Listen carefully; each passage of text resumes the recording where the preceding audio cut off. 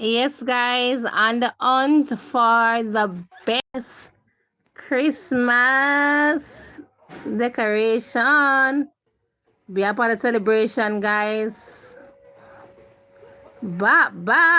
Hey, you. Hey, tulap.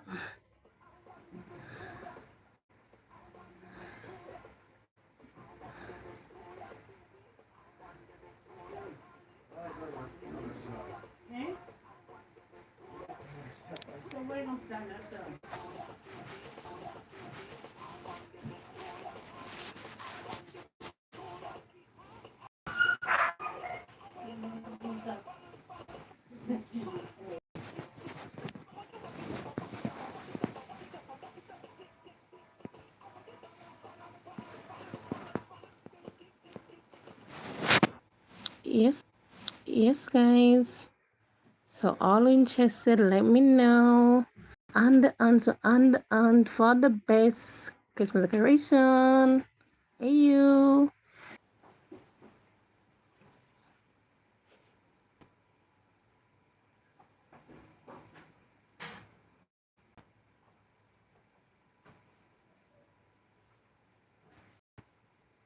So you tell me, guys, which Christmas decoration do you like?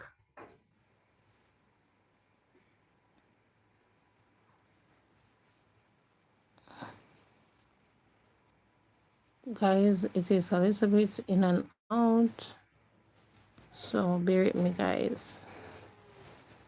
Yeah, in and out. So yeah, so you can comment, guys, and tell me what do you like. It's my birthday. I can do what I like. I can say what I like. I can do what I want. It's my birthday. It's my birthday. I can do what I want. I can say what I want. It's my birthday. It's my birthday.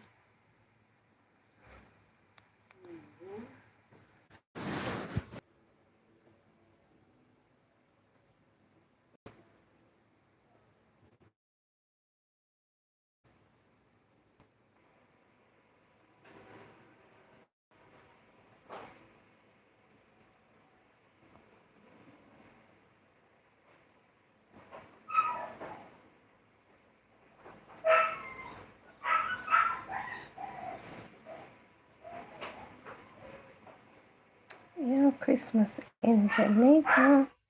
Christmas in Jamaica.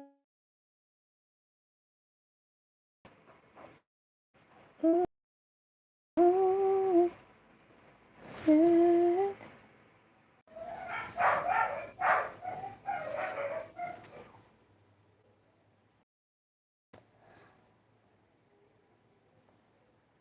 So you guys can just shoot and see what's your favorite Christmas decoration. You can text, let me know. Let me know. Yeah. So deep in my feelings. Ooh, I'll never get over you.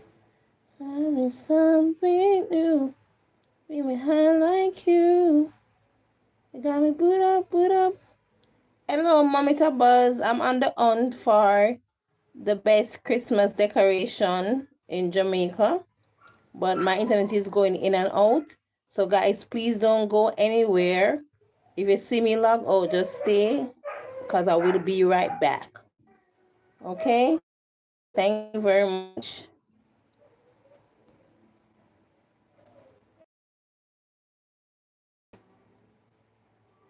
Thank you very much, Connie. And guys, Mommy Buzz and I are gonna do a collab now so you guys can support her. I can support Andrew Senor as well. You can subscribe to them who coming in. Please and thank you. Gonna do a collab about mother. So you know you're gonna be hot and spicy. She will tell the date. And you guys please don't be late. Come.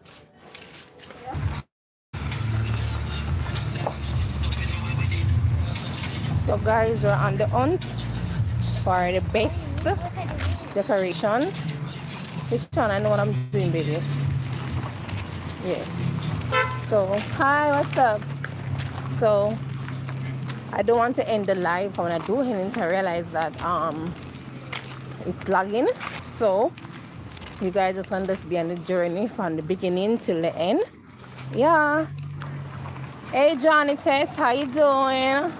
How you doing? How you doing? Alright, so yeah, beat a Christmas at door.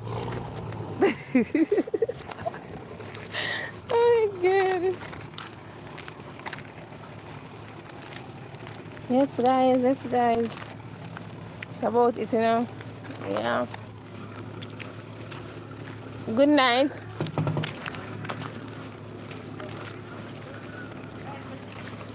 So you can pick now and tell me. Huh? Hmm?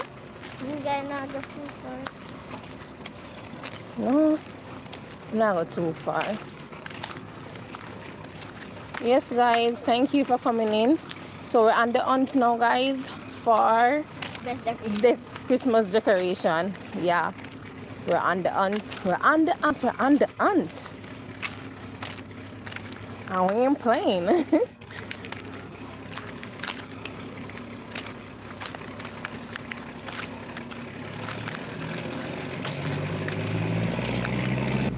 You're going kitty cat? Kitty, kitty, kitty, kitty cat? Hey kitty cat. You for the video light? Come on right on here, so. Okay. Your grandson was concerned about you, saying that I must wait on you, that's why. Take your time and go and rock to the side and catch me up.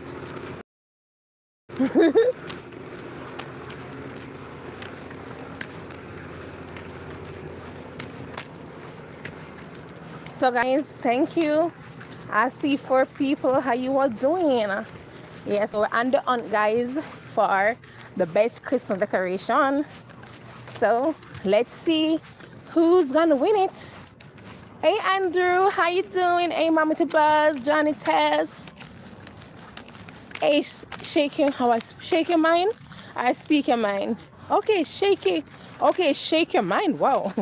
Okay. All the vibes. Well, make sure I don't live with anyone, you know. Collins, Jesus King, Sean Lindo, Deshaun, CSM Johnny, Didas, Playerverse, Genius. Yeah.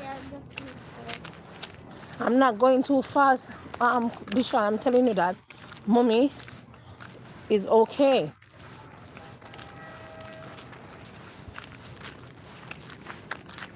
Mommy, it seems like it's lock off in the mums. Man, what come look earlier then? I just going out of mom. No man, now going to come on in the morning.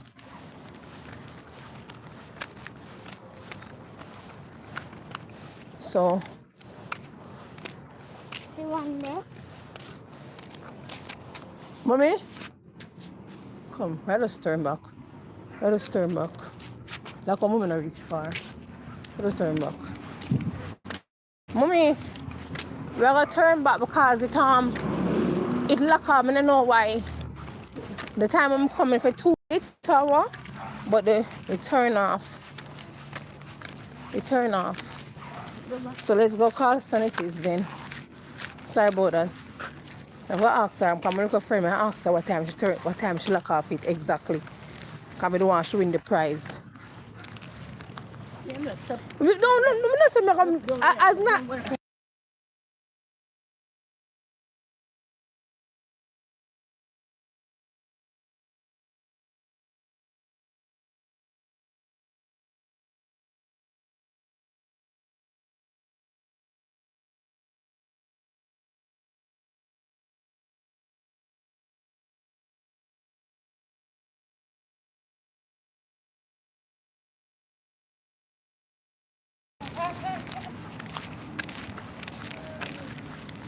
Yes, guys. So the other house I wanted to think I realized that they lock up They're locked up, you know. They're locked up, guys. So they're locked up. So just still on the hunt, guys. Continue like up the lives, guys. Like up the live, share the live. Okay, it's gonna be epic. Gonna be an epic one.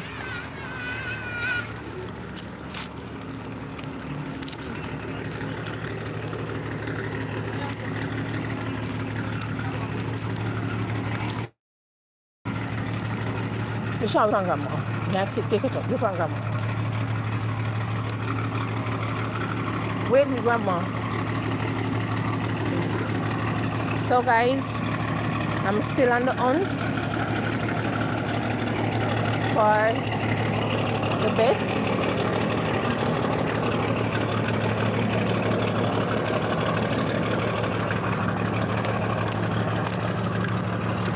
So, street is pretty though, guys. The street definitely pretty. Lock up the live, guys, because we're on the hunt, you know. We're on the hunt, guys. We're on the hunt. We ain't playing. This is gonna be extravagantly lit. So you guys gonna comment in my comment section which house will actually win the prize. Okay?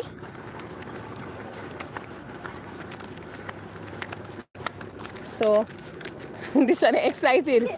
You're excited.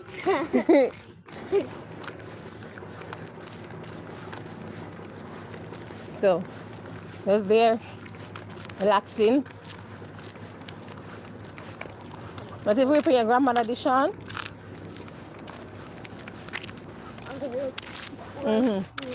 Yeah.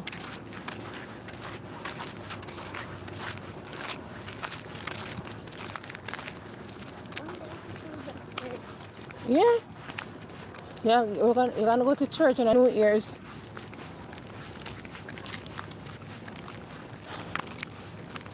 Woo! Lot of walking, guys.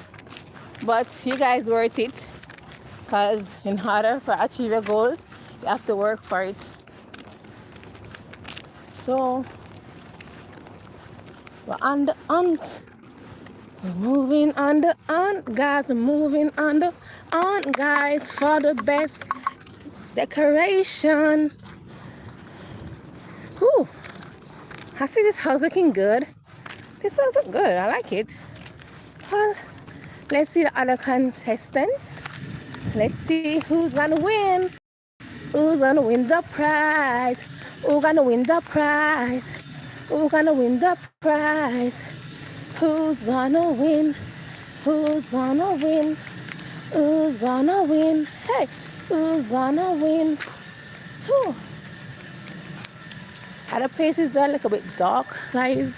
So you're gonna have a little brightness and a little darkness. Yeah. Yeah. Whew.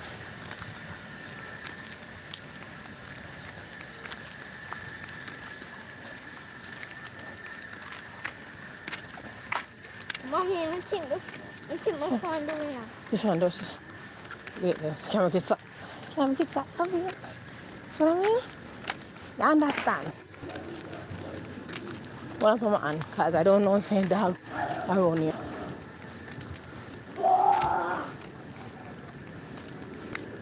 Safety is under.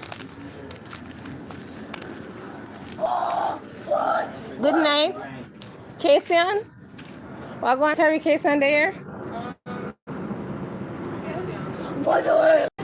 Shan's there. Alright. Kasian is there now. She don't live there. Yeah, Auntie says she's not there. So we're still on the hunt, guys. Still on the hunt. So this one. So I was saying that this house was just a pint of this one here. It's so obvious. Yeah.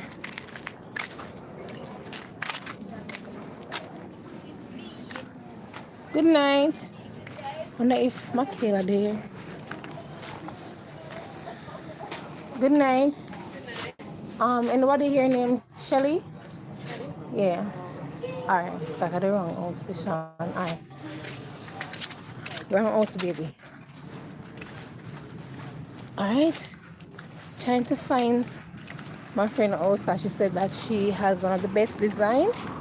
So I'm trying to wonder how far. I know it's for Andrew. I know it's for Andrew the drive. We should Andrew the drive again. Yes, to some decoration there, guys. I see it. I think I spot something extremely well. Yeah. So guys, come on guys, like up the live and comment, guys. When you comment, then you know the algorithm will push the videos. Yes, Bishan? Hey. Hey, Saflan. How you doing? I'm okay. This time, yeah.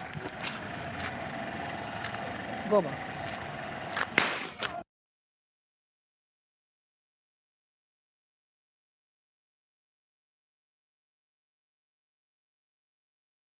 I'm gonna carry my son to his grandma and then come back, okay?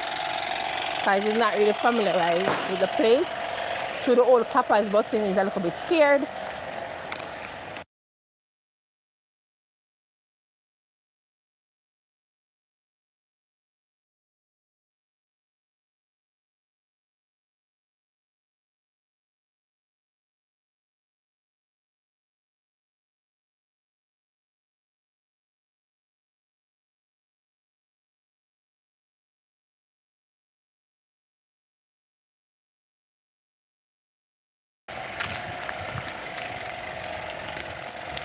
Alright.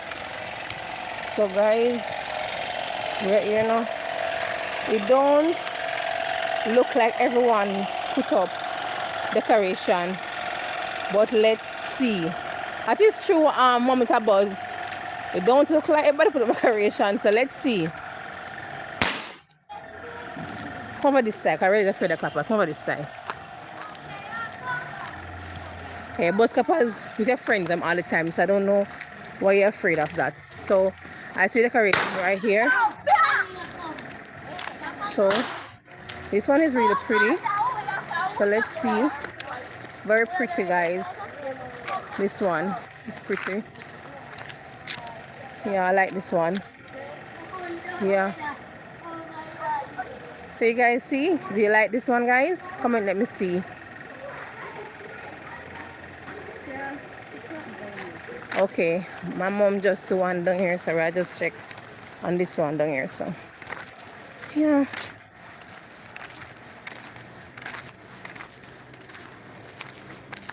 I'm gonna paint or nothing like that, just act natural.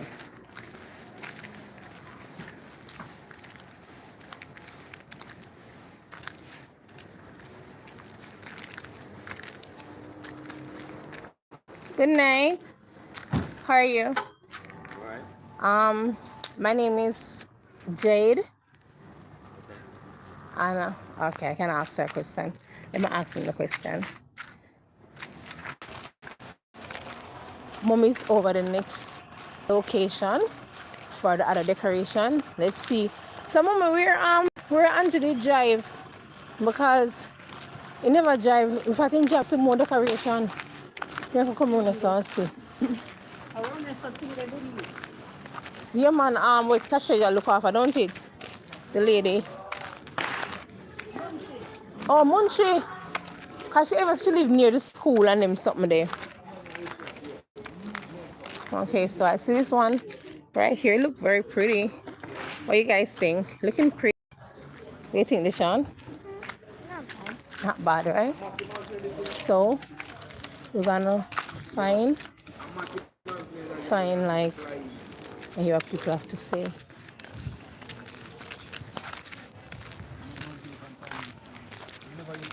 Hey, good night. I'm a YouTuber. I do travel blogs and so forth.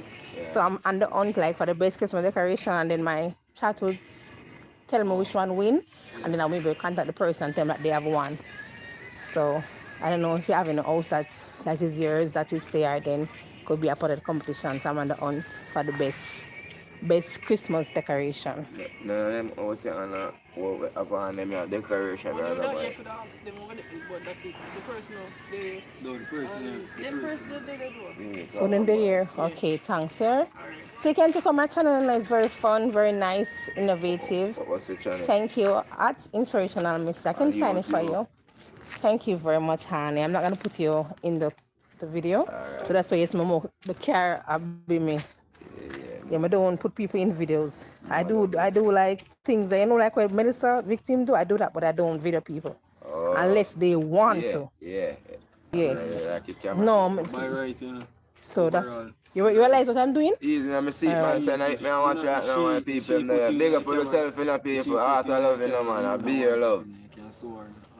Yeah, man. I don't really do that. Like put people in without permission. You can get people, even police. More than people video police. But them no one sue them though. True. I like the idea. Sue them by right. Like the idea for people deserve them privacy. But that's why I put in the in, but I see it come up. Police can sue anybody who video it. Ain't no right now. That's why we see when them take with them from the. Because now when I press the eye, but I see it come up. At in.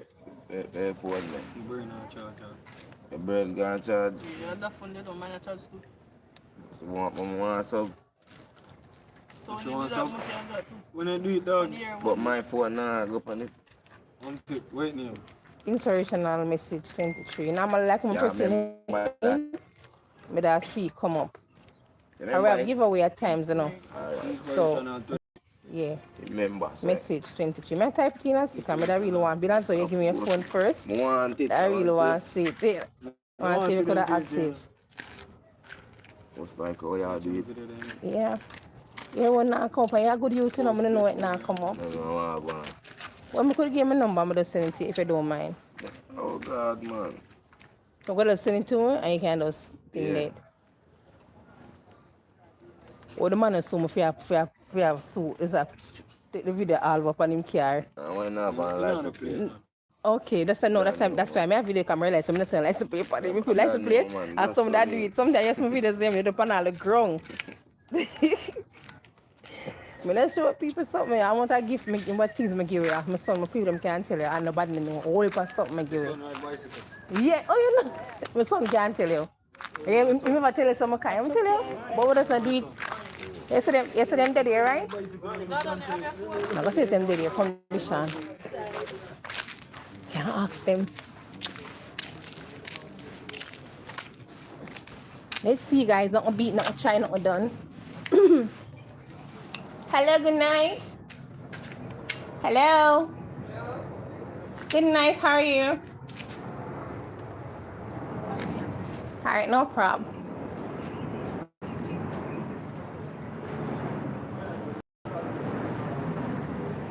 Good night. Oh, I'm gonna pause. I'm gonna pause the video for a time because I don't want to put lady in the video. Just wanna ask her a question. Alright, I'm doing I'm a travel blog, but I wanted to seek like the best decoration. Then my people in my chat would have choose one, and then I would have contact you if you have one, and get you a small gift basket if your host one, but I didn't want to video anybody permission. Okay, no private privacy. I try not to do that. So I wanted to ask you if it was your house, I could not inside the house, just outside decoration like this, if I could see what is what, and then I would have thing there. So and you can also check out my videos as well. I'm at Inspirational Message 23. Okay. Alright. Thank you very much for your time. I do appreciate your input, okay? Yeah. God bless you. So this is yours, right? No, my neighbor. Oh, your neighbor? Oh, this is yours, this is yours though, right? You can do it. Oh, I can do it. Alright, no problem. Thanks, sir. Yeah.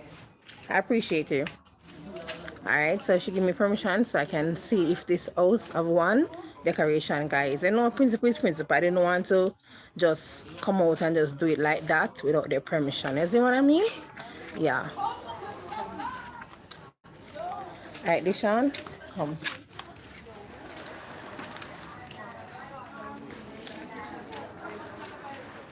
Okay. Okay, she gave me the permission, so I did. So thanks here. Okay. So does WhatsApp me here? Does if I reach home, I get it here? Yeah, alright. Thanks very much. I appreciate it a lot. Cool. Some dish, so yeah, so I got the permission. So let's see, you guys, who's gonna win. You guys can maybe give them a small basket if they have won the prize. Yeah, mommy, she the one place that mommy not moving. Mommy have more hunting, you know. Where else? Which part else Andrew did drive? Eh? All right. Cause this one him look like him not like walk. This one got out. Eh?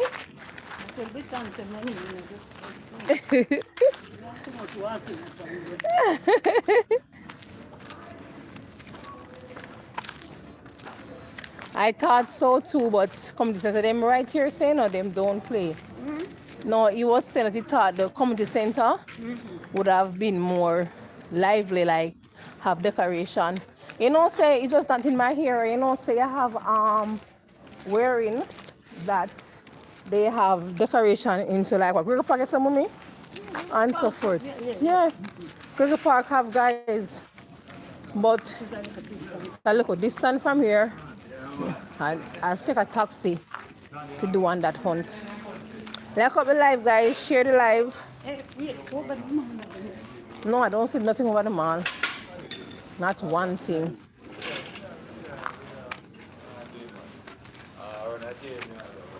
Yeah.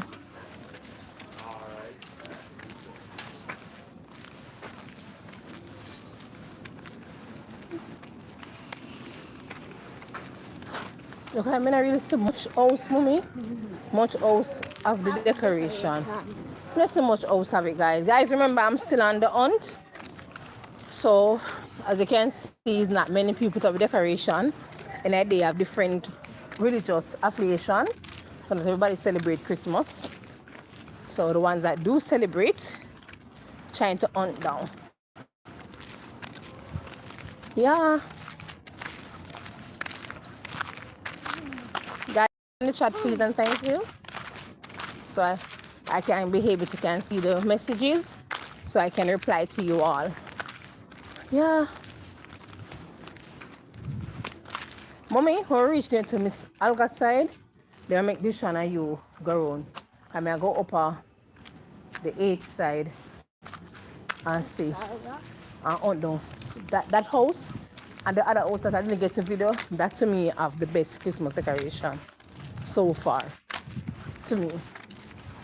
Just look magical. Yes, guys. Hey. But yes, mommy can't take the walk, you know. Mommy I rock to the side, but she just wanted to assist me due to personal reasons that I can't disclose over the net. She just wanted to assist me in the walking. Yeah. You can see I'm on the street right now, guys, as you can see, and I still don't see any on this block. So I got other blocks, but this one I don't see much. Don't see much, mommy.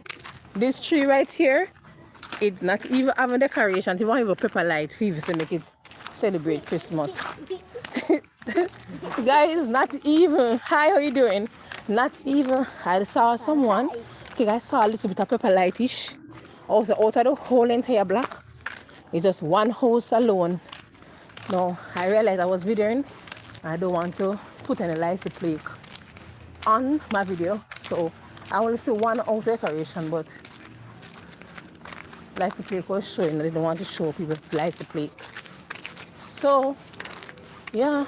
So I carry back home with this on. Yes, Deshaun, grandma gonna carry it home, and I'm gonna head straight up. Just take one lap and just close. It's gonna be a very short video till I reach home, cause not going no further than up at the H headquarters.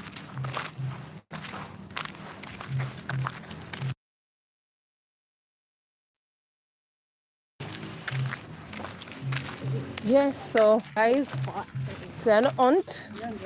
Yes. Okay, no problem. I understand. Okay. Mommy, just meet me at the printing place. You know the printing place, right?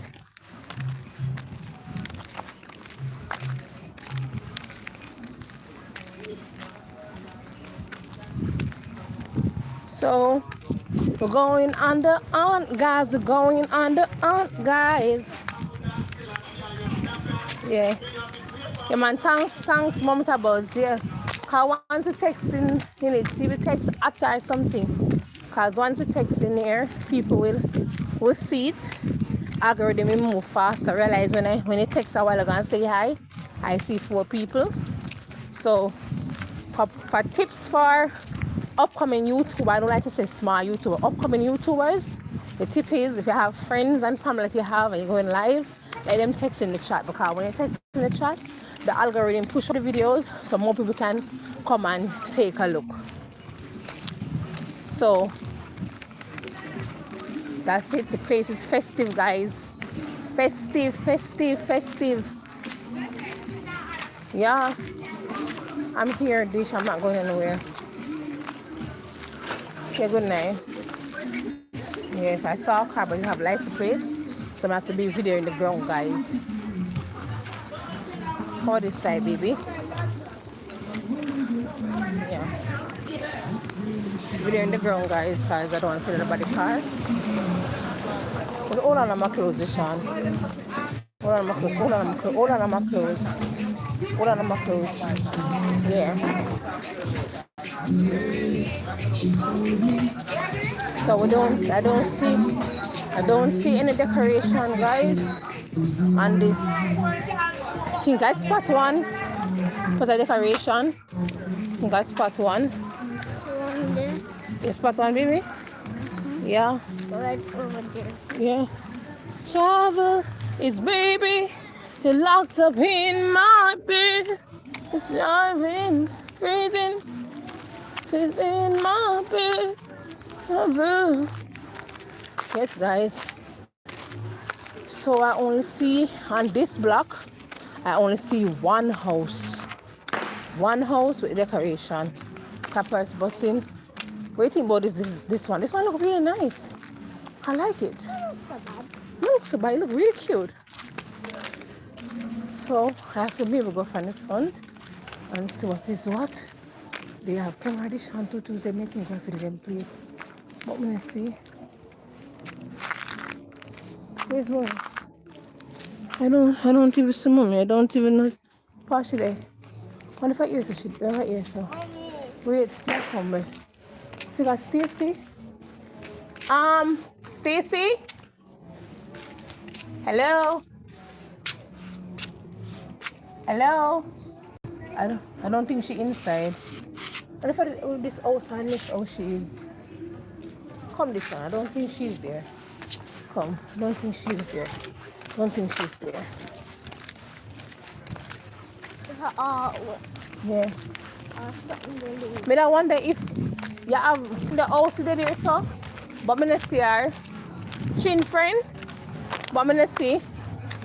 Oh yes, you know. Hey, it's me, Shanika. Hey, and good night. Okay, good. I am doing good. Hey, Harsh. Hey, Ash Pasawan. How you doing? And Shanika, how you doing? Hi. If I miss out you guys comment because you know I am actually videoing and I'm also tindering stuff for it. Wagwan Billy. So guys, whenever you want, like Billy, I'm sure my viewer is the place where I get my things print, okay? I hope you don't mind, right? No problem. Just want to ask you still. So guys, this is where I get all my stuff print. The best on the block, no other can test. So inside here now, you have this wonderful stuff that he has. You see, where he prints like shirts and so for you can see very great design. This one say the armor of God. You can see right there. And decoration, we want to buy like gift bags. So for this here, I do myself sell ice cream as well. The plucks. So you see me time and time, we post videos of him on my status. And these are the perfume. Holiday is still here. You have New Year present, guys. This one say I love to kiss. So you can support him. Very good youth. Okay. Thank you. Alright. I don't want to put it in the video. Can you just go to responsibilities, please? Yeah. I don't put people in video with the permission. Okay. Yeah, man. Principal. You understand, bills? Cool. Yeah. So.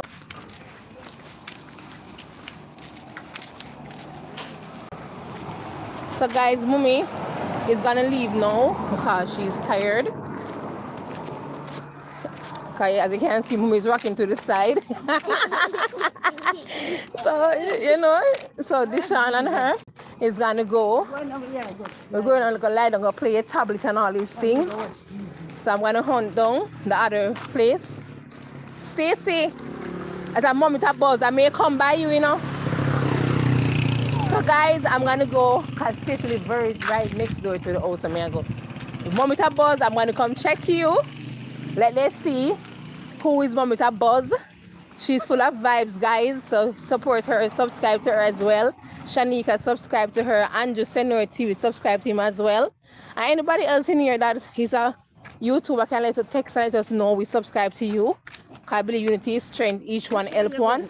So also. This way. So. This is enough walking for me. Mommy, you're more than doing enough.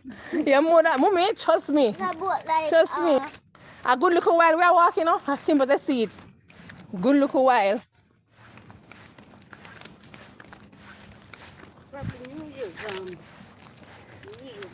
Yeah, New Year's Eve, I can't able. Deshaun is a main road, okay? Hold on to my hands. Yes, it's a main road, and I don't want to make this wonderful block turn into something else. God forbid. So we're going on the hunt, guys. We're going on the hunt, guys. Yeah. To wrapped up in my bed. Travel is waiting. No, Deshaun, I say you. You and Grandma going to your house. I am finishing up my blog. Okay? I'm finishing my blog. Okay, so you and Mommy. It's about this house. Inside, look, it's so cute. I so sure no one go the other way. Yeah, man, the tradition. Soon be back, Grandma. Yeah. Not stay too long. God go with me. Alright, guys, my mom and my son, I let them go to rest while I finish up the journey. My journey, my life. I love my life. I love my life. I love my life.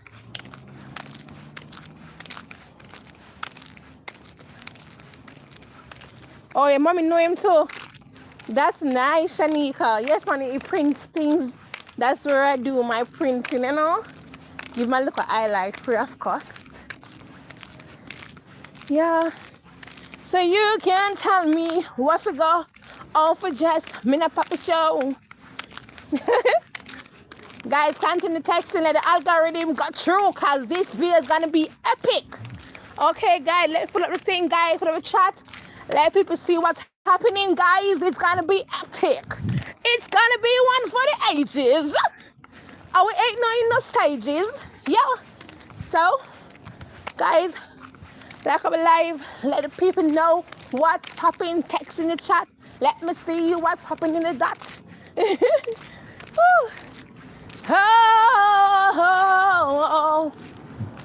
Oh. When you're feeling your body, you find somebody who make you change your ways, like hanging with the crew. You act like you're ready, don't really know. Something in the past, you want to let it go. I've been there, done it for a while. all that. This is what I found. Nobody wanna be alone. If you're touched by the words in the song, baby, you got it bad. When you're on the phone, hang up, then you call right back. You got it bad. When you miss the hint, you know, right on track. You got it bad when you have with someone, but you keep on thinking about somebody else. Come on! When you're feeling your body, wanna let me go. Anything to pass. Oh, Jesus. I'm so crazy. But I ain't lazy. And I ain't into no Tracy. Or they call Stacy.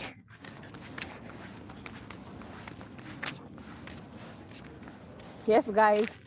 So, still on the hunt. So I'm heading way up now, guys. Woo! Guys, I hope this video get a lot of, even 50 views. Even that. Because this, I'm walking for a good little while, guys. Honestly, I'm really tired. But I'm just, they say hard work pays off. So, I'm on the hunt to see the best decoration. So, and I see that's about it. That's about it. That's about it. That's about it.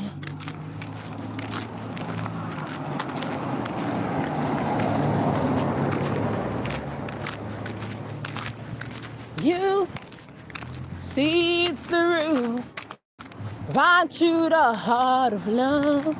You take down that wall with the strength of your love.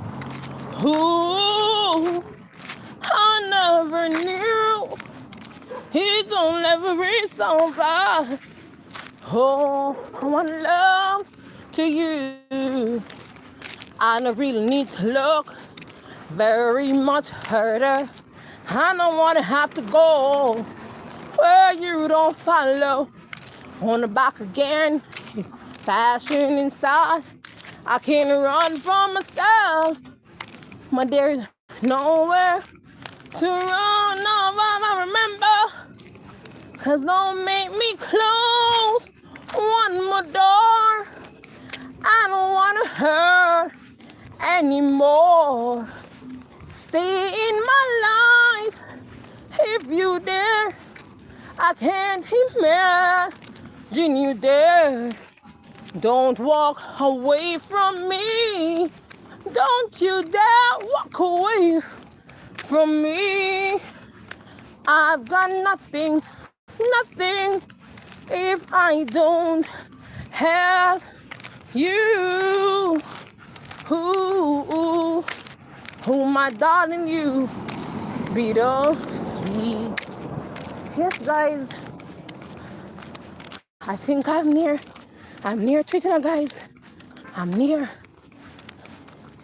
guys. Really, really, really near.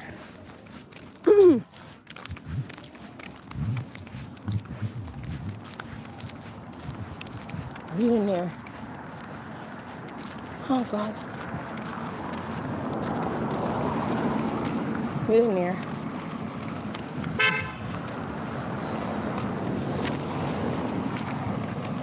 Yeah.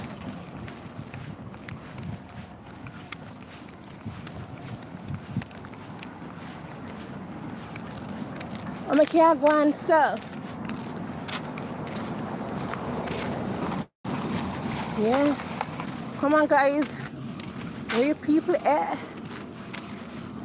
Where you guys at? I'm very near to my mission, guys. Very near. Hey, how you doing? How you doing, DOA? How you doing, fam? How you doing? Hope all is well.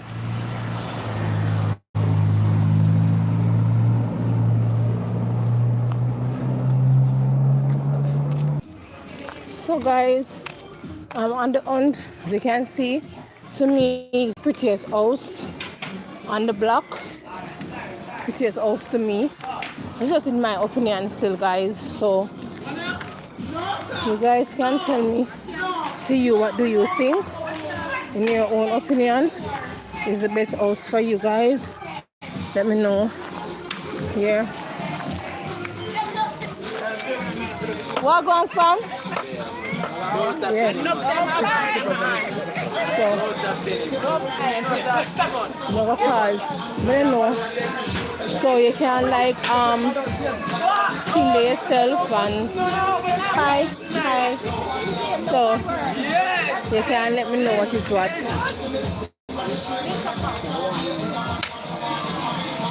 So what you think, guys? Let me know. You have to tell me. So this is the best one to me. So what you have to let me know what you think. What you think, guys? This is a mission. You guys have to text me. Ryan, Halman, how you doing? Shanika, how you doing? Andrew Senor TV, Street Drive, also DOA, how you doing? Momika Buzz, how you doing? You have to tell me now, guys. So, you have to tell me, guys, so I can know what is what. I'm not gonna go much further because to me, I think I find my house that I wanted it to make beats. You guys have to tell me, guys. What do you think?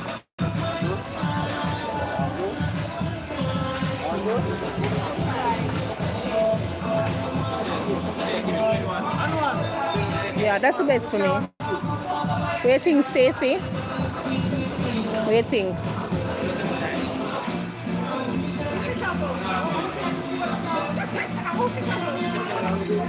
So you think this look nicer?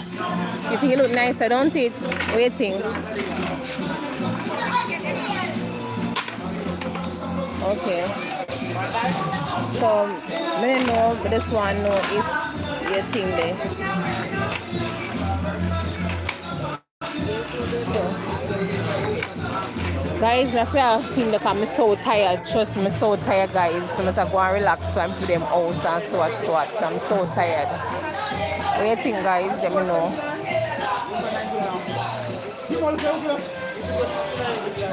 So this is the winner for me.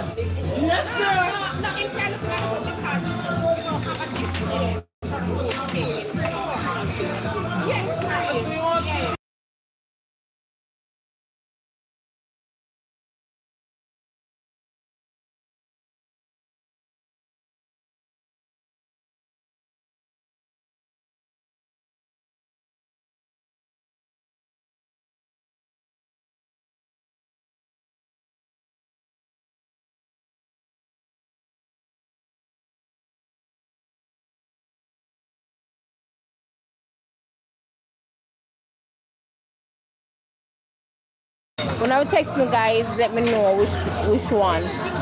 You guys have to text me. I never realized it was on mute, so you have to text me, guys, and tell me. So Shanika, so what do you say, Andrew?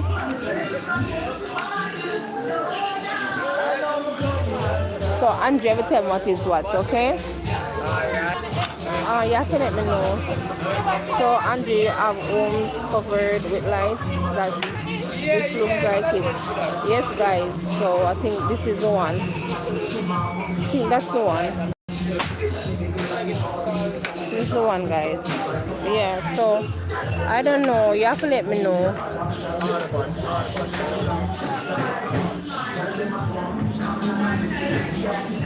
You can tell me if you want. Tell me what time you want to come to the interview. So you can tell me what is what. Johnny test what's up.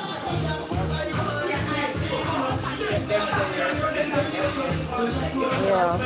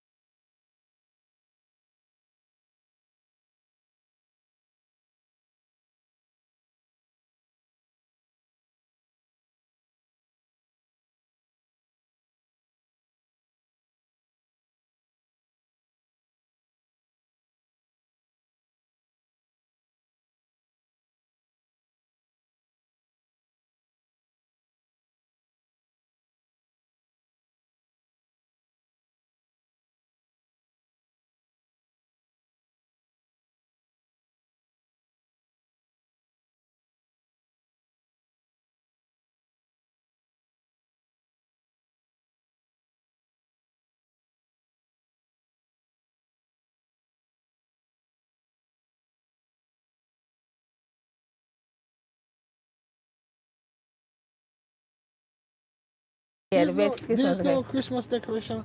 You left it around there. Is it okay? So you don't have no other houses that? No, there's no decoration on here. No, but So okay. you're on TikTok right now. No, I'm not TikTok. I'm on YouTube. I'm a YouTuber. So you need to get the hell off of that. And so No, I don't have anything against TikTok or anything, but I just like the YouTube. I can create a safe space with my friends over there. You're on YouTube right now. Yeah. There's no more. Okay, I have That is it. And when you're done with that, then that's it. You wanna smoke? No, I don't smoke, but I don't smoke. But do you have a phone? I can show you my channel. You can subscribe to me. I'm on the hunt for 1,000 subscribers. I'd love to.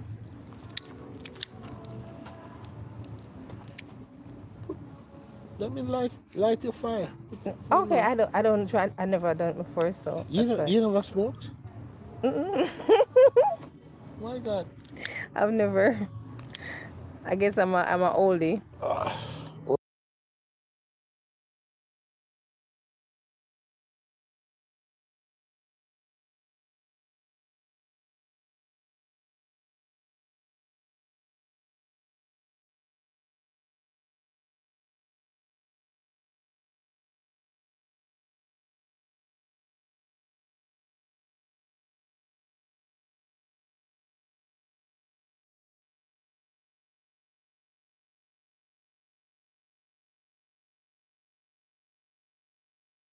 New Year full of things about. You have a great What New do Year. you like about a cockstand? Caxton sound like a very humble person. It sound like somebody who's down to earth. Should it fuck well? No, Jesus.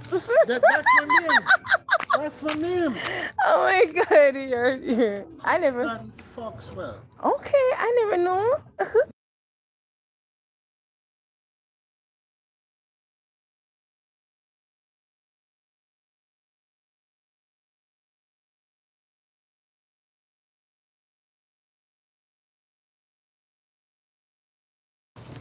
Oh, lovely. Thank you, Caxton. Thank you.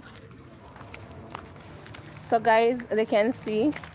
I paused the video because, to be honest with you, this man was flirting with me, and he wasn't saying nothing too nice, as in he was saying that I'm sexy and pretty and more and do all type of things to me that I cannot have on YouTube, so I had to hurry up and pause the video.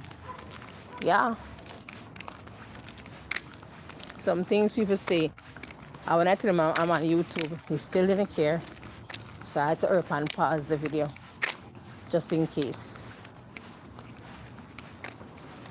I thought I would have reached to Stacy already. Unless me end up on this is the wrong house. No, I doubt it.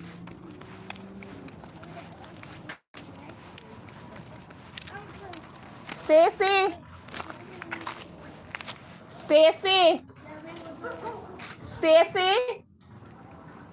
Hello. Okay.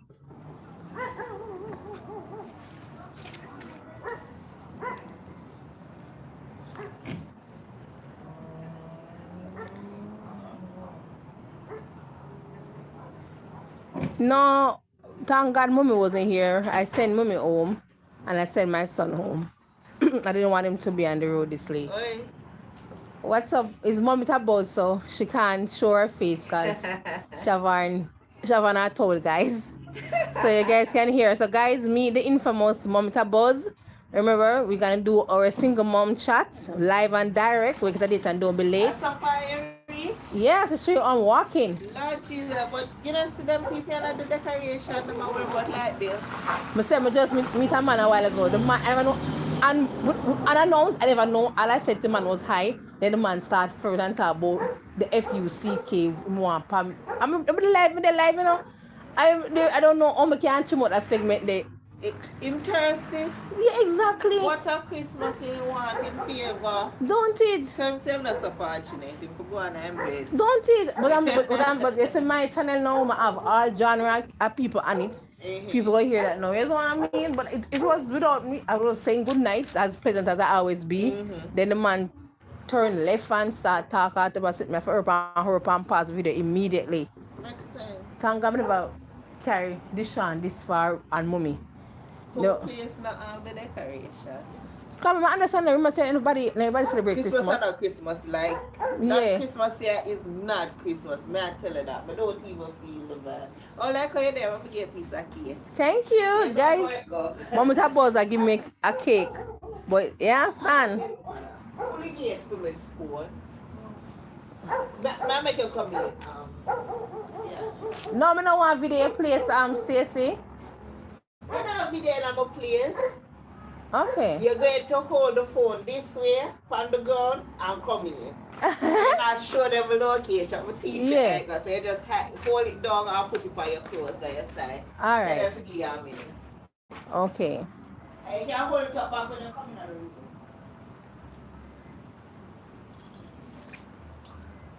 Okay, Shanika, we're asking where am I? I'm still in Cumberland, you know. I'm still in Cumberland.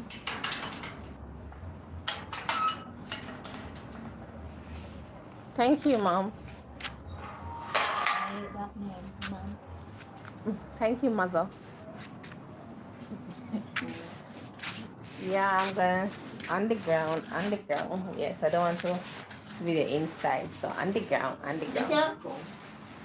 Make your mother cut this. So just like you a whole of one, yeah. Thank you. So this is the cake that was gifted to me by Momita Buzz. Yes, guys, check out. It's full of fun to do interviews. I see a couple persons subscribe to you as well. Look at the comment section. I didn't see it today. Yeah. See just now. Yeah, them subscribe to you. So you know, she's one of the best cake maker in the world.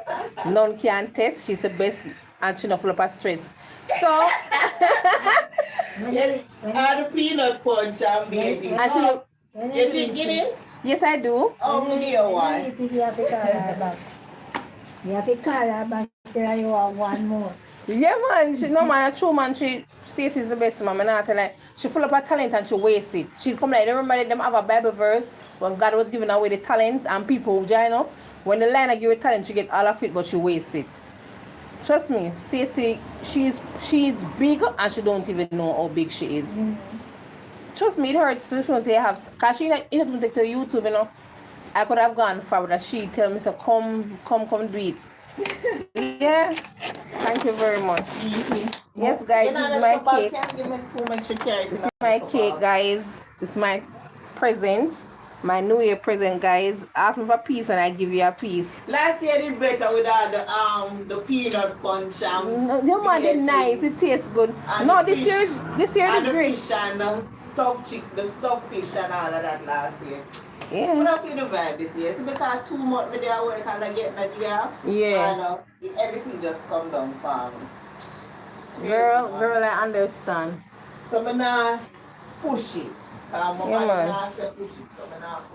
So I'm gonna rest my cake down right here, guys. Thank you, honey. See, to teach me something, put something to the ground. Yeah. Yeah, man, you teach me. Yeah, man, you teach me something. Thanks. Yeah.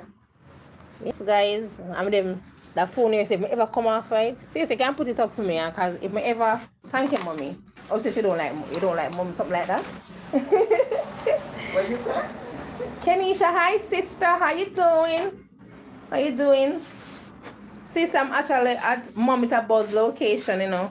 Yeah, but you know I can't give away her address. But I was telling you guys that she full of her talent. Check out her videos, just see interviews, her travel blog. She's all inclusive of everything. So you know which day we can have a make a. We can do it tomorrow evening. Them say we should go live instead of we do the video. You could go live, man. Yeah, so you can go live together like you I on one side, you on the other side. You on the other, right? Yeah, so just do that tomorrow evening, car. We have the time. Oh, today's my sister birthday. Oh, I see you put it up. Happy birthday to ya. Happy birthday. Sister Sabine over here. I love you, moon behind moon and back. That sounds like a good idea. She love it too much. I love the idea. What's that? The to single, go live? the single mom Yeah, idea. because my channel is basically about moms, working moms, single moms. You hear, guys? You have people who are married and being a single mom at the same time. So true. So at the end of the day, it's a topic we're not talked about a lot, especially depression in Jamaica. That's not talked about a lot either. True. So for the new year, if I say inside my eye glow up my channel, I just say, alright, I'm just talk about the hard part that people want to hear, especially where moms are concerned, when them got treated by themselves. True. How them overcome it, how them keep the faith, and all of that. So I say, alright, for 2026, this year, I'm not really post nothing. Yeah. So I say, alright. And that is true. That's why I do a reading check, because there are a lot of videos that I'm not going to keep on my channels. That I delete. I did about 50 videos, I'm telling you. Because they're not my content. I was just, just use it for time being. For just boost the channel. Right. But eventually, when I'm done, I'm just going to just end up with my original videos. Because in the day, we all know that YouTube not going to monetize people videos.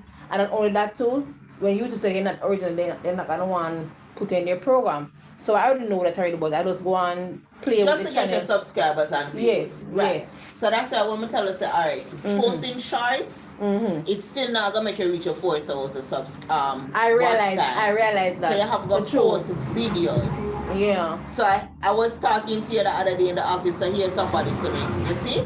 So you're a motivator, so why you not motivate take this take the same page out of the book and motivate yourself? Because you haven't posted from some months ago. Yeah. But I just the vibe. I can't be fake. I can't go in front of the camera and not be yourself. And not be myself. Because everybody know me as this jovial, energetic person. And just sit down and just attack. I can't be boring. It's not me.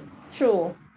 So I think I will be doing those for the new year. Morning routine, day in my life, show you how work, breakfast, kids, work, home. Yeah, we should do that, man. So, man. Because I observe something that you can have two parts. Either you want views or you want watch hour. So if it's views running down, it don't make sense. Because you can't have a thousands person and when they check the watch hour, it's not enough. Alright, I do a video, say, and I have like maybe 100 people view it.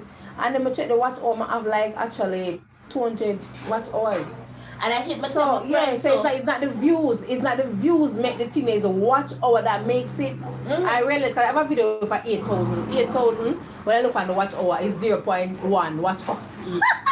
Right, because majority of them skin through and I hit me tell the person who start me off to I could have reached my 1,000 subscribers long time. Yes. But I said to him, I don't want people to know me because of you. You understand? I want them to know me because of me and what I put out. Alright, would you believe me say, Kino life in Jamaica? No. He and I close in terms of, and he has a lot of subscribers, and I could have asked him to get I did not do that. I also have like Jimmy Smith TV, and when we cool as myself, I know Jimmy Smith TV. I don't know him in person, but I text him 1 and 2 times, and he and I interact well. I could have asked him to let me reach, but I wanted to work for it. Yes. And but my aim is to help. I would say small YouTubers, upcoming YouTubers who want to reach far. I would like to help them get subscribers. Trust me, because I am positive, and anybody I'm sending over their side, I want them to go. So when I send someone over your side, because I know they're positive, I don't want no negative. I'm not dealing with the foolishness. No. So everybody in my chat, if I say they will subscribe, they will subscribe. Every time I go live, I don't matter how much. If I have 5 people, I'm okay with that. Because trust me, what day I have 5 people on my chat, when I look at and I 58.3 watch all my those are 5 of them alone. Because they stick and they watch. So it's not about how much persons on the chat, it's about who wants to stick and watch the videos. Exactly, because at the end of the video, when they are commenting further down in the future, they must say, alright, remember some I watch you from this and they will say, okay, it's a vibe and we'll build together. Yeah, because they know what I want to do, but I don't have the money. I want to have a time, me can do it, so I have a giveaways like for the longest subscribers. I give them just call run question, and the person who answer the question first, call in first, answer the question, win something. Not now, in the near future, because we don't have it when I get the money, then wait. But that's my idea. I want to do something like even credit. Over first person who called their $200 credit can start as look by look at them say fix until they make it. So what I mean, whatever your mind believe, the mind can achieve. achieve. But that's what I was planning for my channel also. But I even start a foundation for my channel, but I'm not telling you guys the full detail, but I'm giving a preview. It's about single mom. It's a mom foundation where I help back with back to school, and you know, I just pop up on only in a bookshop. And before I said that, why I decided to that. Sometimes when I go book shopping, like back to school shopping, I have some moms, even dads still say, no, I can't take 2 of them because this is the amount of money I have. And like at one time I was doing it, and then the person never have enough money to buy the 2, and I said, I'll pay for the next one for you. I remind you, I'm not buy from pick the book yet, you know. But just for know so that child that gonna do without one until it not fear. I won't even say not fear, it no, what a word I'm looking for. It's way heavy. It's way heavy, and because you're empathize with the situation. Right. Since you know why you're not in jail, well, let me tell you something what happened with me. The other day, I saw a little girl and she looked unhappy. So what's wrong with you? Bear in mind, edition, but never buy it. Just like you, like me, I have that in common. I said, what's wrong? She said, our teacher called her out, you know, for the whole class, and so why mommy didn't buy the book for her. That is so embarrassing. Why would you do that? Why you never just call her? And the child cried. It's embarrassing. And I tell you, I didn't want the child to say that I was crying in my heart. I asked her, what's the matter? The girl was so pleased. She said, my book is a book reader 3. And she told name to you, and I said, and she said, I know, oh, looking up, auntie. And I could have, and I was actually, I stopped the live. I didn't want anybody to know what was going on. And when I went and I showed her, would you believe that I give her my number so you can call her mommy? And mommy say, whatever, can I buy the book? And mommy said yes. She said, thank you very much, and whatever. And I said to her, say, whenever you reach home, let me know everything's out. And it's the right book. But for a child to come and say, that's embarrassing. Yeah, but I know what I realize, Stacey, is sometimes I don't think that people do take things like great channels like what we're doing, like you're a single mom, something as good. That's how I want to see. Let's see how much person tuning. We don't, if it's a start, let's see. They can't even, we can't even do more live where they can call in and just say, talk. Because sometimes, you know, sometimes people just need somebody to talk to, but at the end of the day, them not just want to talk to anybody, and then by the time them reach out there, so them hear them business from somebody else when you will tell I she have it. But did you know that and strange right now the Melissa situation, and I did a video. You know, in the Melissa situation, I end up and give away things for the Melissa organization as well, and many people don't know that. And that is good, but even with me, I did the thing and I don't post it. No, because sometimes when they think you got through a heartache, other people are got you worse than you. Some people don't know. I don't really say I have a problem with people posting because I know the reason they have the art. You see like some organization like people send them money, people really want to where their money going, so they can post that. But for us that is doing it for our own benefit, people will see us and say, oh, actually the hurricane them actually capitalize on the views. Which word they don't know. No. We've been doing this for long. We don't have to put everything out there. Exactly. But I'll post 1 and 2 because since it's my foundation I'm starting to have people to contribute further in the future. Because what I said, I'm starting it with my money, and then at the end of the day, when it picked up, even my consultation, I'm starting my consultation for moms. Guys, listening, guys, listen. Men, guys, you're listening. Fathers, men, they can come on because man go through depression too. Man have feelings. Well, I see 104 people, so I hope you guys are listening. 104. Man have feelings too, but when them do, them grow up and say, all right, put your feelings aside and all of that. Yes. But them a human being. With my son, I'm allowing for expressive emotion. Cry if you want to cry. Yes. Do this if you want. Me not say, stop crying, your man hold up your stress. No. What kind of stress? No, true. Them have feelings too. That is so at the same time, I'm not going for stuff, but at the same time, if you not feel away, your feelings are talk. True, Stacey. I agree with you 100% on that. Who cares? That is true. So, I have a lot coming next year. But I'm just pray God just give me the strength to just go through and all the idea. Don't pray that God give you the strength. Say God is going to give you the strength. Because guess what? They say, why complain when you can pray? Yep. So it's what I'm within the Lord that you renew your strength. They say whatever the man believes, the man achieve. So that is it. Yeah. So I have a lot of ideas. Girl, put it to for the next front. year, Put but it to the front, man. Put it to the front. oh my God! I have some ideas, so I'm gonna start going to up gardens too and do my own thing, videos and stuff. vlogs, Yeah, like what I told you. yeah. So you need to post longer videos, Yeah. and you can post shorts like 2 times out of the week, but post mostly videos and vlogs. Yeah. So you can build up your 4,000 watch hours, and then. Can you reach a photo watch hours already, right? No, I'm gonna reach it yet. Because each time I start, I forgot about it, but I'm gonna reach so much. Even when I was at. I did there a lot, but you must stop posting, keep dropping. Alright, you're one. Say, no, I was at 1,005, but I ended up 1,500. Then I deleted some videos and I realized that there wasn't mine. Oh. And when I deleted, I realized that it dropped me way back to 804. But they weren't my videos. I didn't want to have them on my channel. I just do it because I wanted to get the subscribers and people who actually yeah, but I don't. Sometimes win for lose again. So one of those days I will start. Sometimes I just have this. I not have the strength. I don't know. I just want put the ideas out there, but sometimes I just feel like something now hold my back. I wonder if Andrew that comes me. You want to call? You can call Andrew.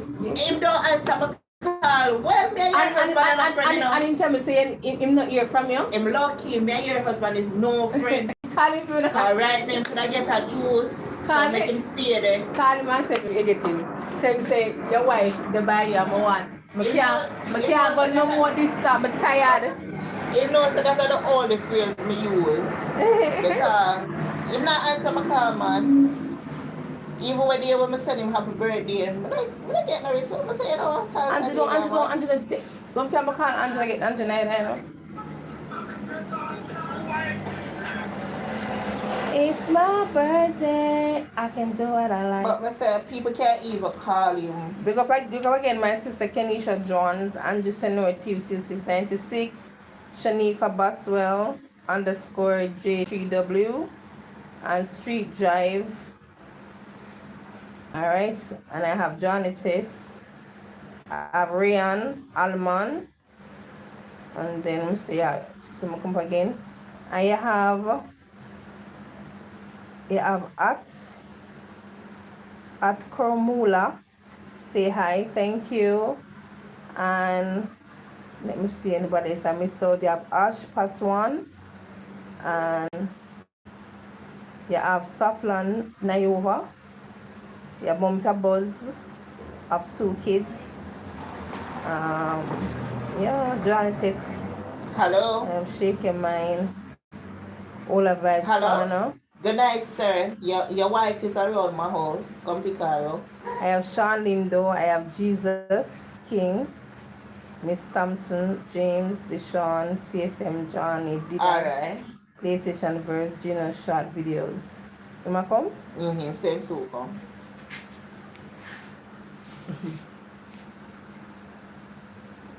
I wonder how I'm going to get him answer the call. We're not far, sir. I'm glad I joined you Rain again. is falling. No, it's one night. No, and then the man kind of give me the creep. I'm actually don't start look for me. I know who's who. Near to me? Live right around this, so. Yeah. You know, some I walk about something in the afternoon, and somebody say, you new in the scheme? Somebody say, no, she live a long time. The man's the first I see her. Because when them gonna work, when them there work, me I go work. When them come home, me come home at night, so. Yeah. They must sleep when me in But yeah, I just have a lot of ideas, but let's see. The man Stacy is a good look, man. I'm going to post consistently, but yeah. Each time my mood change, I can't be fake. I don't know how to fake it. That's why I end up and do a me time, because I have a friend that passed, and my cousin died from breast cancer. Want to do a little video on breast cancer as well, awareness as well. So I'm gonna do. I think I do a little short snippets of it, but I wanted to like find people. They don't have to show their face. I can just use their voice like what you are talk. They don't have to show their face. They could just give us an idea like breast cancer survivors. Want to do an interview with them. They don't have to show their faces if they don't want to. I wish we have the where persons can actually like if you them and your face blurred. We not have them type of way to do that. like blur out the faces. Yeah, you then. have the thing where you can put over it. Okay. For the person's face. Mm-hmm. I mean, yeah, man, sister, it's all early morning. I have a look at early morning crowd, which is the motivational swim. You understand? But I want to find a way. So what you can do too, we can find a way like we stick to the routine, like a time when we know we go live. People actually look. I want to build that platform. People know what time. Then the algorithm up and down and don't know which place to put us. If it's 4 o'clock, 3 o'clock. We have to just pick a time that will actually go. Doesn't matter about the views. I'm going to find a time when people most come on, and then we can just do. So 4 o'clock a.m. in the morning were good for me so far. Cause even this after this blog, I still have some crowd that come 4 o'clock in the morning expect me to come 4 a.m. Mm-hmm. Yeah, but I have a crowd with 4 a.m. them expect a man time for me to do devotion with them. Oh, So I have some I have that crowd. Sunday morning in the morning to I have 200 them will stay them come anytime I do that 200 them always come pan the life come do them thing. So I have that crowd there when I just want to stick to that routine my girl. Yeah, just stick to it. Even past Sunday in the afternoon. Mm-hmm. But for me, I just think Tuesdays, Friday are my best day. Friday best day. No, because alright, people who watch my channel are mostly people in Philippines, Okay. Africa, Yeah. Arabian, US, England. So I have to post based on timing. What do you say, Andrew Senior? How to pin your link on the live? My link? Yeah, something like that. Yeah, you could have do states, you could have pin your link, and then we could have put it on like pin it, like you pin the link, you send, and then we could have pin it too. Mm-hmm. And we can have question and answers a day. We can do question and answer time. I have to be innovative, kind of idea, or having our original videos input, because it don't make sense to just end up on this post.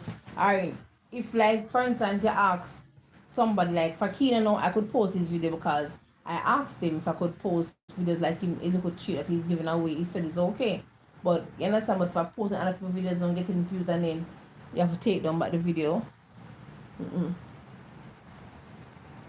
Because imagine I deleted a video the other day with actually 2,000 views, and it's a long video, and I deleted it, it wasn't my video.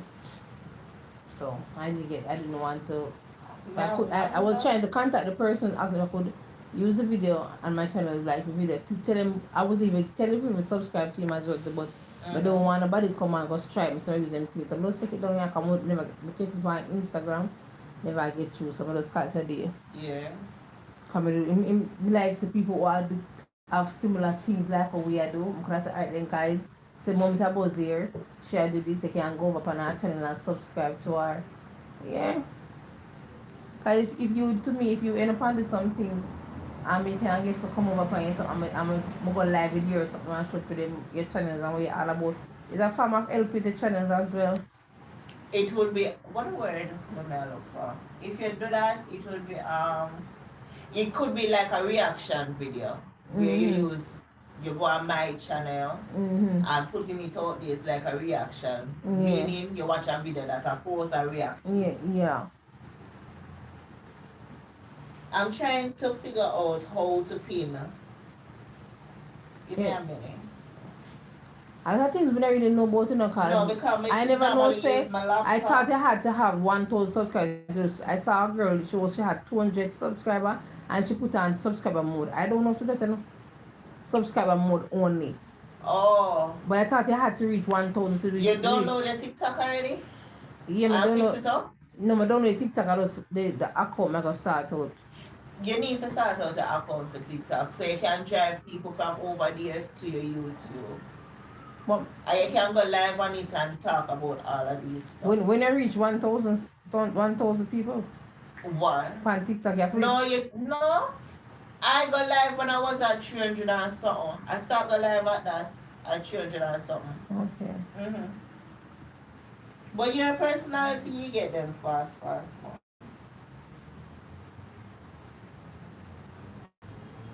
Okay, he's asking if you can, if he wants the link, where he can join the life as well, or have a single mother or something. Oh, we just send it out. Yeah, man, you should send it to me. I'll just send it. And if you subscribe to my channel, well, you know when I'm on live. But the app is, you know why I realize I can't send the link until you will do it. I do it. But you know, when most of the time when we wouldn't have much people on the live, because guess what? Yeah, I look in my subscription, when people subscribe to me, they don't turn on the bell. So they don't know. Sometimes they don't get notifications. So that's why you find that I don't have enough. Because I'm counting now. I see count 200 notifications. I see 200 notifications. Anytime I look at my live, is those 200 most of the time come in. When we go up on the early morning. So those are the ones who actually see it.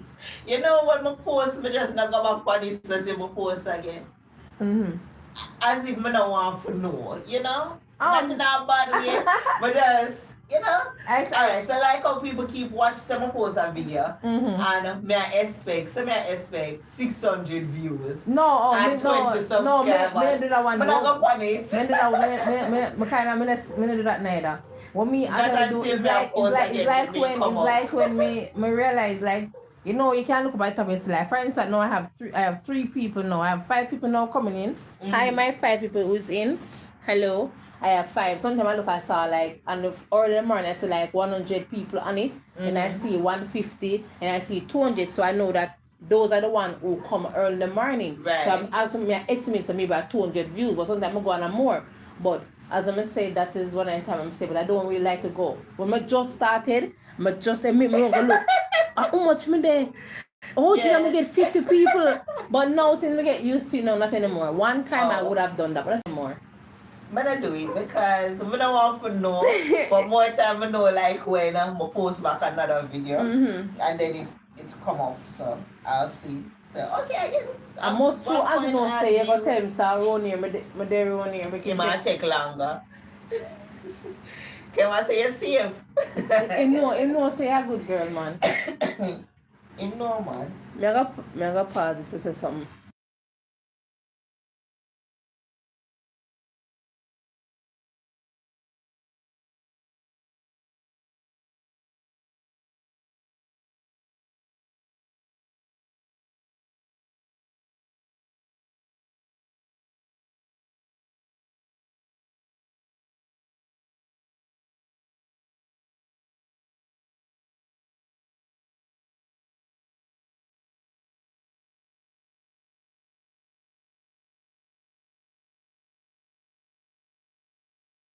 Come for it, sir. You say everyone is sorry to come for it. Come for it. So you not get till you come for it. You got to come for the sorry.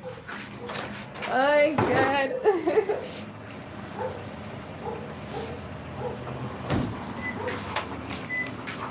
And you say they treat her really bad. Yeah, man. She said she are calling now and stuff. Enough time to call her Andrea, she not get you. And just say you're not getting a call from me.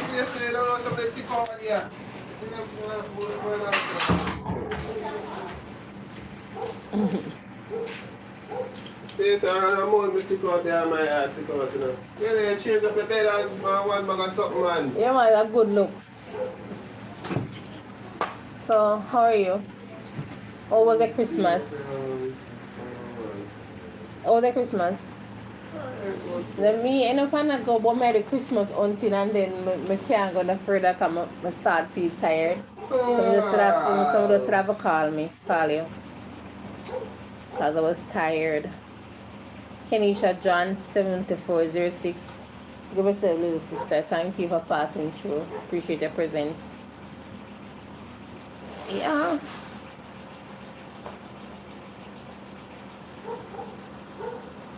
See, to give me cake, but you're not getting none though. Yeah, the left cake away. Cake in the fridge, and you know them going to eat it. You know them put in the stay already. So that cake left then? My eyes on the bottom of the fridge, but you hold them find it. When I join them out, them hunt in Andrew. You know, like when lion is unfair cub, I see them hunt. You know, so you know, the soda in a pan, them not play. No, You mean next Guinness, yeah? And I follow me, I can't go clean that, but I must feel I. Am I alright? Charlie box my sour juice to me. Well, you alone not drink it. But I don't know with you, Andrew. Yeah, man. There's actually people like how they cheat me. 2026 are come. True. There's actually people like how they cheat me, yeah? Mama. So if I can't get to me, just walk on me at the 9-9. But just walk by faith and not by sight. What's it? You never feel well for true. Well, I'm on him phone and he don't answer. Your fair birthday for true. And I take him taxi and I don't even say nothing. Just take him taxi and I can let me out for work and call it a day. But not even say nothing. I'm going to be with him. Me? No. I don't be I know, and I'm tell me, I have a cake in there, sir. I tell myself, say, it's a whole lot. I want all the cake, yeah? One whole cake again? Yes, The other one whole cake. For the household, you know. no, for me, no, please, sis, don't tell me. You give the cake to me, not to the household. The cake for me. One Don't, because you say Andrew. You know, it's for Christmas me. Eve. It's At a 2 me. months, I get a day of fire and Christmas Eve, I just there, I just rub it out and I rub it out and how much I got me down. Andrew, let's pass someone, sorry. Come on, Andrew, when I get in there, sir. Come, Andrew, let's pass my side. Let's see some make nice juice. You think you'll end up on the side I'm going to get no. That's a sad mistake. As a single man, no. I tell you. No, man, Stacey. Andrew, Stacey, I was a time, you know. Stacey, no more Sergio, Stacey. If some have some nice friends. No, man, Stacey, you can't. I feel house. Andrew, backside. When you end up on an ask for cake. Lord Jesus. Stacey, if it's something never taste, I would ask for it because when it was funny, but nobody will eat.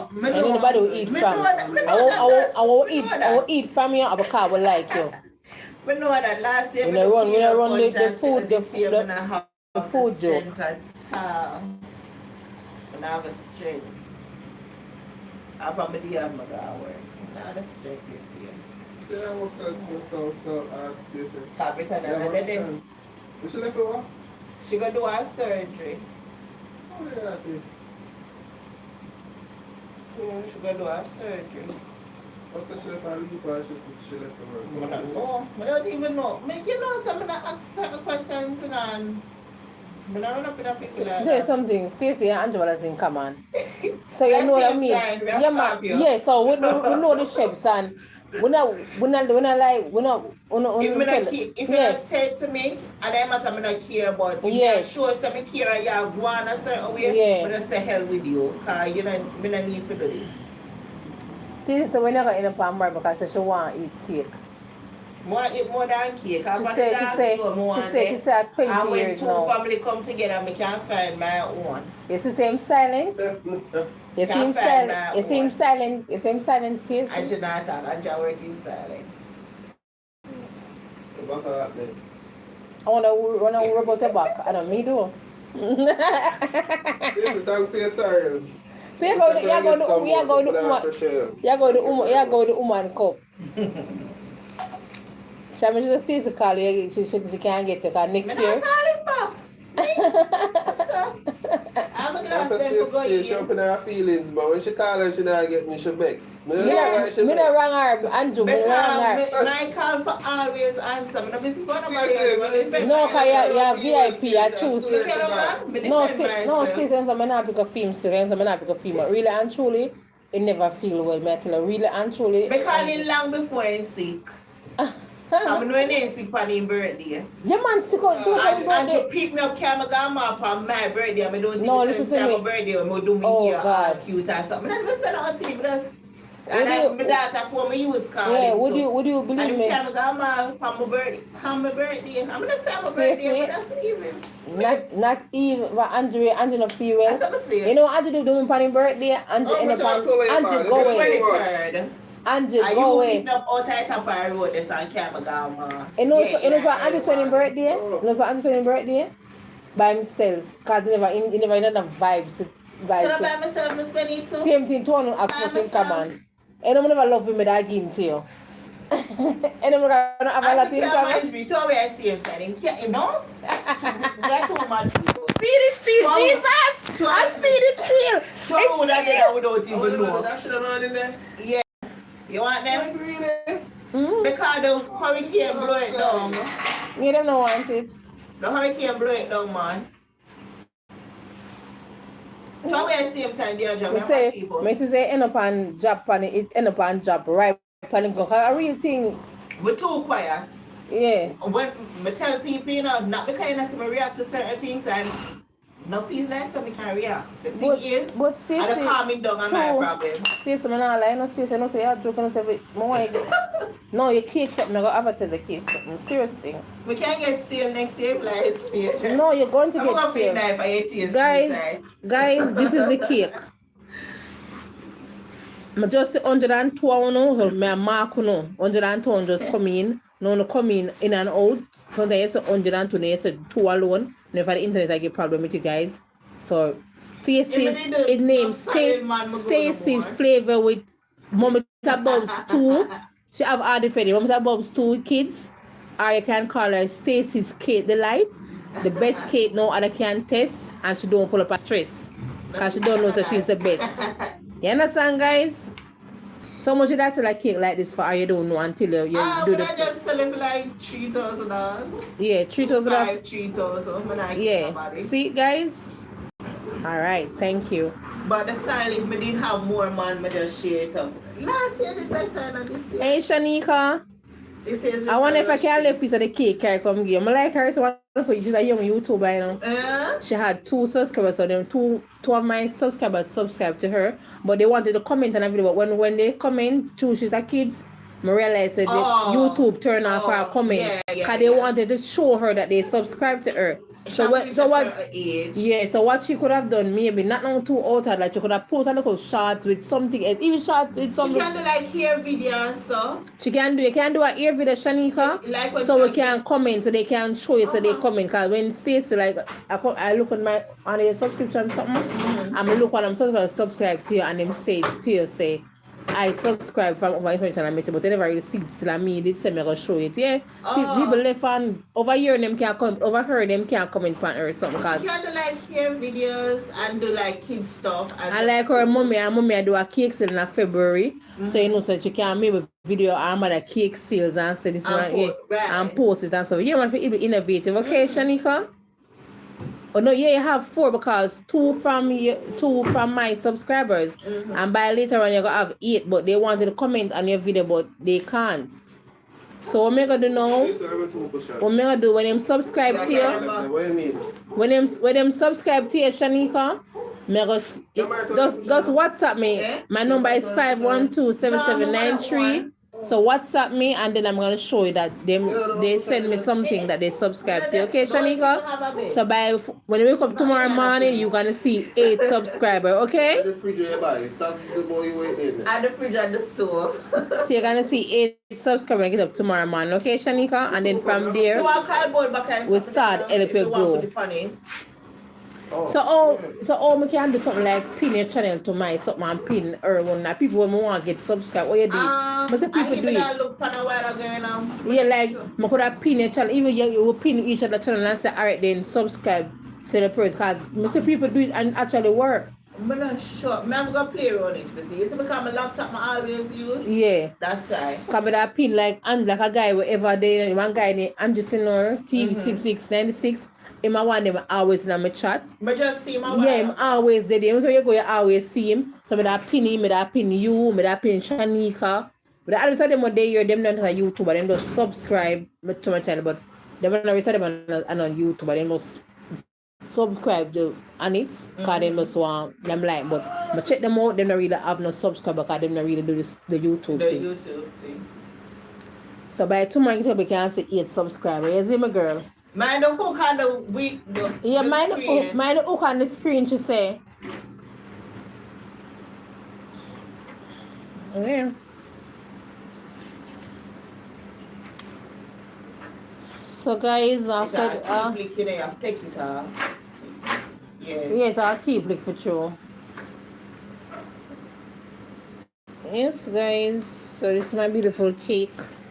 I'm go with me, I cut it, if season, Very nice man, but only next time. No, man. Next Christmas. Yeah, man. Seriously, clarity is but you don't really have much. And we know, as me and say, we don't want to go raining too much when I parade. And I like last year, they get the fish and the this and No, I Cece. should never have the time at the time.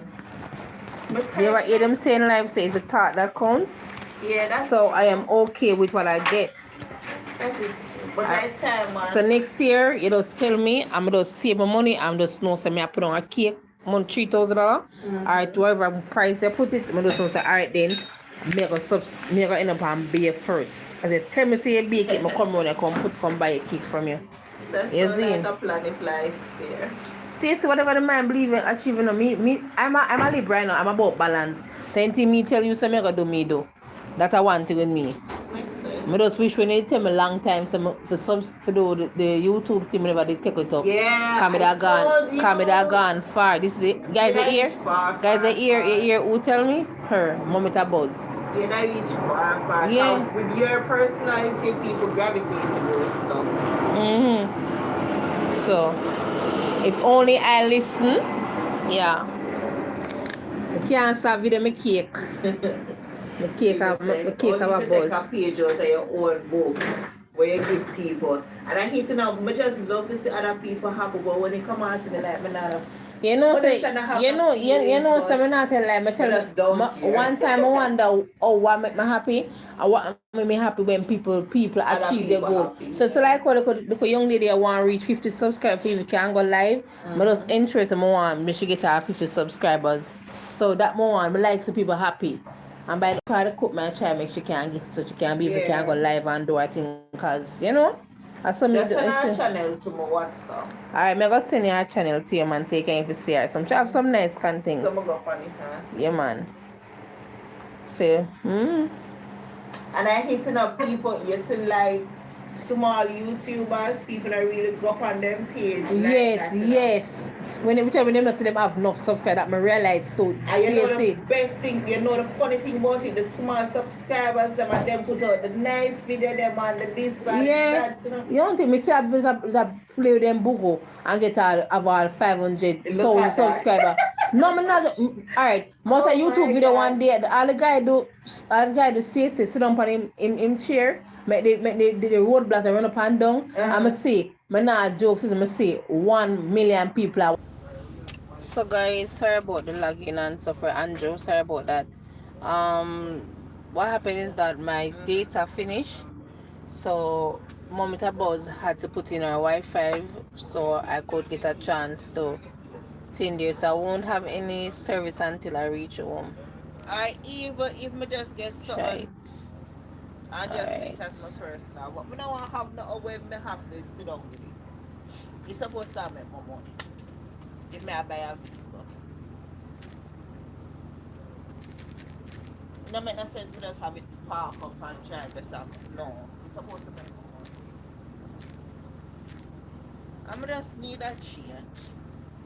Because sometimes people just take advantage and just then I realize the use it until you're gone.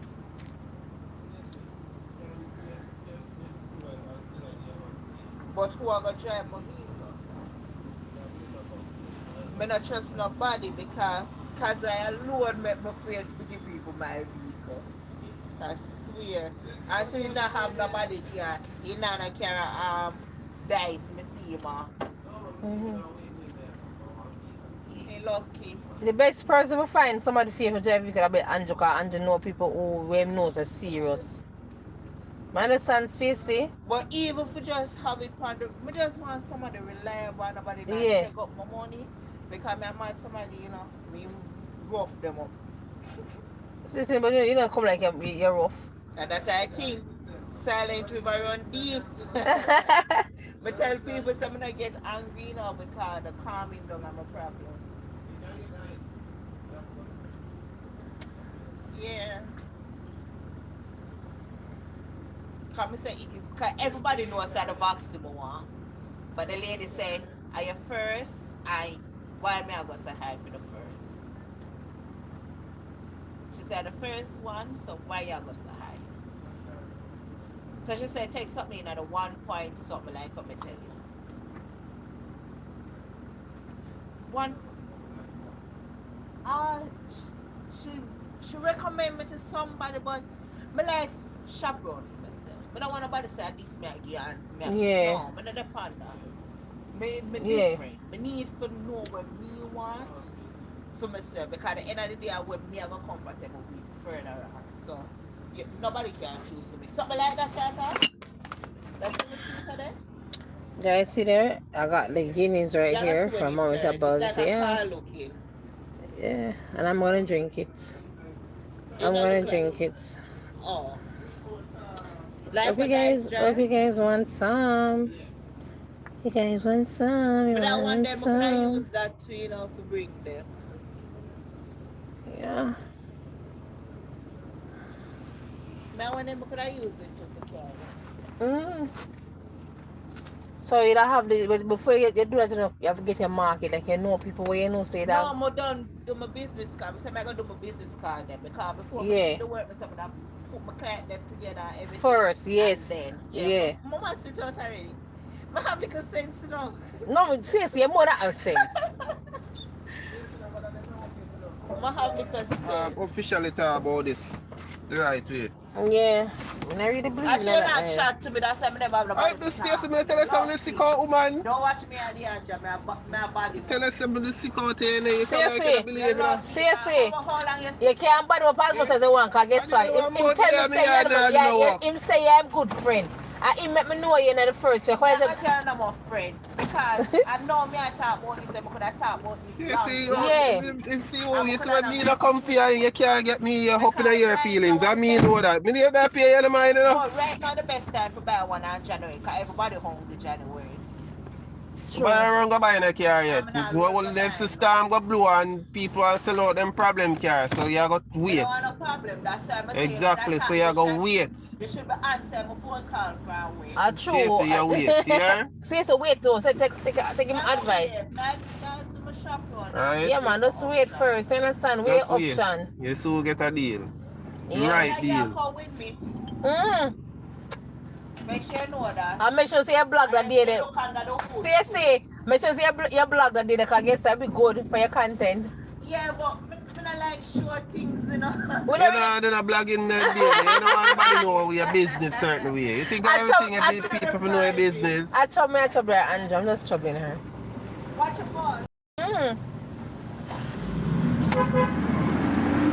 So you post a comment on yourself. So guys, I'm so Wi-Fi. So you know is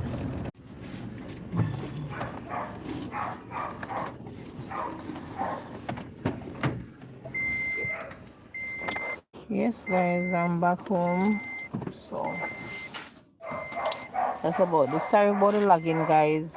The internet is not moving so 100 and I put on 2-day plan and because I was videoing it is finished. Data in Jamaica is very, very expensive, guys. Very expensive. Very, very, very expensive. Oh, God. So I'm out. The vehicle, guys. You make it on? Alright, I'm going to pause this then.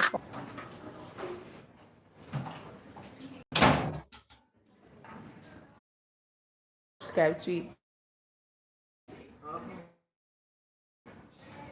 Oh, I'm gonna come over on YouTube. I'm gonna get big. But you don't follow me. You subscribe to me too? You remember you come over and you come tell me. For real? Last year. Alright, here I come. Alright guys, man, come. I come off fire. I'm gonna pause it because I know. I live in the car? Yeah, I don't want to show you your face. First videos this. What is? What kind of live this? YouTube? Yeah. And I TikTok and I YouTube for me. YouTube live? Yeah. I'm gonna make it big. Then we can say no come. Because I know I make it big in the car. See that? Actually, I'm a nice system, you see? You can look somebody live now. So you can actually go on it. On the live. Then you can light it up. Oh, you like on YouTube? Yeah. And you can double tap so. Subscribe to me. Without turning on the bell, so I'm going to live can. Because they're going to have giveaway, you know, so I want to be more give giveaway to people who actually know. Yeah. What I mean by that, I'm not in a bad way. So it's easier for me. So, for instance, I end up and give a gift basket. Now you live right down here, so I can easily walk along and say, all right, get Lala. Yeah, but when I know the far out and then me not come, I can have a gift and like, me take a line, me I tell. So I get it, I'm straight for me can come. See the guys, see me, I give me the advice. Can say, yes, me get the gift, but them not have to see your face. Don't me can put on the go and say, see me get the gift here, and you can say, yes, and like she tell me, get one gift basket. I even come, so put out the basket at the time. So see there, me get the basket. You understand? What that I mean. So you cannot stick to your tongue. You take and say hi, so I can see your name, so I can put it on my subscription here. Lala go for free, I want so I can know. What are you okay. Okay. Oh, the business, different business and so for it. The artist too? Your name Jimmy? Jamie, what kind of song you sing? Dancer, Dancer. I bought one or two songs. Yeah, but you can't make it big. Whatever man really can achieve. Yeah, that's Send me the videos then. You have my number, right? Yeah, give me number so I can put it up on my something man and I can and think there's something. I like see people are doing them thing. We make it big, we can say at least more a party a drink. Because some people just only want the finishing touch, but not for the beginning. Alright. The mobile number, so 876. 36 now, come on. Make it look. I don't know. Now come.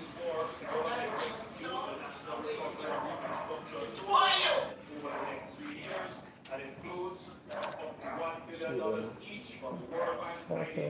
See that your phone know your phone like you know. Your phone like me, your phone know me. But when people older they love news, you see? They don't know everything what going on in the news. You know already, you can put me a John and mommy. That is a new here. So just text me your videos them and I can subscribe to you and pay you within the card. That will be good, you know. So how much the person charge for them can come free? They believe in a freeness. Yeah.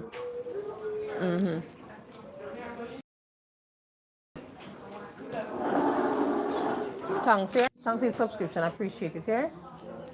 And God bless you.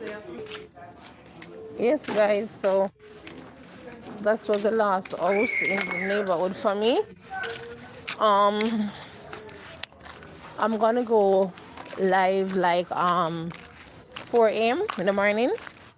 So I wouldn't say this is it for the night. I would say that because I don't know if I get to do some shout outs and so forth.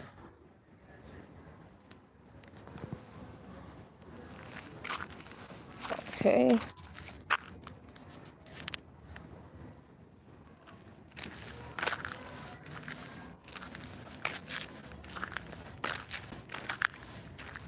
So guys, I'm still here. I didn't show some lights to play without, you know what I mean? But I'm still here, guys. I'm not gone away. Going.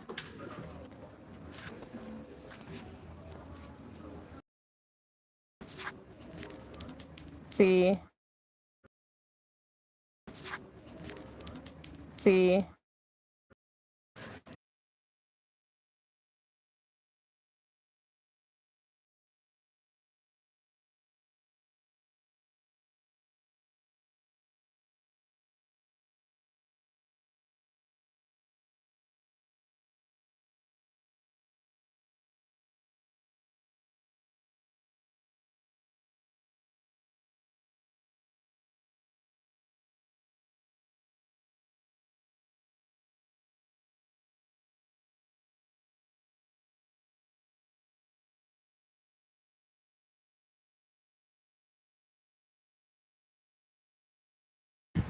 Well relaxed with the tablet in the hand. You grow up, you can see this video of you sleeping with the tablet in the hand.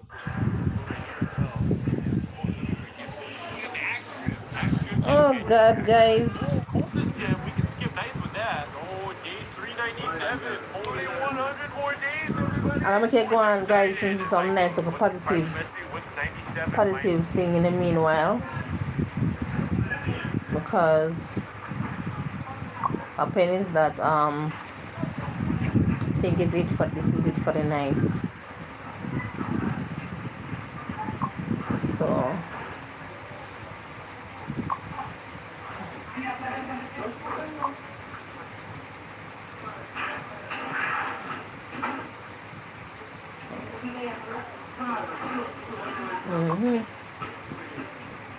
so I think this is it for the night, guys, in terms of when so for the it is for the night for the whole thing, but you guys can go and listen to some nice positive message. Yeah.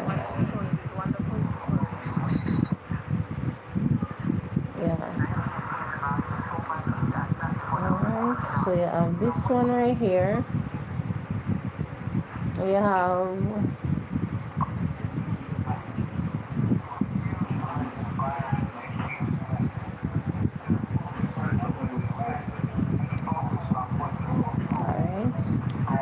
his actions, his mindset.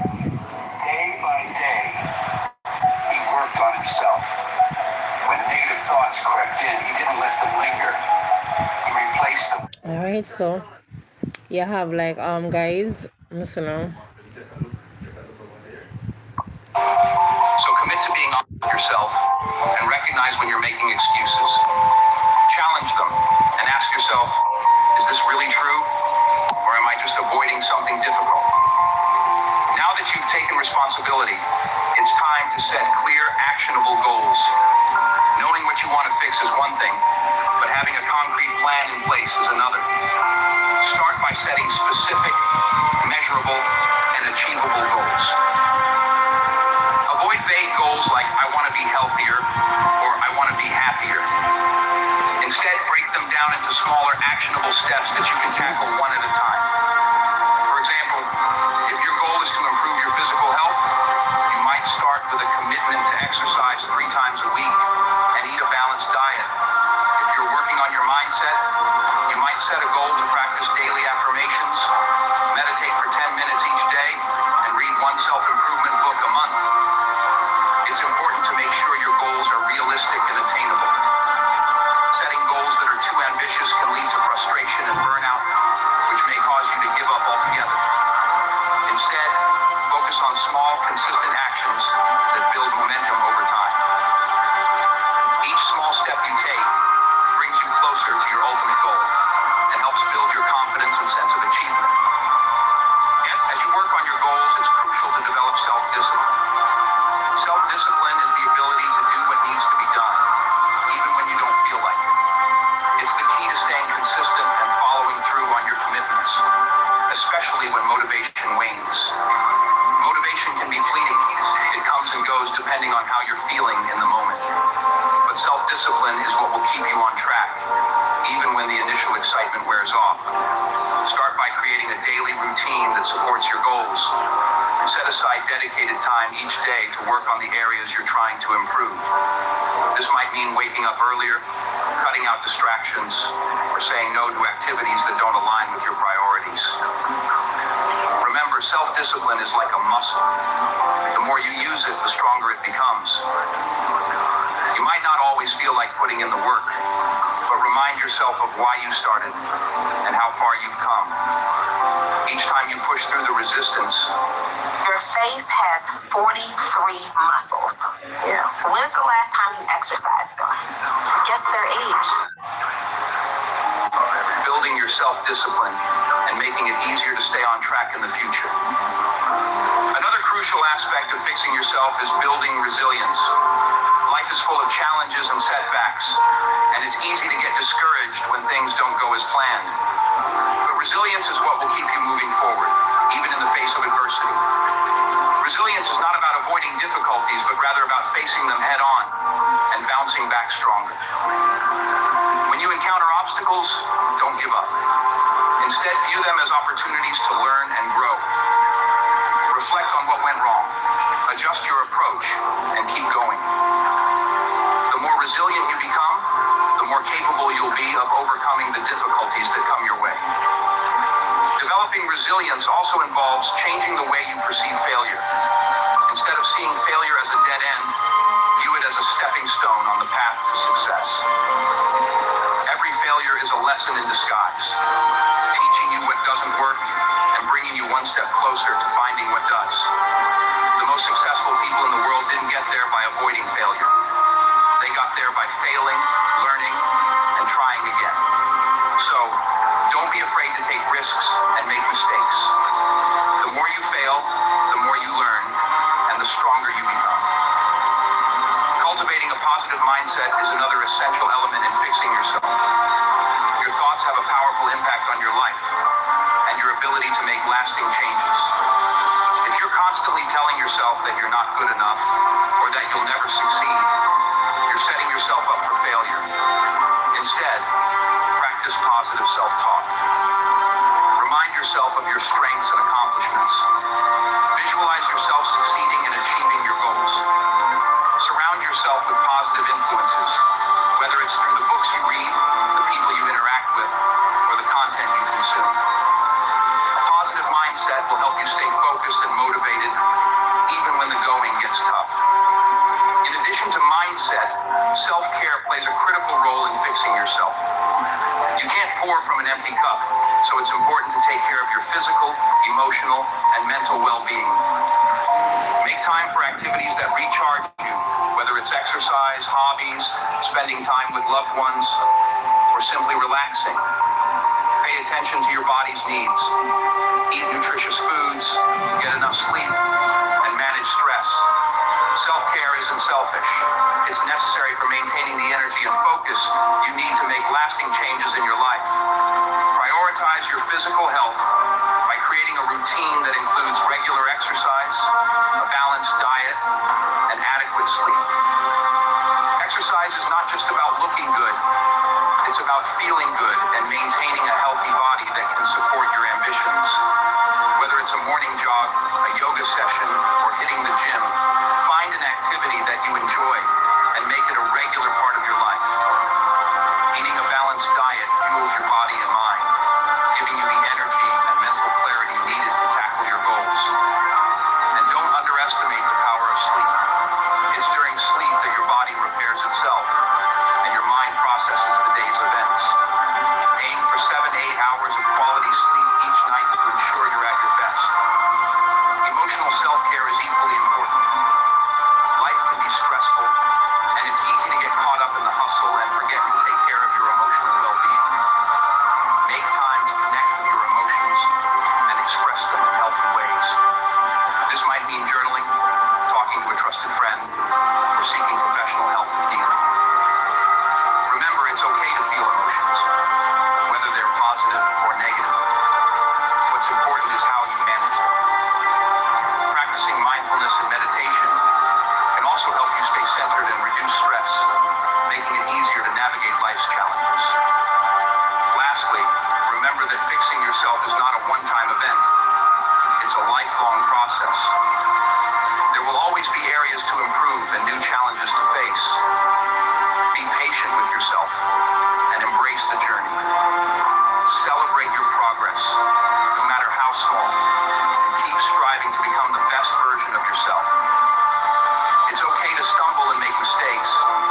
What's important is that you get back up and keep moving forward. If you found value in this video, please give it a thumbs up. Share it with someone who might need it. And don't forget to subscribe to the channel for more content like this. And remember to check the comments section to answer the question I left for you. I'm excited to hear your thoughts. Stay strong, stay focused, and keep working on becoming the best version of yourself. See you in the next video. If you've made it this far, drop a 100 in the comments. It shows you are part of the 1% that's improving every single day.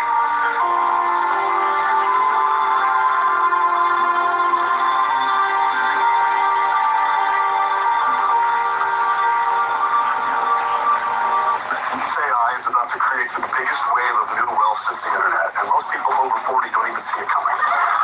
This is how I learn AI in 2026. Watch this.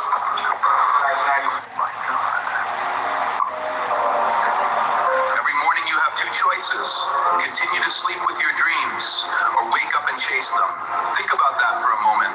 Every single morning you make a decision that sets the tone for your entire day. Do you hit snooze, roll over and let time slip away? Or do you rise with purpose, ready to take control of your life? Most people struggle to wake up early because they don't see what's at stake. They tell themselves 5 more minutes won't hurt, but those 5 minutes turn into 10, then 20, and before they know it, they're rushing through the morning, already feeling behind. That's not just a habit, it's a mindset that keeps them stuck. Now I know waking up early isn't easy. The warmth of your bed, the pull of sleep, the comfort of staying under the covers, it's tempting. But here's the truth. The people who succeed in life don't let comfort dictate their actions. They wake up early not because it's easy, but because it gives them an advantage. Early mornings hold a special kind of power, a time for clarity, focus, and self-mastery. A time when the world is quiet and you can get ahead while everyone else is still asleep. Today, I'm going to show you why waking up early can change your life, how to make it easier, and how to turn your mornings into a powerful tool for success. Stay with me for the next few minutes as I guide you through the mindset, habits, and strategies that will help you wake up early, start your day right, and take charge of your future. Let's dive in. Number 1, the magic of early mornings. There's something almost mystical about the early morning. The world is still asleep, the streets are quiet, and there's a calmness in the air that you can't find at any other time of the day. In those early hours before the chaos begins, you have something rare time just for yourself. No distractions, no interruptions, just pure, uninterrupted time to think, plan, and set the tone for the day ahead. Most people don't realize that mornings hold a hidden advantage. They see waking up early as a chore, something they have to do, rather than something they get to do. But look at it from a different perspective. The early morning is the one time in the day where you are in complete control. No emails flooding in, no phone calls demanding your attention, no responsibility is pulling you in different directions. It's a golden opportunity to start ahead while the rest of the world is still sleeping. Think about how most people start their mornings. They wake up late, grab their phone first thing, scroll through notifications, and rush to get ready. They feel overwhelmed before the day has even begun. Compare that to someone who wakes up early, stretches, hydrates, plans their goals, maybe reads a book or exercises before the sun even rises. Who do you think is setting themselves up for success? The answer is obvious. Waking up early doesn't just give you extra hours in the day, it gives you control. It allows you to be proactive instead of reactive. Instead of waking up and immediately feeling behind, you wake up and move with purpose. You get to decide how your day unfolds rather than letting circumstances or distractions decide for you. That's the difference between those who make progress and those who stay stuck in the same cycle. And then there's the mental clarity that comes with the early morning. When you wake up early, your mind is fresh, undisturbed by the noise of the world. It's the perfect time for deep thinking, for coming up with ideas, for setting intentions that will shape the rest of your day. Many of the world's most successful people swear by early mornings, not just because they have more time to work, but because they know that the first few hours of the day are when the mind is at its sharpest. Whether it's writing, problem solving, or creative thinking, early morning is the best time to do it. Of course, waking up early alone isn't enough. You have to use that time wisely, but when you do, the results are undeniable. Your days feel longer, more productive, and more intentional. You're not just going through the motions, you're living with purpose. If you've never experienced the magic of early mornings, you're missing out on one of life's greatest advantages.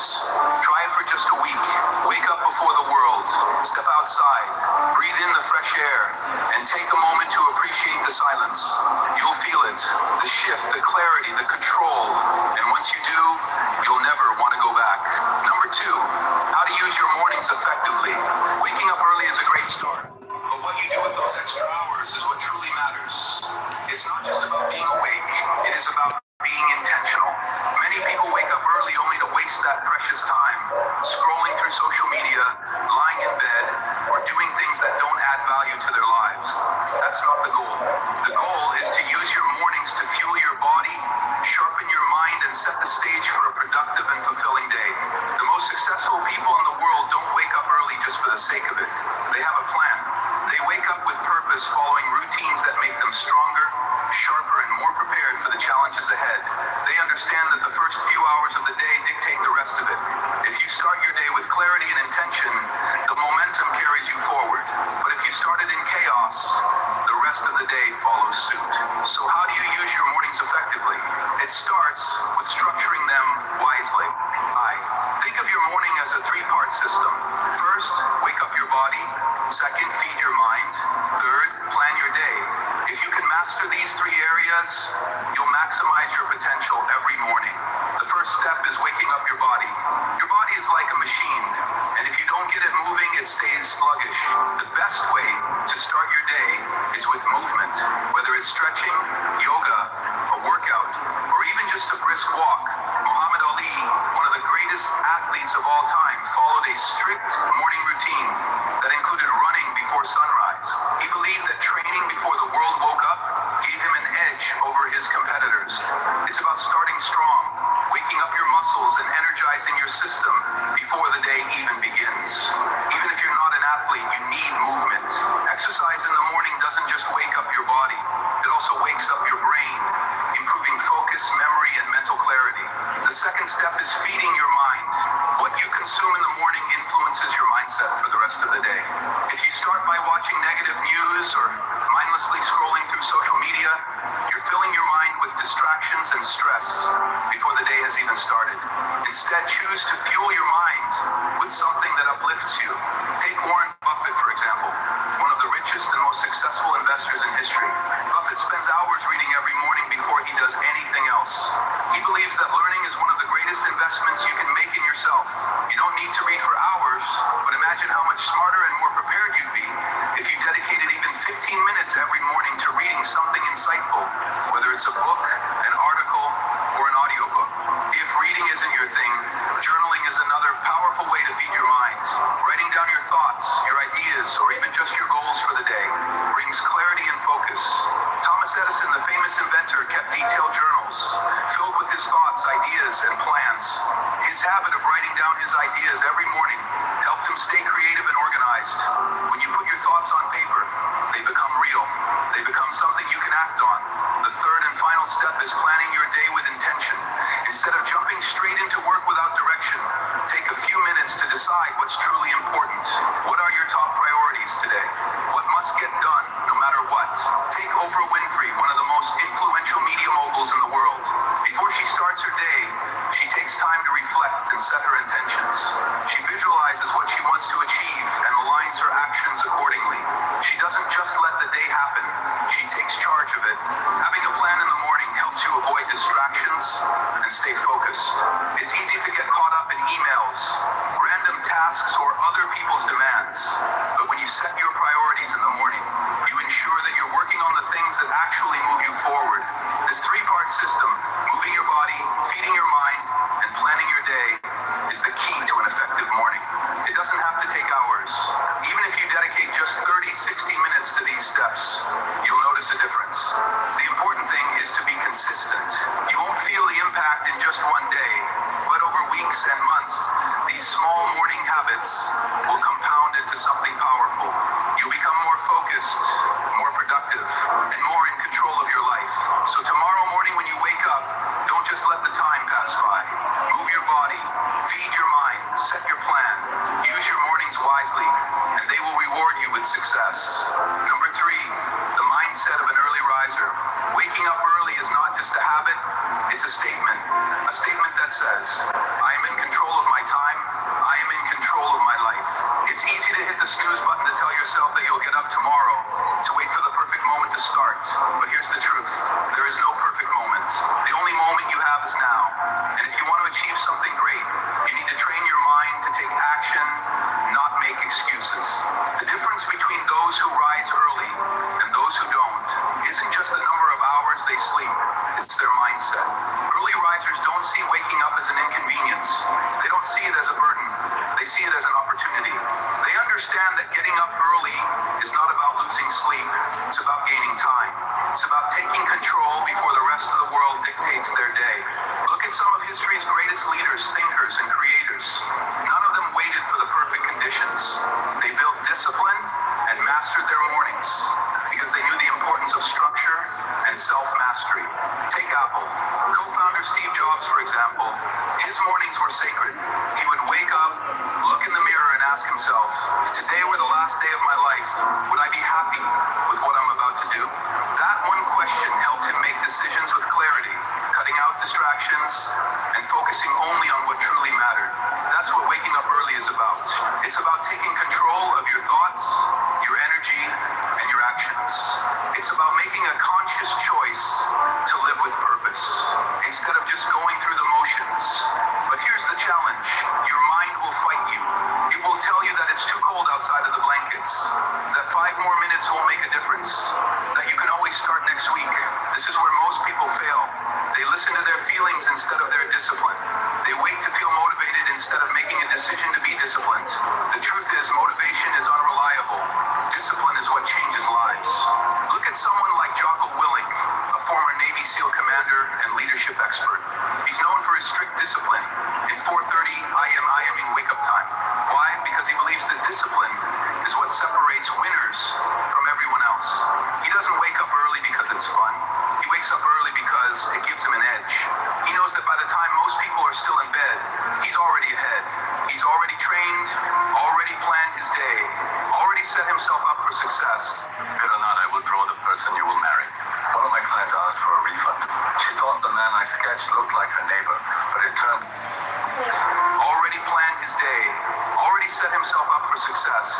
That's the power of an early riser's mindset. But let's be real, this level of discipline doesn't happen overnight. It starts with small wins. The moment your alarm rings, your mind will give you 2 choices: hit, snooze, or rise up in that split second. You're either training yourself to be stronger or training yourself to stay the same. And every time you choose to get up, you reinforce the mindset of an early riser. Discipline is like a muscle. The more you train it, the stronger it gets. And the strongest discipline starts in the morning. That's why the military athletes and high achievers all emphasize structured mornings. They know that the way you start your day sets the standard for how you live your life. But being an early riser isn't just about work. It's about having time for yourself before the rest of the world makes demands of you. It's about carving out a space in the morning to reflect, to focus, to build yourself up. Take Maya Angelou, one of the greatest poets and authors of all time. She had a strict morning routine. She would wake up, head to a quiet place, and write in solitude for hours before the world could interfere. That quiet time in the morning wasn't just a habit. It was a foundation for her creativity and success. So what about you? What kind of life do you want to build? Do you want to stay stuck in the same routine, hitting snooze and rushing through your days? Or do you want to take control, wake up early, and start leading your life with intention? Here's the good news. You don't need to be a morning person to become an early riser. No one is born that way. It's a habit that is built, trained, and strengthened. It starts with a single decision. Tomorrow morning when the alarm rings, choose discipline over comfort. At first it will be difficult. Your mind will resist it. Your body will want to stay in bed. But if you push through the resistance, if you prove to yourself that you are stronger than your excuses, you will start to rewire your mindset. You will start to see mornings not as something to dread, but as something to own. And the moment you do that, everything changes. You stop living on autopilot and start leading your life with intention. You stop waiting for the perfect conditions and start creating your own opportunities. You become the kind of person who doesn't just dream. You wake up early and make it happen. So ask yourself, who do I want to be? Someone who sleeps through their potential, or someone who rises early and takes control? The choice is yours. Train your mind to be strong, and soon enough, waking up early won't be a struggle. It will be a privilege. Number 4, the power of solitude in the morning. In a world filled with noise, distractions, and constant demands, finding a moment of peace is rare.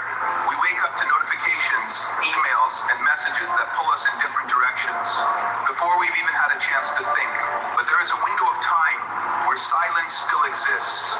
A time before the world wakes up, before the chaos begins. That time is the early morning. And in it lies one of the greatest advantages you can have: solitude. Solitude in the morning isn't just about being alone. It's about creating space for yourself.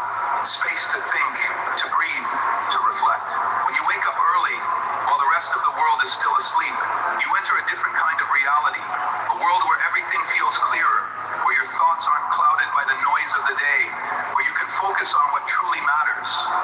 of history's greatest thinkers, creators, and leaders embraced early morning solitude as their secret weapon. Albert Einstein, for example, was known for his love of solitude. He often took long, quiet walks in the morning, allowing his mind to wander and explore new ideas. He once said, "The monotony and solitude of a quiet life stimulate the creative mind." His ability to think deeply, free from distractions, led to some of the greatest scientific breakthroughs in history. It's no surprise that some of the most brilliant minds in history understood the value of silence. Solitude allows you to step away from the opinions and pressures of others and truly listen to yourself. What do you want? What are your priorities? What kind of life are you building? These are questions that can only be answered in stillness. In our modern world, solitude is often misunderstood. People associate being alone with loneliness, but they're not the same. Loneliness is a feeling of emptiness. Solitude is a choice, a tool for growth, a way to reconnect with yourself. Take Leonardo da Vinci, one of the most creative geniuses the world has ever seen. He understood that solitude was necessary for deep thinking and discovery. He once said, "If you are alone, you belong entirely to yourself. If you are accompanied by even one companion, you belong only half to yourself in the early morning hours. You belong entirely to yourself. There are no distractions, no interruptions, just time to think, to learn, to create." But solitude in the morning isn't just for artists, scientists, or writers. It's for anyone who wants to take control of their life. Imagine waking up early before the demands of work, family, and responsibilities take over, and having time just for yourself. No rushing, no stress, just time to sit with your thoughts, to plan your day, to reflect on your goals. That kind of morning changes everything. Consider Kobe Bryant, one of the greatest basketball players of all time. He was famous for his Mamba mentality, a mindset built on discipline, focus, and relentless improvement. His mornings were sacred before anyone else was awake. He was already in the gym, training in silence, perfecting his craft. He understood that the early morning wasn't just a time to work. It was a time to be fully present, to be alone with his thoughts, to visualize his success. That solitude gave him the edge over everyone else. Now, you don't have to be a world-class athlete to benefit from early morning solitude. Even just 10-15 minutes of quiet time can make a huge difference in how you feel, think, and act throughout the day. In those moments, you can meditate, journal, or simply sit with your thoughts. You can focus on your breathing, listen to your inner voice, and remind yourself of what truly matters. But here's the catch. Most people avoid solitude. They fear being alone with their thoughts. They distract themselves with social media, entertainment, or endless tasks because they don't want to sit in silence. But silence is where growth happens. It's where you confront your fears, your doubts, and your dreams. It's where you gain clarity and direction. Even the greatest leaders in history understood this. Mahatma Gandhi, a man who led a movement that changed the world, dedicated time every morning to solitude. He would wake up early, sit in silence, and reflect before facing the challenges of the day. He believed that if he didn't take time to center himself, he wouldn't be able to lead effectively. The same principle applies to you. If you don't take time for yourself in the morning, the rest of the world will take your time for you. Your day will be filled with distractions, obligations, and interruptions, leaving you exhausted and unfocused. But if you start your day with solitude, you take control, you enter the day with a clear mind, a focused heart, and a strong sense of direction. So how can you practice solitude in the morning? Start with something simple. Wake up 15 minutes earlier than usual. Just 15 minutes of silence can transform your mindset. Resist the urge to check your phone instead. Take a deep breath and just be present. Journal your thoughts. Write down what's on your mind, your goals, your feelings. Go for a quiet walk. Let your thoughts flow without distraction. Meditate or sit in silence. Focus on your breathing and let your mind settle. You don't need an hour. You don't need a complicated routine. You just need to give yourself the gift of time. Time to think, to breathe, to reconnect with yourself in the end. Solitude in the morning is not about isolation. It's about empowerment. It's about building a foundation of clarity and peace before the world tries to shake you. It's about stepping into your day not as a person reacting to life, but as a person leading it. So tomorrow morning, before the noise begins, take a moment for yourself. Sit in silence. Listen to your thoughts. Feel the stillness. And in that quiet moment, yourself, this is where strength is built. This is where clarity is found. This is where success begins. Number 5, successful people and their morning rituals. Success doesn't happen by accident. It's not luck, and it's not just talent. It's the result of daily habits repeated over time with discipline and purpose. And if you look at the most successful people in the world, you'll notice one common pattern. They all have a structured morning routine. Morning rituals are not about waking up and rushing into the day. They're about setting the tone, building momentum, and taking control before the world demands your attention. A strong morning routine doesn't just help you feel productive. It trains your mind and body for success. Consider Benjamin Franklin, one of the most brilliant minds in history. His morning routine was simple, yet powerful. The first thing he did each day was ask himself a question: what good shall I do this day? By setting an intention first thing in the morning, he ensured that his day had meaning and direction. He then spent time reading, planning, and exercising, knowing that these activities prepared him to perform at his best. His success wasn't just a result of intelligence, it was a result of daily discipline. But Franklin wasn't alone in this practice. Many of the world's top performers, from CEOs to athletes, follow structured morning rituals that allow them to operate at their highest level. Let's break down the key morning habits that have helped some of the most successful people in history reach extraordinary heights. One of the most common rituals among high achievers is waking up with purpose. Instead of hitting snooze multiple times, they get up the moment the alarm rings. This small decision sets the tone for the rest of the day. If you start your day by giving into the temptation of just 5 more minutes, you're training yourself to delay action in other areas of life. But if you wake up immediately, you train your mind to take control. Take Howard Schultz, the former CEO of Starbucks. He wakes up at 4:30 a.m.ing every morning and follows a strict routine. He exercises, spends time reflecting, and then drinks his first cup of coffee while reviewing his goals for the day. This structure gives him clarity and focus before he steps into the fast-paced world of business. The next critical habit is physical movement. Successful people understand that energy is everything. If your body is sluggish, your mind will be too. That's why some of the world's greatest minds prioritize exercise first thing in the morning. For example, Barack Obama, during his presidency, made it a point to work out every morning. He understood that if he didn't take care of his body, he wouldn't have the energy or mental sharpness needed for the challenges ahead. Whether it's a full workout or just 10 minutes of stretching, moving your body in the morning helps wake up your system, improve focus, and build discipline.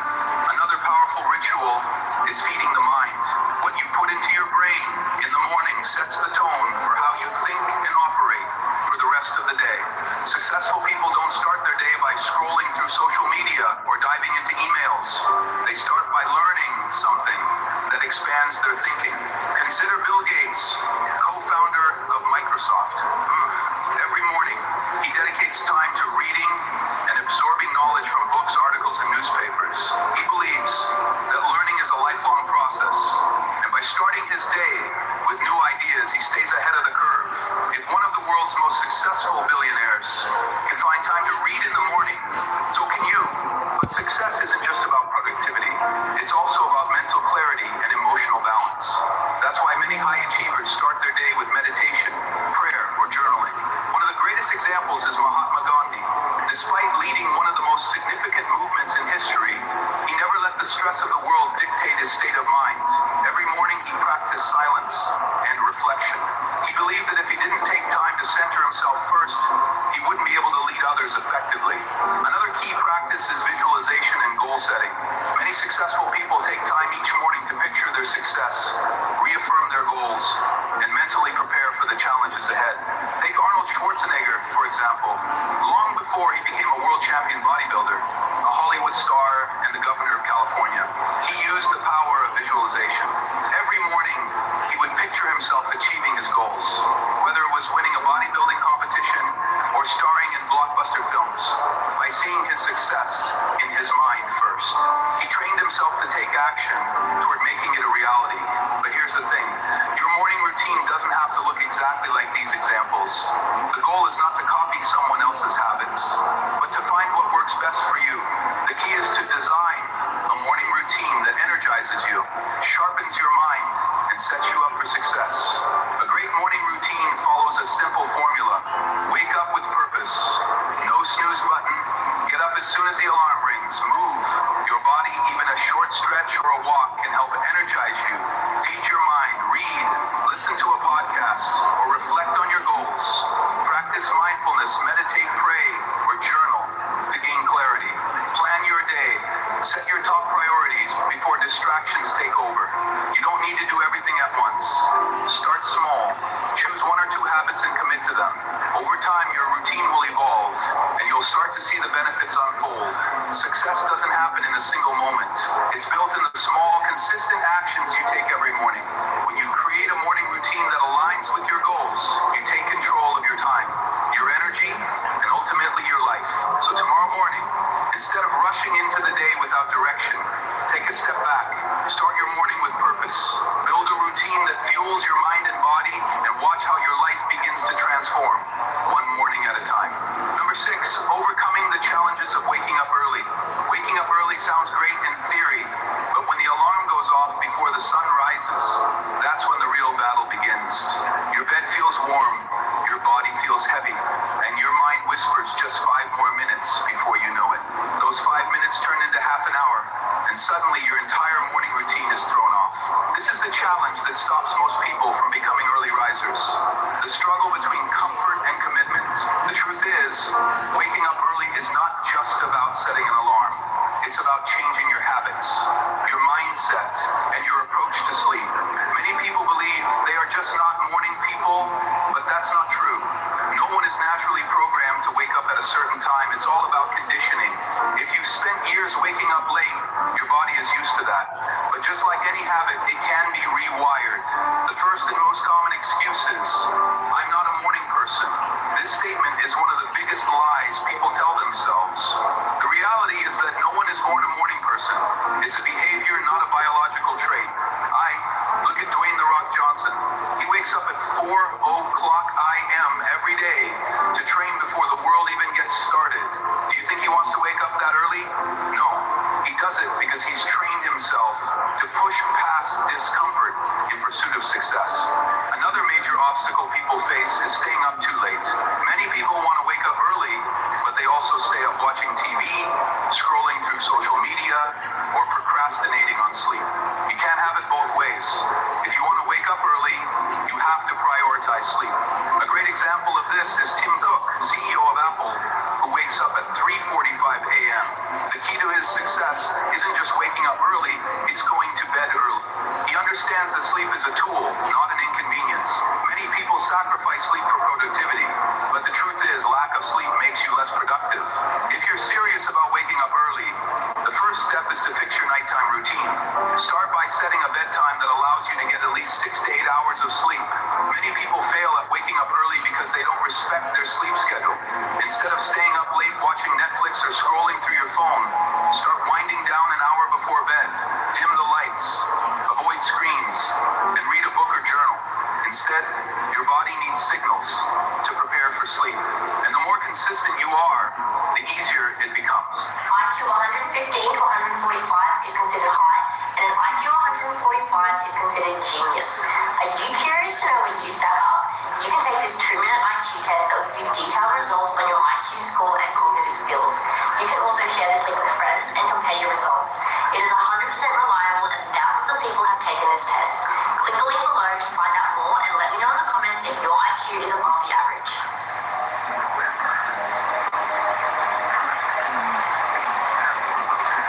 There's the issue of waking up feeling groggy. Many people try to wake up early but feel exhausted the moment they open their eyes. So they convince themselves that they need more sleep.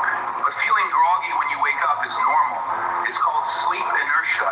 Even the best early risers feel sluggish in the first few minutes after waking up. The difference is they don't let that feeling stop them. A simple trick to overcome this is to get moving immediately the moment your alarm rings. Sit up, put your feet on the floor, and take a deep breath. Then do something that forces you to be physically active, whether it's stretching, drinking a glass of water, or taking a cold shower. This immediately tells your brain that the day has started. Another effective trick is placing your alarm across the room. If your alarm is right next to your bed, you'll be tempted to hit snooze. But if you have to physically get up to turn it off, you're already out of bed.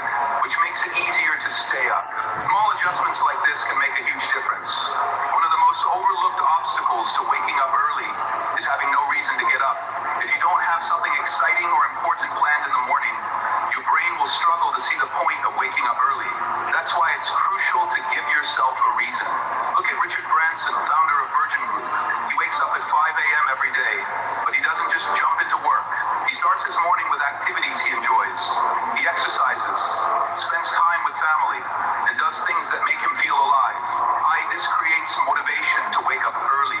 If you struggle with finding a reason to wake up, try this. Schedule something enjoyable first thing in the morning, whether it's reading, journaling, working on a personal project, or simply enjoying a quiet moment with coffee. Make your morning something you want to wake up for, not just something you have to do. Another challenge people face is giving up too soon. Many try waking up early for a few days, struggle, and then quit. But waking up early is a habit that takes time to develop. You can't expect to transform overnight. Instead of making a dramatic shift, start small. If you currently wake up at 8 o'clock a.m., don't suddenly force yourself to wake up at 5 o'clock a.m. Instead, wake up 15 minus 30 minutes earlier each week. This gradual change makes the transition easier and more sustainable. And finally, hold yourself accountable if you struggle with self-discipline. Find an accountability system. Tell a friend or family member about your goal. Set up a morning check-in where you send a message as proof that you're awake. Use habit tracking apps to keep yourself motivated. The more accountability you have, the more likely you are to stick with it. Waking up early isn't just about time. It's about discipline, self-mastery, and commitment. It's about proving to yourself that you can control your actions instead of letting your actions control you. The battle against the alarm clock is won the night before, with the decisions you make about your sleep, your mindset, and your habits. So what's stopping you? Are you really not a morning person, or have you just never trained yourself to be one? Are you struggling because of external circumstances, or are you holding on to excuses that keep you in your comfort zone? The good news is you can change. You can become the kind of person who wakes up early, takes control of their time, and starts each day with intention. But it begins with a choice. The choice to stop making excuses and start making changes tomorrow morning when your alarm rings. Don't hit snooze. Don't let your comfort win. Get up, take control, and prove to yourself that you are stronger than your excuse. Because once you master your mornings, you master your life. Number 7, the ripple effect of a strong start. The way you start your day has a direct impact on how the rest of it unfolds. A strong morning creates momentum, and momentum fuels success.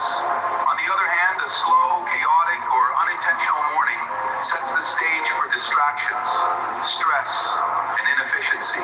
This is what we call the ripple effect, where one good habit in the morning leads to another, and before you know it, you're living with purpose, focus, and energy. Imagine two people waking up at the same time.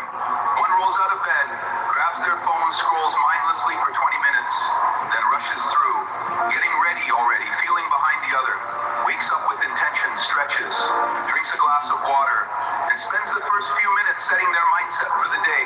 It's obvious. One person is reacting to the day while the other is taking control of it.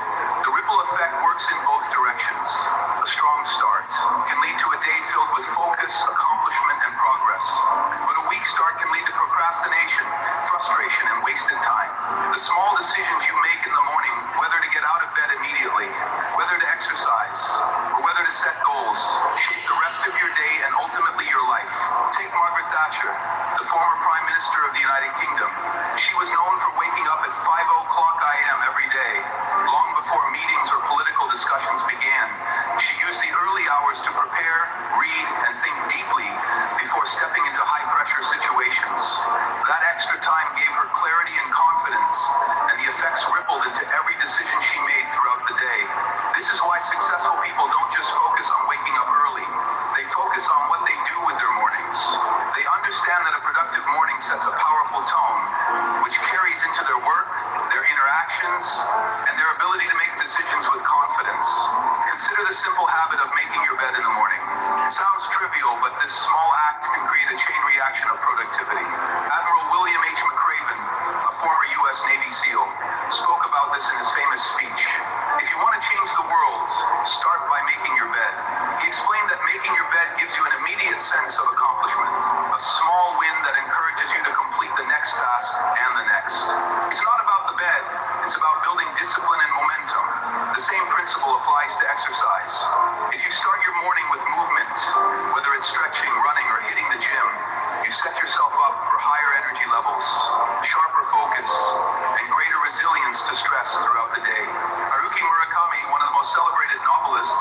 a strict morning routine that includes running.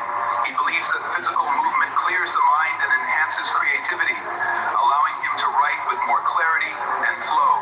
Even your mindset in the morning affects the rest of your day. If you begin with negativity, checking social media, absorbing bad news, or complaining about the day ahead, you're setting yourself up for frustration. But if you start your day by practicing gratitude, visualizing success, or reading something uplifting, you prime your brain for positivity. Take Maya Angelou, the legendary poet and author. She had a ritual of waking up early and spending time in solitude, reflecting on her thoughts before putting pen to paper. This quiet, intentional start allowed her to tap into deep emotions and create work that resonated with millions. When you start strong, you're not just benefiting yourself, you're also affecting the people around you. The energy you bring into your work relationships and conversations is contagious. A positive, intentional morning means you show up as a better leader, a better friend, a better parent, a better version of yourself. If you begin your day with stress, that stress spreads. If you start your day with focus and purpose, that mindset influences everything you do. Think about it. Have you ever had a morning where everything went wrong? Maybe you overslept, rushed out the door, spilled coffee on yourself, and felt frustrated the rest of the day seemed to follow that same negative pattern? That's the ripple effect in action. But imagine the opposite. You wake up, take a deep breath, and start your day with a moment of gratitude. You move your body, energizing yourself for the day ahead. You take 5 minutes to set your goals so you know exactly what to focus on now. Instead of feeling rushed and stressed, you feel confident and in control. That confidence carries into your meetings, your conversations, and the way you tackle challenges. This is why consistency matters. A strong morning doesn't just benefit one day. It compounds over weeks, months, and years. When you stack positive habits each morning, you build a foundation for a successful life. Look at Winston Churchill, the British Prime Minister during World War II. His mornings were structured, deliberate, and focused. He would wake up early, review strategy, and prepare for the intense discussions ahead. His ability to stay composed and make critical decisions wasn't accidental. It was the result of starting his day with clarity and control. You don't need to be a world leader to benefit from a strong start. Whether you're a student, an entrepreneur, an artist, or someone trying to improve their daily life, your morning routine shapes your future. The key is to create a system that works for you. Maybe it's waking up earlier, exercising, reading, journaling, or planning your day. Maybe it's a combination of small, simple habits that build momentum. The important thing is to be intentional. So ask yourself, how do you start your day? Do you wake up with purpose, or do you let the morning slip away? Do you create momentum, or do you wait for motivation to magically appear? The good news is, you have control. Every morning is a new chance to create a ripple effect of success. Start strong, and the rest of your day will follow. Because when you master your mornings, you master your life. Success isn't built in a single moment. It's built in the small, consistent actions you take every single day. And it all starts the moment you wake up. Throughout this journey, we've explored the power of early mornings, the way they set the tone for your day, how successful people use them to gain an edge, and how small habits create a ripple effect that transforms your life. But now the question is no longer why waking up early matters. The question is, what are you going to do about it?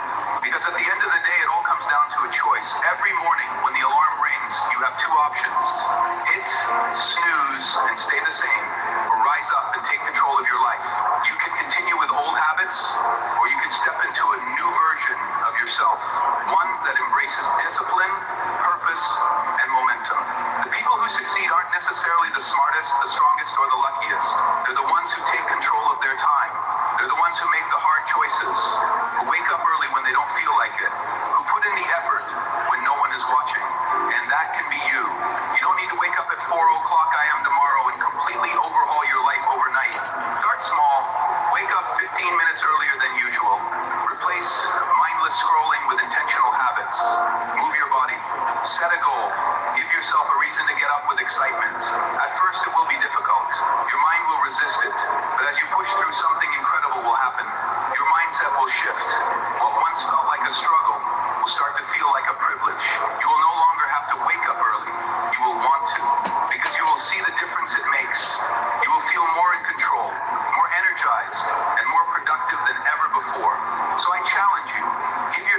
just 7 days. Commit to waking up early with intention for 1 week. See how it changes your focus, your discipline, and your confidence. I promise you, if you do this, you'll never want to go back. Because once you experience the power of early mornings, you will realize that the life you want, the success you crave, the discipline you admire, the growth you seek has been waiting for you all along, and it starts the moment you decide to wake up early and take control. Your time is now. Your journey starts today. Will you rise up and own it?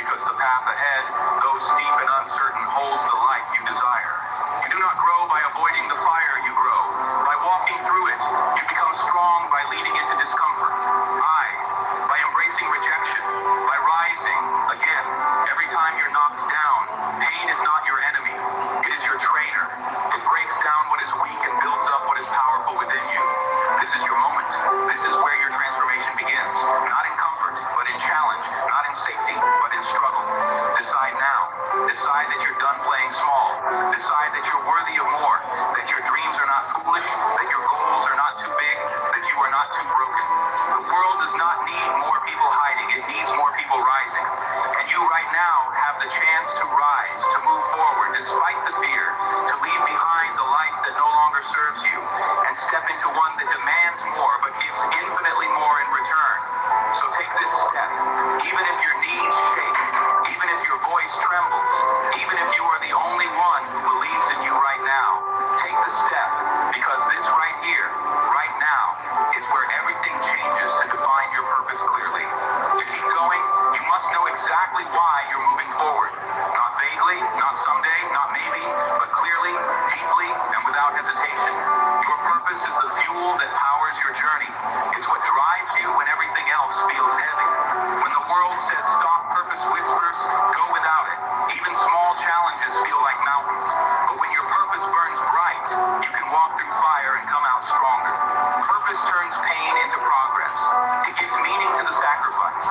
It transforms struggle into growth without a strong why. The journey will crush you with it. The same journey will forge you. Martin Luther King Jr. did not march through cities. I delivered speeches and faced hatred because it was easy. He did it because he knew what he stood for. He knew where he was going. His dream of equality wasn't a wish. It was a mission.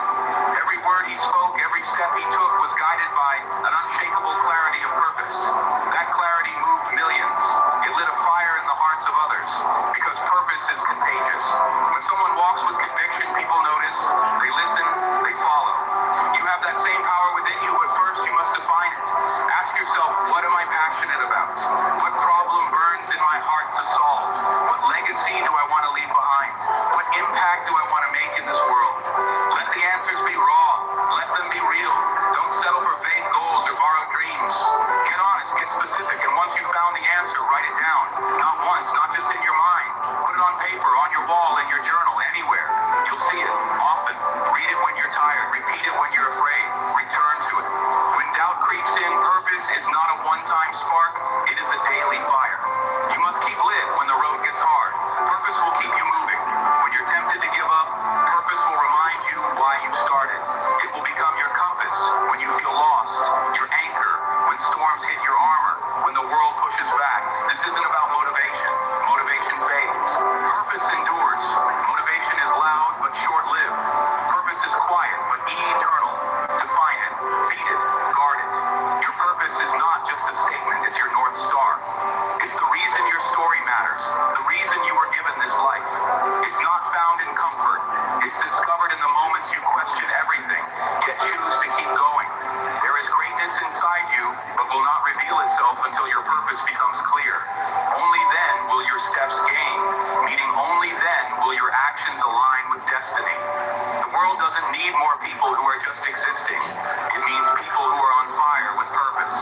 People who know why they wake up, why they fight, why they refuse to quit. So ask the questions, search your soul, find your truth, and once you do, never let it go.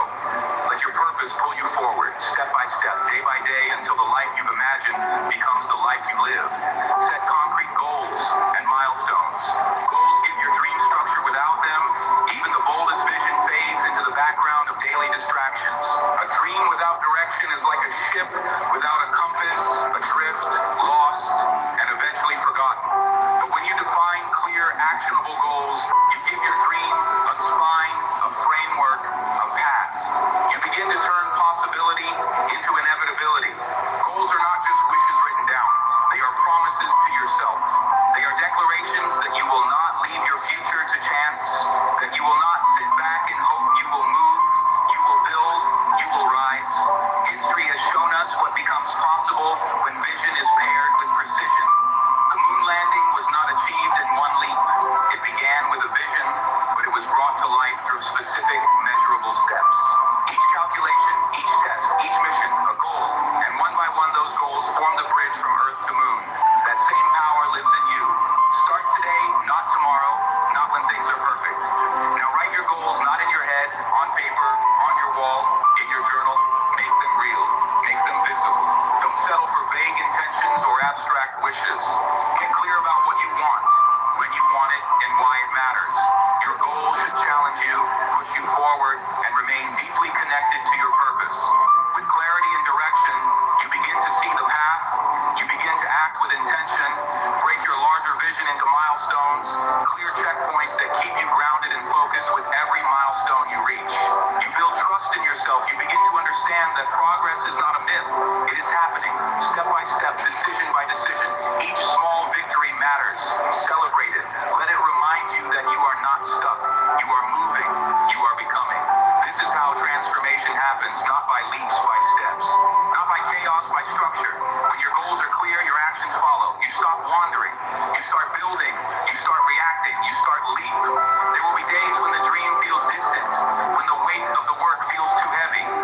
That is when your goals save you. They pull you back. They remind you why you began. They give you something solid to stand on. This is not about being perfect. It is about being committed. It is about showing up day after day, step after step, until your life begins to reflect your vision. Dream big, always, but anchor that dream in daily action. Start small. Be relentless. Refuse to quit, because when goals guide your journey, your dream is no longer a hope. It becomes your destination. And every goal you set, every milestone you reach, every step you take brings that dream to life. So start now. Choose one goal, one action, one step, and begin the journey that turns your vision into reality. Of course, stay committed despite criticism. There comes a moment in every pursuit, in every daring dream, where the voices of the world begin to rise. Some may whisper and caution others, shout in disbelief. The tone may vary, but the essence remains the same. You know that I'm still here, you know. I'm still here. I'm not sleeping, darling. I'm not sleeping. Just looking on how wonderful you guys are. So I'm gonna do my shout out. Alright, being as though it's 7 of us here. Give God the glory, 7 my favorite number. 8 will be completion. So I will consider 8. So alright now. All who tuned in earlier, Johnny Tess, CSM Johnny, that's my son, guys. You can go and subscribe to his YouTube channel. The one and only, she don't really have a YouTube channel, she just subscribe. Playverse, you can subscribe to her as well. Deshaun Loves 2007, you can subscribe to him as well. Alia, she doesn't have a YouTube channel, so that's the reason why I'm saying this. Not everybody that's here have a YouTube channel. People just have a channel just to, you know what I mean, guys? Just to subscribe to things that they do like. So people who actually have an account, I'm gonna ask you guys to support them and subscribe to them. Okay, so Andrew Senor TV 696. He has a YouTube channel, guys. People can go there and subscribe to him. He's a very loyal member of the clan. Warrior Princess. She does have a YouTube channel, but she always be here as well. The Vibe Central, you can go there and subscribe to her as well. Loyal member as well. And we have Lime Boss. Welcome, Lime Boss. And let's see else. Draco. Draco is our YouTube channel, but Draco is always here as well. Alright. Sean Linda, that's my son account as well. You can subscribe to him as well, guys. It will mean a lot. Leave a comment on everybody that you subscribe. They know that you know you're dear friends. There's our YouTube channel, but I'm always here as well. So pick up yourself. So later on, I'll see if anybody else come and I can be able to give a shout out to them. Get back to regular programming. Doubt. And often this doubt does not arise from malice, but from fear. Fear of the unknown, of the untested, of the unconventional. Yet it is this very path, this uncertain road that leads to greatness. The truth is, criticism and doubt from others can derail even the strongest ambitions, but only if you allow it. Galileo, the father of modern science, dared to defy the dogmas of his time. He looked through a telescope and saw a universe that refused to orbit the Earth. His revelations threatened the very foundation of accepted knowledge. For this, he was condemned, silenced, and cast aside by those too fearful to confront the truth. And yet his vision endured centuries later. His name shines, while his critics have faded into the shadows of history. Albert Einstein, too, faced fierce resistance. His ideas bent the very fabric of physics and shattered the limits of conventional understanding. His theories were ridiculed before they were revered, but he did not flinch. He trusted the clarity of his thought more than the noise of his critics. And today, the world science forever. From these lives, we learn a simple but powerful lesson. The judgment of others is often a reflection of their limitations, not your potential. When people doubt your path, it is usually because they cannot see what you see. Their vision is bound by the walls of their experience while yours reaches beyond. If you surrender your dreams to their doubt, you trade infinite possibility for finite fear. You must therefore develop the discipline to separate constructive criticism from destructive noise. One sharpens your sword, the other seeks to dull your spirit. Welcome the first. Let it refine your craft, strengthen your resolve, and show you the blind spots you've yet to. But as for the second, ignore it. Dismiss it like dust in the wind, for it seeks not your growth, but your seer and commitment in the face of criticism is one of the highest forms of courage. It is easy to stand tall when the crowd applauds you, but to keep walking when they laugh, to keep building when they mock, to keep believing when they doubt, that is the mark of the resolute, that is the signature of the visionary. Let their doubt be the backdrop to your determination. Let their disbelief fuel your fire in time. Your results will silence their resistance. Your progress will answer their questions. Your success will be the echo of your resilience. Understand this. No great change ever came without resistance. No revolutionary idea ever walked through the world unchallenged. But the world changes not because people accept something new, but because someone dares to persist despite rejection. You must be that someone, so stand firm in your vision. Carry it, not like a fragile hope, but like a sacred torch. Shield it from the winds of doubt and feed it with the breath of belief for one day. Those who doubted you will no longer remember why, but the world will remember you. The one who stayed true, the one who did not yield, the one who transformed resistance into reverence. That is your power, and it is greater than any critic's voice could ever be. Continuously adapt and grow in your pursuit of success. You may have imagined the journey as a straight road, clear, predictable, and easy to follow, but life rarely operates that way. Twists it turns, and it throws obstacles into your path when you least expect them. And in those moments, life does not reward the rigid or the unyielding. It rewards you only if you are adaptable. Adaptability is not a luxury you can afford to ignore. It is essential. It is what allows you to thrive when others falter, when markets shift, when plans fall apart, when relationships evolve. You must evolve to what worked yesterday, maybe obsolete tomorrow. So ask yourself, will you adjust or will you be left behind? Dwight D. Eisenhower, the 34th President of the United States, he wasn't just a wartime general, he was a visionary political leader who understood the value of strategic flexibility as president. Mr. Eisenhower faced a rapidly changing world, the Cold War, nuclear tensions, racial unrest, mistakes, stubbornness for resilience. They wear their refusal to change like a badge of honor, but know better. You know that adaptability is not weakness. It is intelligence. It says, I will not be tied to the old way. I am committed to the outcome, not the outdated method. So stay focused, but stay flexible. The winds of life will shift. New challenges will arise. Let your sails adjust.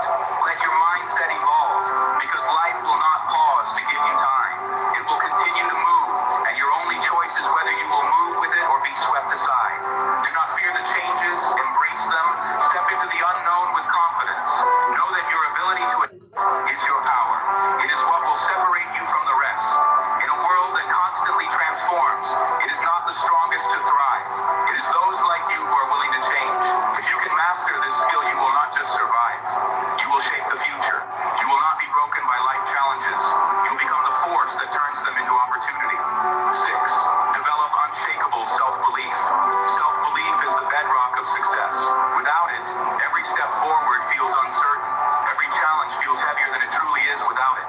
Doubt creeps in, paralyzing progress and turning potential into regret. But with self-belief, you become unshakable.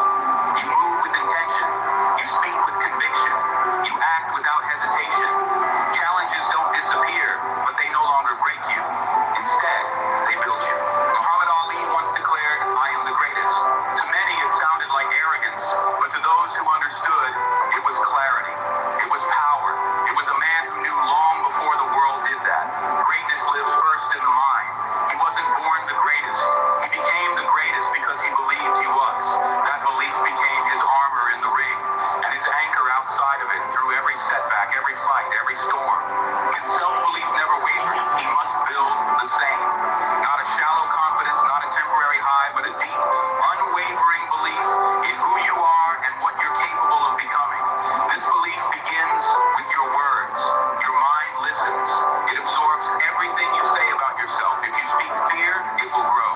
If you speak strength, it will rise. So speak power daily, relentlessly. Tell yourself, I am capable, I am worthy, I am becoming stronger every day. Not because you're pretending, but because you're becoming repetition carves truth. And the more you affirm your worth, the more your mind starts to believe it. But don't stop there, prove it to yourself. Look at your past. Look at the storms you've already survived. The times you felt broken yet kept going. The moments you didn't think you'd make it yet, here you are. Every victory, no matter how small, is proof. Proof that you have what it takes. Proof that you're stronger than you think. Gather those moments. Remember them. Let them become the foundation of your confidence.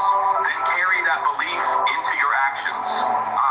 Stand tall, shoulders back, eyes forward. Speak as if every word carries weight. Act as if success is already yours, because when you move like you believe, the world begins to respond. Tools. Open opportunities appear not because of luck, but because self-belief shifts reality. You're not waiting for validation. You're not asking for permission.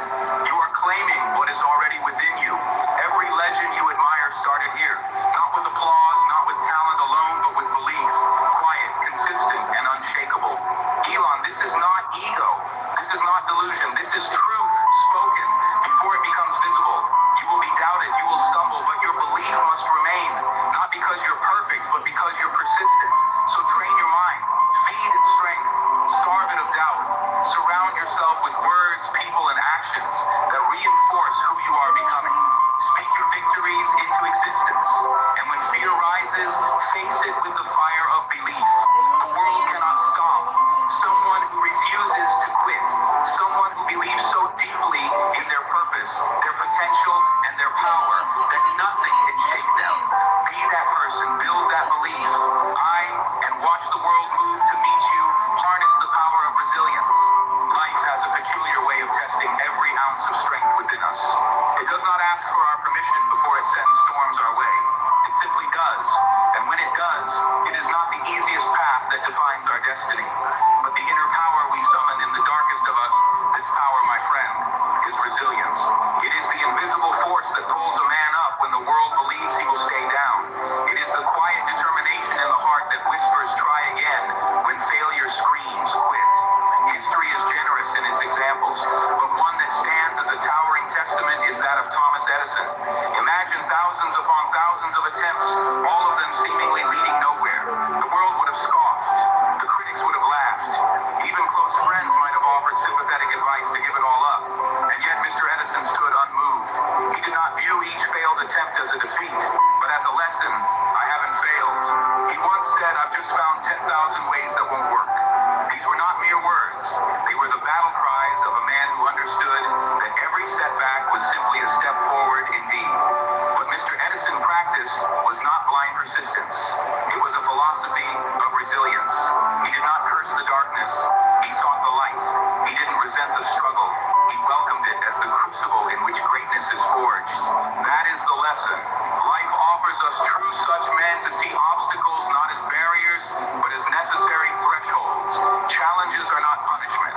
They are preparation. Each trial, each disappointment, each moment of despair is sculpting us, chiseling away the excess to reveal the warrior within. And so when you find yourself weary, when your dreams appear distant, and the weight of the world presses upon your chest, pause, but do not retreat. Instead, remind yourself this pain is not the end. It is the beginning of your growth. The muscles of the mind, the strength of the spirit, and the courage of the heart. They are all built through resistance. You sharpen your skills, not in moments of ease, but in the fires of difficulty. Wisdom is not handed out in times of joy. It is earned through the soul's wrestling with hardship. You must begin to expect resistance. It is through falling that we learn to rise. And it is through rising again and again that we become unbreakable. Remember, resilience is not about perfection. It is not about a flawless path or a record untouched by defeat. It is about the courage to stand up every single time you fall. It is about choosing hope over despair, effort over apathy, and faith over fear. The resilient man does not wait for life to be easy. He grows stronger because it is hard. So let the world test you. Let it throw what it may for. Each time you rise from the ashes, you do not return the same. You return wiser, stronger, more prepared. That is the secret. Every setback is a setup for your next triumph. Rise again and again until rising becomes your nature and nothing, not even life itself, can keep you down for long. 8, master your mindset. Your mindset dictates your future. This is not merely a motivational phrase. Why? It is a fundamental truth of life. Every thought you nurture, every belief you entertain, and every perspective you adopt becomes the lens through which you view the world, and ultimately the map you follow. If that lens is clouded with negativity, doubt, and limitation, then every opportunity will appear as a threat. Every setback will feel like the end. But if that lens is polished with optimism, resilience, and a belief in growth, then even the darkest paths begin to reveal light. Imagine your mind as a garden in this garden. Your thoughts are the seeds. The mindset you carry, positive or negative, is the soil in which those seeds grow. You cannot expect roses from a soil filled with bitterness and fear, but plant seeds of courage, gratitude, determination, and hope in rich, fertile soil, and the flowers of your future will blossom with beauty and strength. You hold complete power over what seeds you plant. That power lies in your ability to choose your thoughts. You are not at the mercy of your circumstances. You are the gardener. You decide what grows in the field of your life. It begins with awareness. Catch yourself. When negative self-talk creeps in, phrases like, I can't do this, or this always happens to me, or I'm not good enough, or not facts. They are patterns, habits of the mind, and like all habits, they can be broken. When you hear yourself planting a weed, uproot it, replace it with a seed of possibility. Start saying, I can, and I will say, this challenge is my teacher. Say, even if I fall, I will rise stronger with repetition. These thoughts become beliefs, and those beliefs become the architecture of your action. Consider the lives of those who have achieved greatness. What sets them apart is not luck or an absence of hardship. It is the way they think. They have trained their minds to interpret struggle as growth, failure as feedback, and uncertainty as adventure. They have mastered their inner world so they can rise in the outer one. You must begin to do the same. Feed your mind with inspiration. Read the stories of those who endured and emerged.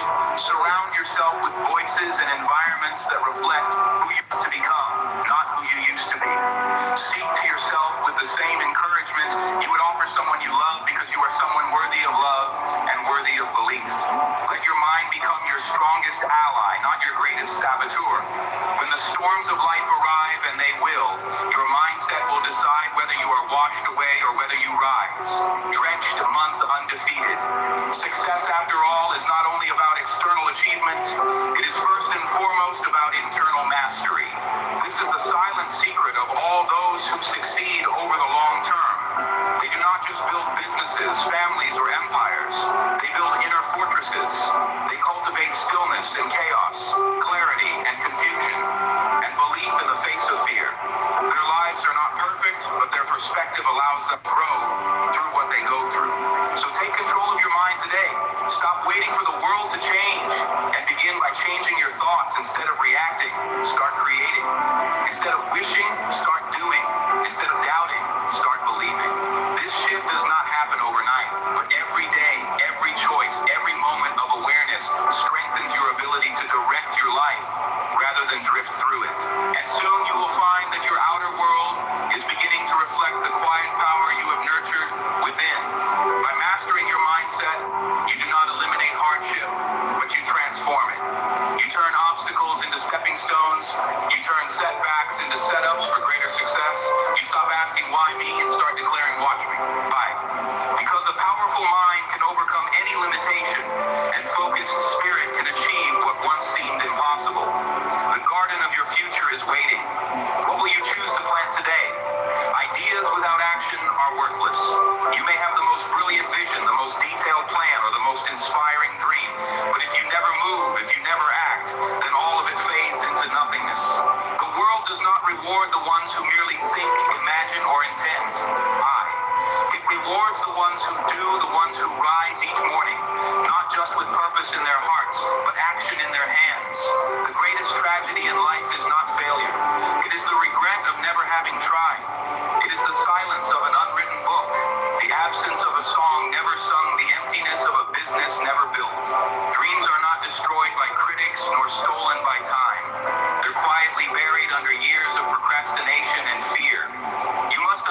Success belongs to the doers, the ones who act despite fear, despite uncertainty, despite the odd.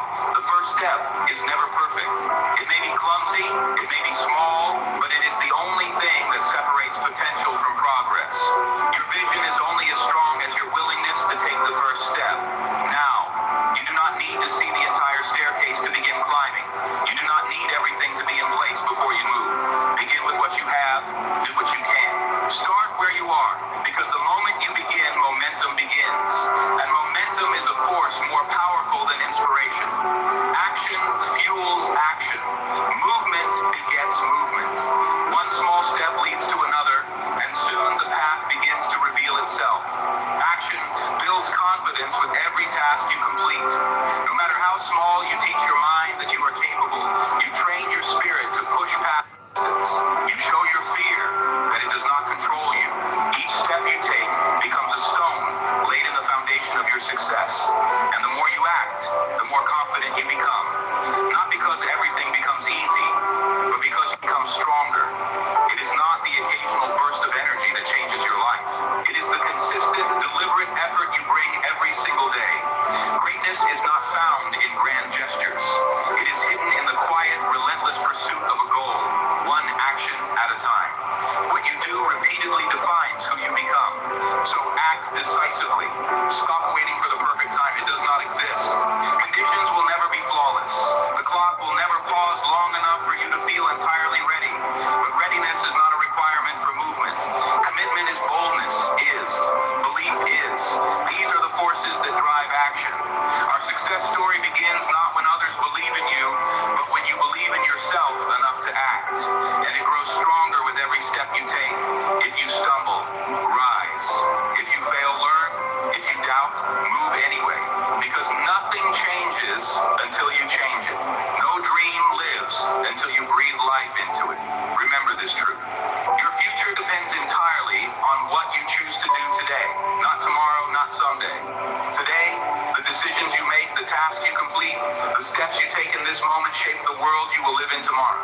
So take that first step, make that call, write that page, start that project, begin the journey, and once you start, never stop. Keep going, keep building, keep acting, because in the end, it is not the ideas you had, but the actions you took that define your legacy.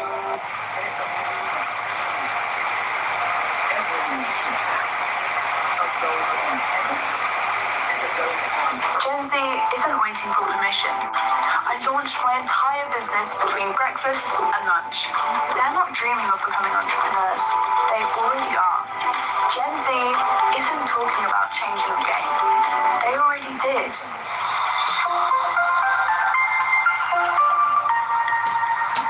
You know, I recently met someone, 22, fresh out of university, no funding, no fancy office, but running a fully operational business from his phone. He showed me he built his brand on TikTok, automated his entire workflow with AI, and got licensed, all before his graduation ceremony. That's when it hit me. Gen Z isn't waiting for permission. They're building differently, and they're doing it now. Welcome back to Build It in Dubai, the podcast for founders, freelancers, and future builders shaping what's next in the Gulf and beyond. Today's episode is all about rising generation, not the future, the now. Let's talk about Gen Z entrepreneurs and why everyone needs to pay attention. I've watched Gen Z kids turn dorm rooms into design studios and side hustles into six-figure streams, all before turning 25. They're not waiting for capital, co-founders, or... Change my life, and it can change yours too. It's not what you get that makes you valuable. Pay for the value you bring to the hour. And where does that value come from? It comes from who you've become. See, the real prize in life isn't the money in your bank account. It's not the house you live in. It's not even the applause or the promotion.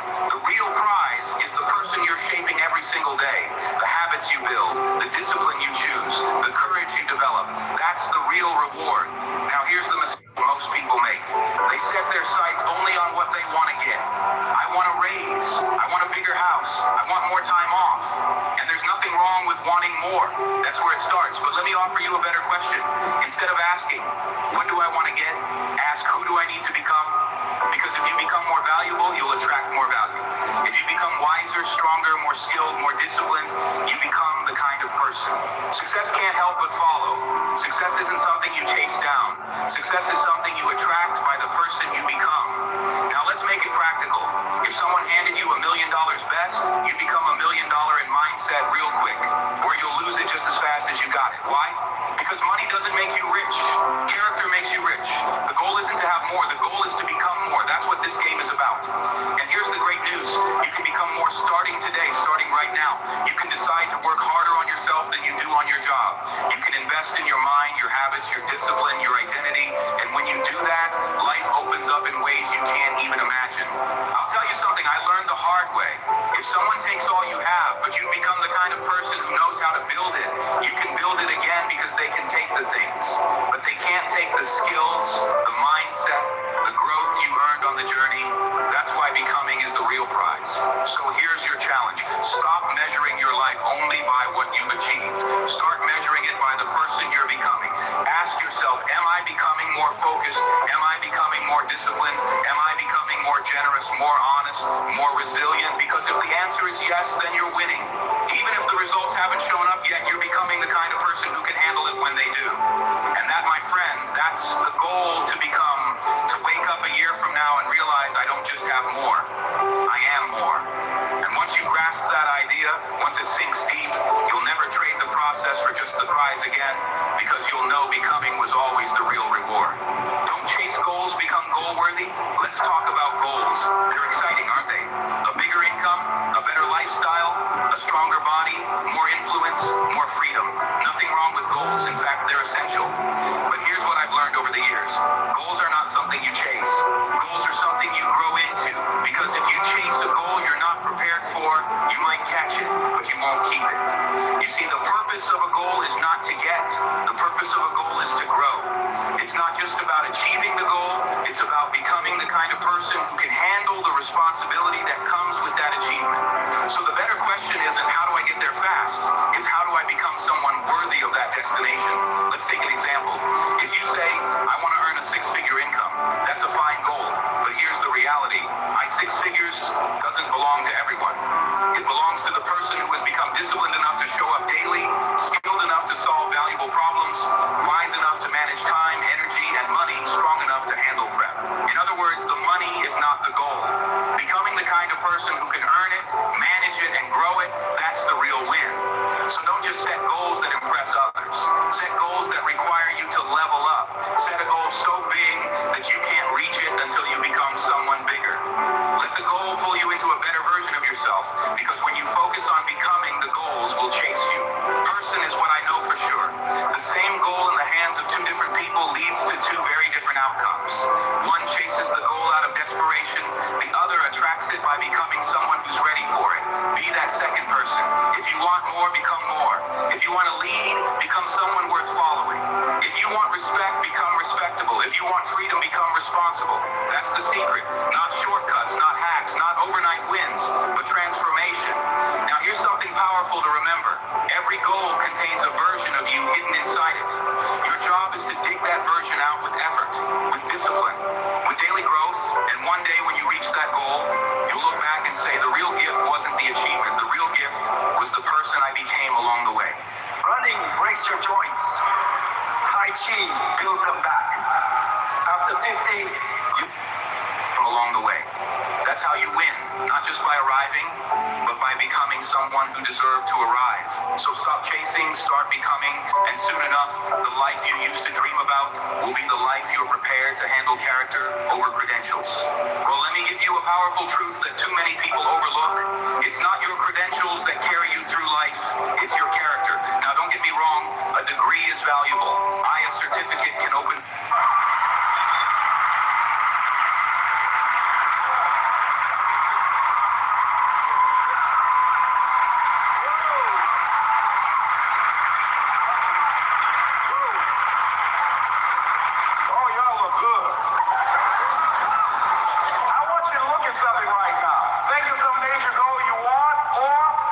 one you already working on, and you have experience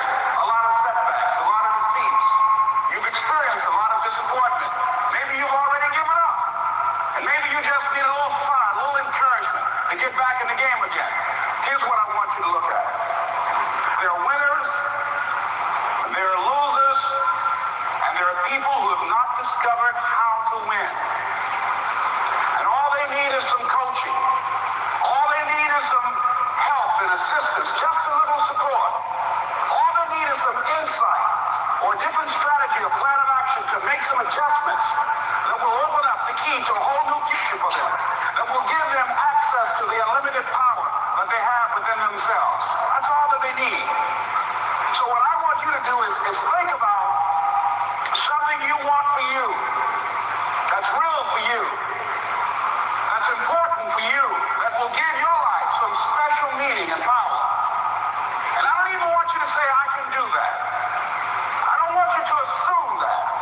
See, 5 years ago when I started out in this area, I would not have been able to make the mental leap that I would be up to where I am right now. I don't want you to begin to just psych yourself out. No. I want you to be able to say something to yourself that will enable you to maintain a level of integrity with yourself. That when you say this, even when you face tremendous setbacks, it will be a benchmark to keep you in the game, to keep you moving forward and experimenting and readjusting your strategy and your plan of action, continuously looking for ways to win. So what is that something? When you got an idea you want to move on, you might not have the money, you might not have the education, you might not have the support or the resources you need. What is that something that can keep us going, that will enable us to act on our dream? What's one of those keys that will begin to help us to discover the secrets to our dream? Here's what I want you to repeat after me, please, with power and conviction. Say, it's possible. That's all I want you to do when you look at your dream. Just say to yourself every day, it's possible. Just say that every day to yourself, it's possible. Because what does that do? See, it begins to change your belief system. See, the way in which we operate, ladies and gentlemen, is a manifestation of what we believe, what's possible for us. Whatever you've done up to this point, all that it really is a duplication, it's a reproduction of what you believe subconsciously that you deserve and what's possible for your life. Most people operate out of their personal history, out of their memory, things they've done, things they've experienced, things they've seen, things that they have observed. What I'm suggesting that you operate out of a larger vision of yourself. I want you to see yourself doing what you want to do, experiencing what you want to experience, having what you want to have, doing what it is that gives your life some meaning and value. Operate out of your imagination, not your memory.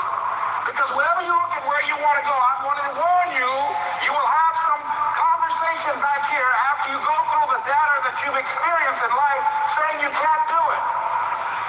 And so what you want to begin to do is ignore that inner conversation.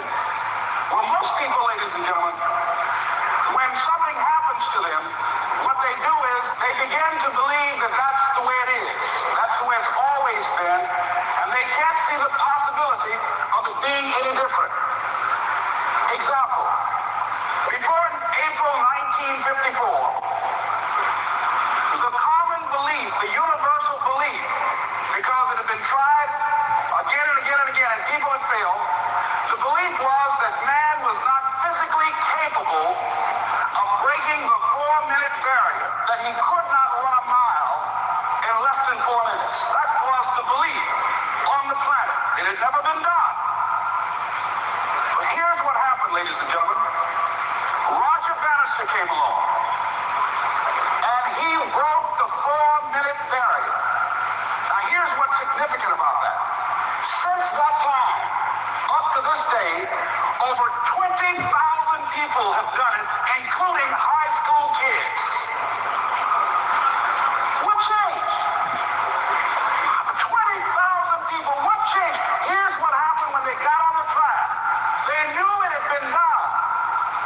And because they knew it had been done, there was a new belief about this barrier, about this goal that was unreachable. And those 20,000 people got in a race believing, knowing in their heart that someone had done it, that it's possible, that they could do it. And I'm saying that if you know anybody that had some goal, some dream, something they wanted to do, and they did it, denying saying that you know in your heart that if someone has done it, then you can do it. It's possible. And that if someone can make their dream become a reality, then it's possible that you can make your dream become reality. And so as you begin to look at where you want to go, begin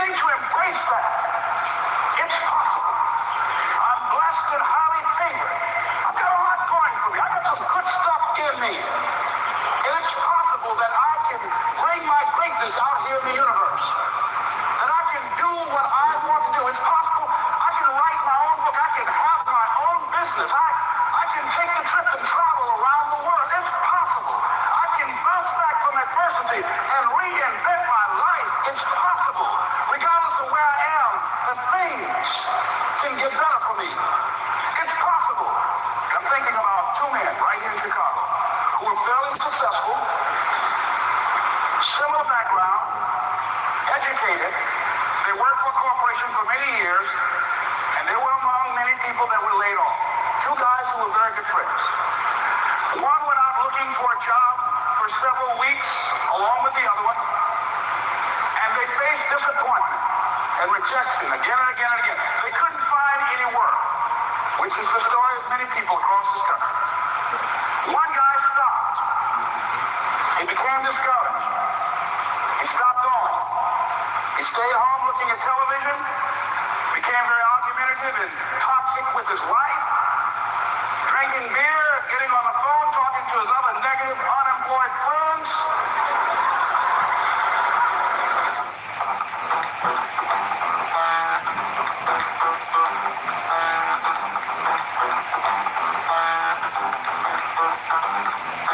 Hi, my name is Nick Hooper. I'm the owner of Dependable Demolition. We run a demolition contracting company. We do roll-offs and we do crushing.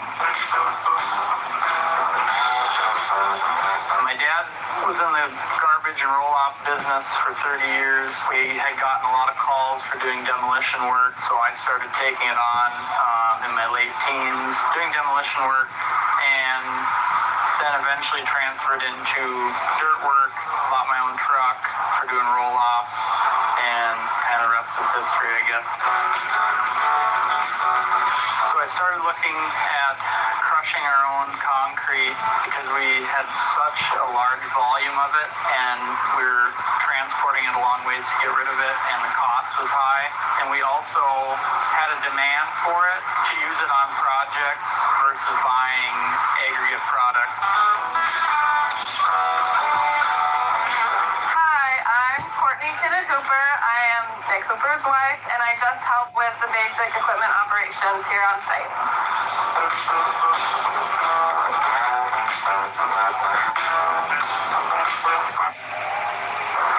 And he just gave up.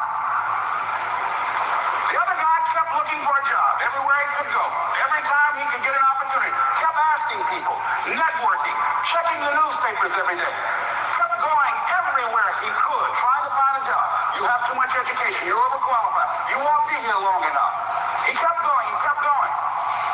He went to a place and said, look, I tell you what, if you can't hire me, and I know you can use my talents, abilities, and skills, I don't want to sit home and do nothing. Just let me do some volunteer work. You don't have to give me anything, all right? I just want to work. I want to be busy. The guy said, okay, it's on you now, but don't expect me to give you anything. It's okay. This guy came in and worked. He was the first one there. The last one to leave was the best employee there. About 4 weeks later, one of the top managers quit. They were looking for a replacement. Guess who they selected? This other guy. This guy who was volunteering his time. He got the job. What was the difference between the two men? Eyesight and mindsight. Eyesight is judging on what you see. Judging according to appearances. But mindsight is how you interpret what you see. One guy said, it's not possible, it's over, I'm finished. I can't do it. I can't make it. He surrendered. I've faced rejection again and again. I'm not going anymore. There are no jobs out there. But this other guy, he felt that in spite of the no's and rejections, in spite of how bad the economy is, in spite of what the newspapers are saying, that it's possible that somebody somewhere will give you a job. He just kept going, thinking it was possible. And guess what, ladies and gentlemen? That's what we have to do with our dreams. Because things happen to you in life that you can never, ever anticipate. And many times when those things happen, you want to give up.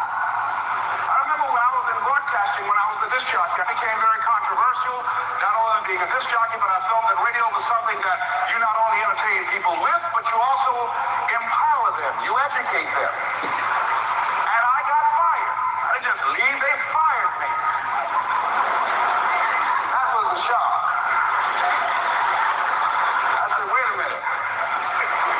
They took my microphone.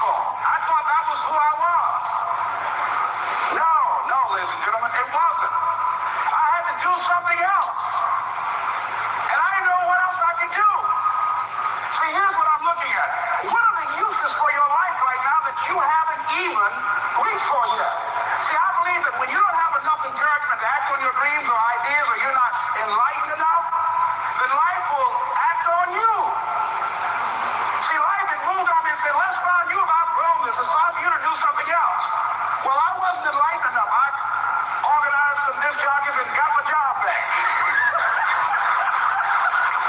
So they had to fire me again. I got fired twice. Here's what I did. I had to think of something else.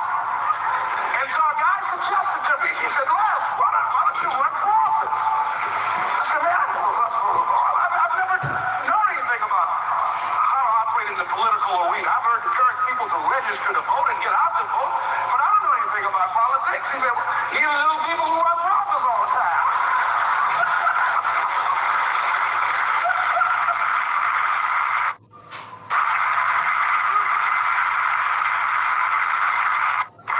So I ran. Now here's what I'm suggesting. I ran. You got to do what you can where you are with what you have. I didn't have any money. I didn't know anything about the political process. I didn't even have any support. But here's what the guy told me. It's possible you can win. That's all I had. I was running against an endorsed candidate. He was an incumbent. He had the newspaper support, all of the leadership in the community, and I was challenging this guy. So I had a saying when I was on radio, stand up for what you believe in because you can fall for anything. And I would go door to door. I had my kids on one side of the street, I would be on the other, and I'd knock on doors. Hello, my name is Les Brown. Tell everybody I'm still standing. They get on the door. John Les Brown was to my house today. You know the boy on the radio with the big mouth? Yeah, they got him. Say he's still standing. See, I'm saying just keep moving. Don't start feeling sorry for yourself. Don't spend time blaming and talking about what happened to you. See, whatever you talk about, that's what you multiply and expand in your life experience. So don't talk about stuff unless you want it to keep on happening to you, all right? So,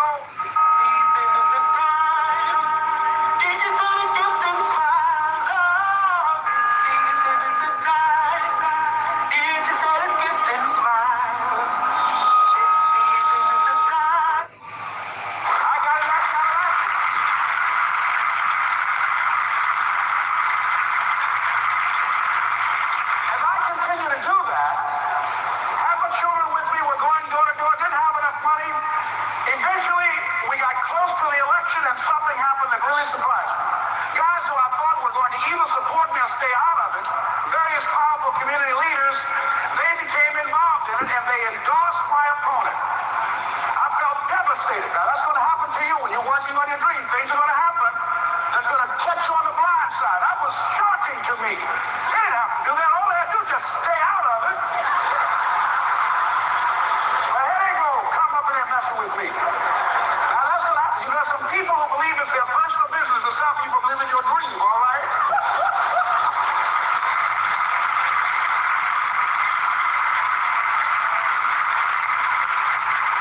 But I didn't deal with that. You want to make your dream come true, you got to stay focused. Some people rather get even than get ahead. Stay focused on where you want to go. I just kept on doing what I was supposed to do. And so I was driving to the radio station. My opponent had over $20,000. I had less than $800. As I was in the radio station, the guy said, "You're going to make a commercial?" I said, "Yes." He said, "It better be a good one because that money can't go pretty far here."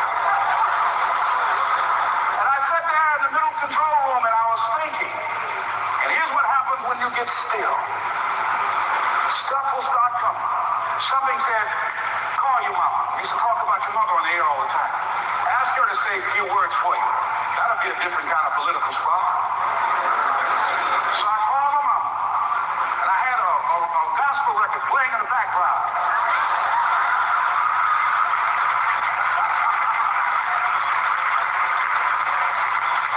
And then I had my mother say, "Hello, this is Mrs. Mamie Brown. When I raised my sons, I raised them to be good children.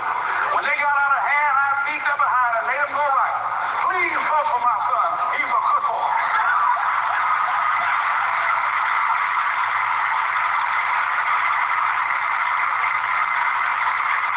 Usually the state representative race, maybe 3,000 or 4,000 people will come out to vote in a primary. And that primary race over 27,000 people came out and voted and said, I'll vote for Les Brown because his mama said he's a good boy. I won, ladies and gentlemen. I won.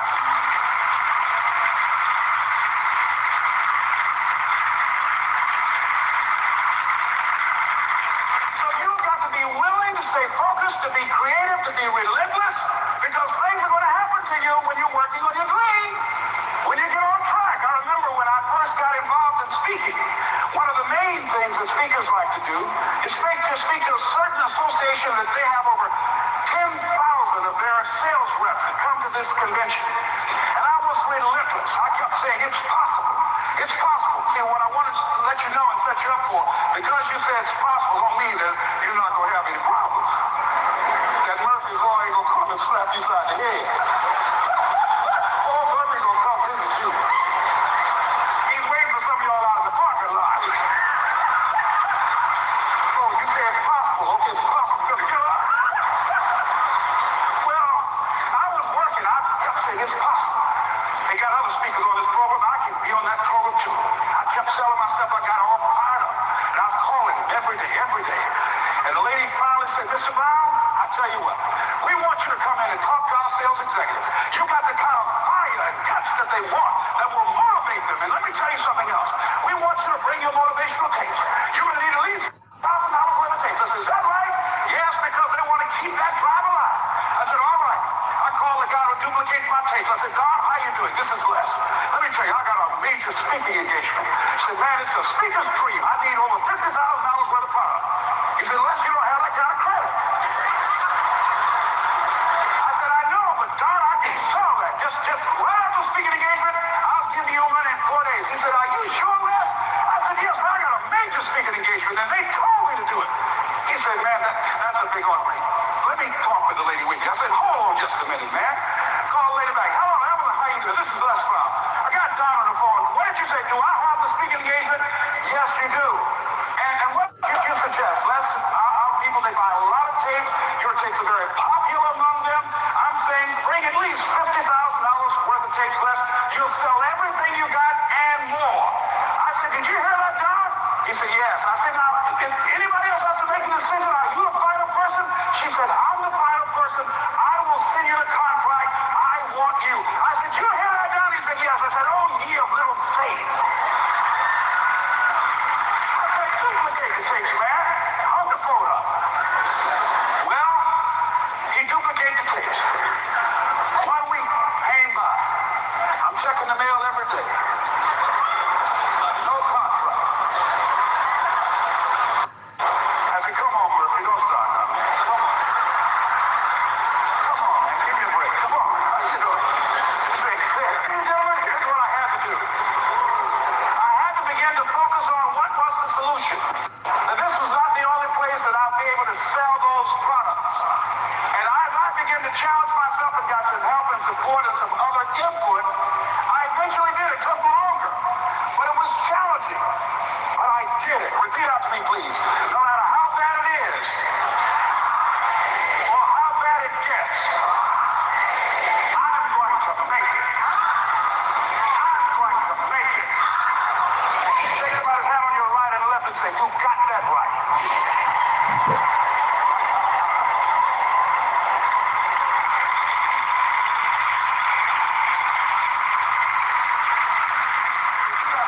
It's possible. I can have my dream. I can get what I want. I must be creative and never give up. Now, let me share something else with you, ladies and gentlemen. When you know within yourself that there's something you want to do, and I believe that all of us are born with a purpose, that all of us have something that we are supposed to do, that all of us have some goodness within us, and that goodness gives us a responsibility to manifest our greatness. And when you know that, you can feel it in your guts, and you know that you're deliberately operating below your potential. You've gotten comfortable. You stop expanding, you stop stretching, you stop challenging yourself. Let me share something else with you. Not only is it possible for you to have your dream, but it's necessary.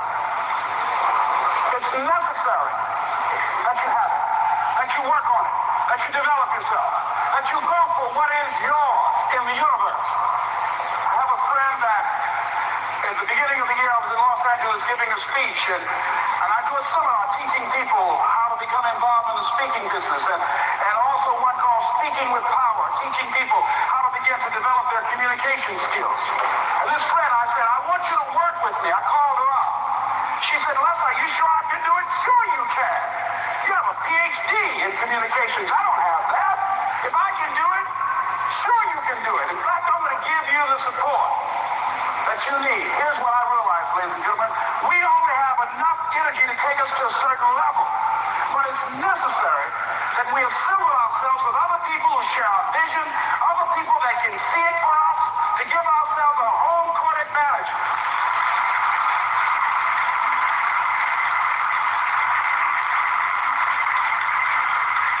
So it's necessary that you seek out other people who think like you, who are growing, who've decided that they are not satisfied with where they are. See, I don't believe that necessity is the mother of invention. No. Necessity, in my opinion, is not the mother of invention. Refusing to accept things the way that they are is the mother of invention.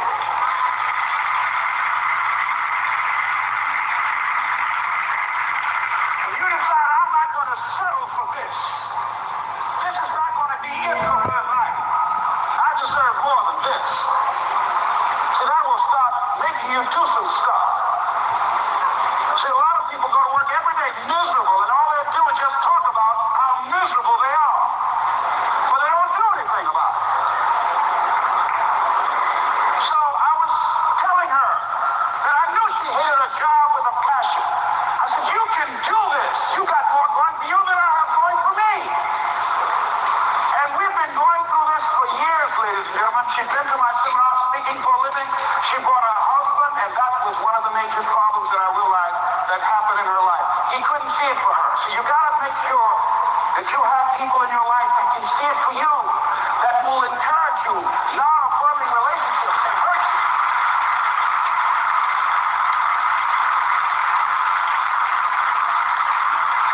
And I talked to him. I said, I don't have anything to do with your marriage. I said, you and I are good friends, and she and I are good friends. And I'm not taking sides. I said, but if you can't see it for her, don't tell her that. Just give her some support. What if you're wrong? It's possible, man, that if I'm doing it, she can do it. Well, you're different. How are you going to tell me that? You've seen her speak. She's got great speaking skills. Don't underestimate her. You don't know. You got a great woman here.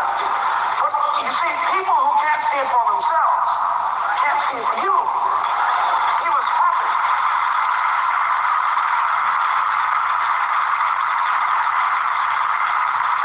So I said, will you do it with me? I said, I'm going to give you the support you need.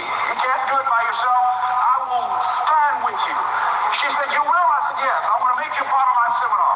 You'll do a part of it, and I'll do a part of it. Speaking with power. She said, okay.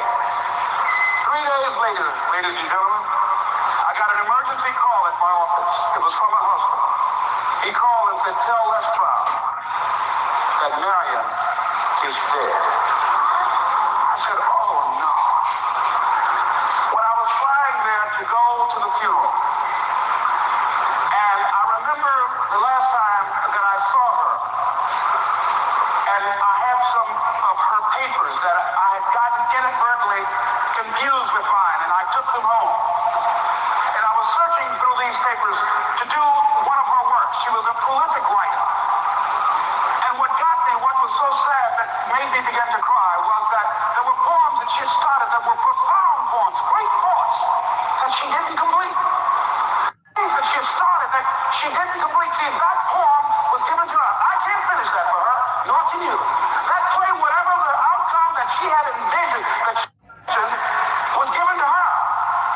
Only her. And she's the channel that was going to come through. You are here, and you are the vessel, you are the outlet for the universe. If you've been selected, there's something for you to do. I believe all of us have some purpose for being here. And as I was going to the funeral, and I was reading a newspaper that said that millions of people are dying because of what they're eating, talking about their diet. And I'm sure that it was Marion talking to me, whispering, saying, Les, the next time you speak, so that even more are dying because of what's eating them.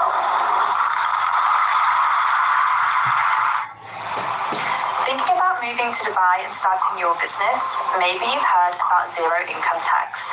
Maybe it's the safety, the lifestyle, all the buzz around Dubai being the future of business. And you're not wrong. In this video, we break down exactly how to set up your company in Dubai, even if you plan to move your whole family. From visas to licenses, schools to salaries, it's all connected. We'll explain why Maiden Free Zone might be your smartest choice and how Dubai's D33 agenda makes now the perfect time to take the leap. Why are families relocating to Dubai for business? A real example. An entrepreneur from Europe registered his company with Maiden Free Zone, got his license in 48 hours, then secured his UAE residency and sponsored his wife and kids. Within 1 month, they were living legally in Dubai, children enrolled in school, and rent paid for a corporate account. The key, in Dubai, a business license equals residency, which means once you have your visa, you can sponsor your entire family and ensure they relocate smoothly. With Maiden, the process is 100% digital, no long queues, no embassy hassles, and no complications. Your license acts as proof of income and legal status, making everything from renting a home to opening a bank account much easier. For Dubai's economic vision, Dubai plans to double its economy in the next decade, attract the world's top 400 digital companies, create 30 unicorns, and deliver fully digital government services. Simply put, Dubai isn't just welcoming entrepreneurs, it's competing to keep them here and help them thrive. Now, why do entrepreneurs choose Maiden Free Zone? 100% foreign ownership, no local sponsor needed, license issued in 24 to 48 hours, fully digital setup process, flexible payment plans, ability to sponsor family and employees, add multiple business activities under one license. Common mistakes to avoid. Don't deal with unverified agents. Verify your business activity and understand that Free Zone licenses provide residency, not just paperwork with Maiden. Make sure you understand the whole process. With Maiden, everything is transparent from the start. Costs are clear and support is just a WhatsApp message away. Here's your 5-step setup plan. Decide your business activity. Check the activity on Maiden's website. Use the cost calculator to plan your setup fees. Submit your documents. Finally, receive your license and apply for residency and bring your family. Maiden Free Zone isn't just where your business begins, it's where your life transforms. Start here, where ambition meets opportunity and ideas turn into success stories. Like and subscribe for more insights on how to set up your business in Dubai.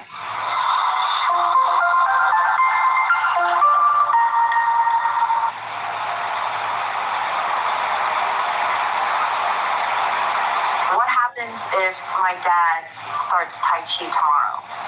How old is your father? He is 56. Oh, perfect. By the end of September, you won't even recognize him. But what if he hasn't worked out in years?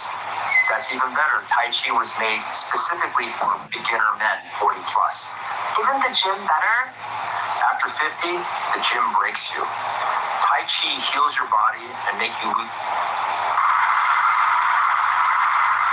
When the challenges of life come your way, you've got to find ways to increase your sense of self-appreciation, because if you don't, you're bombarded with negative stuff every day that beats you down, and you will find yourself unconsciously engaged in self-destructive behavior.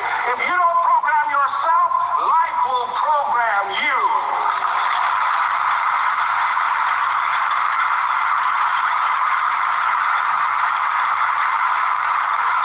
So you want to have an agenda for your life. It's necessary that you have some direction for your life. A friend at the National Speakers Convention gave us a presentation, and it really struck me. He was talking about when he was traveling across Europe, Warren Besson, and he said at different points, soldiers would wake them up on their journey and ask them the question. And I pose this to you. The question was, where have you been?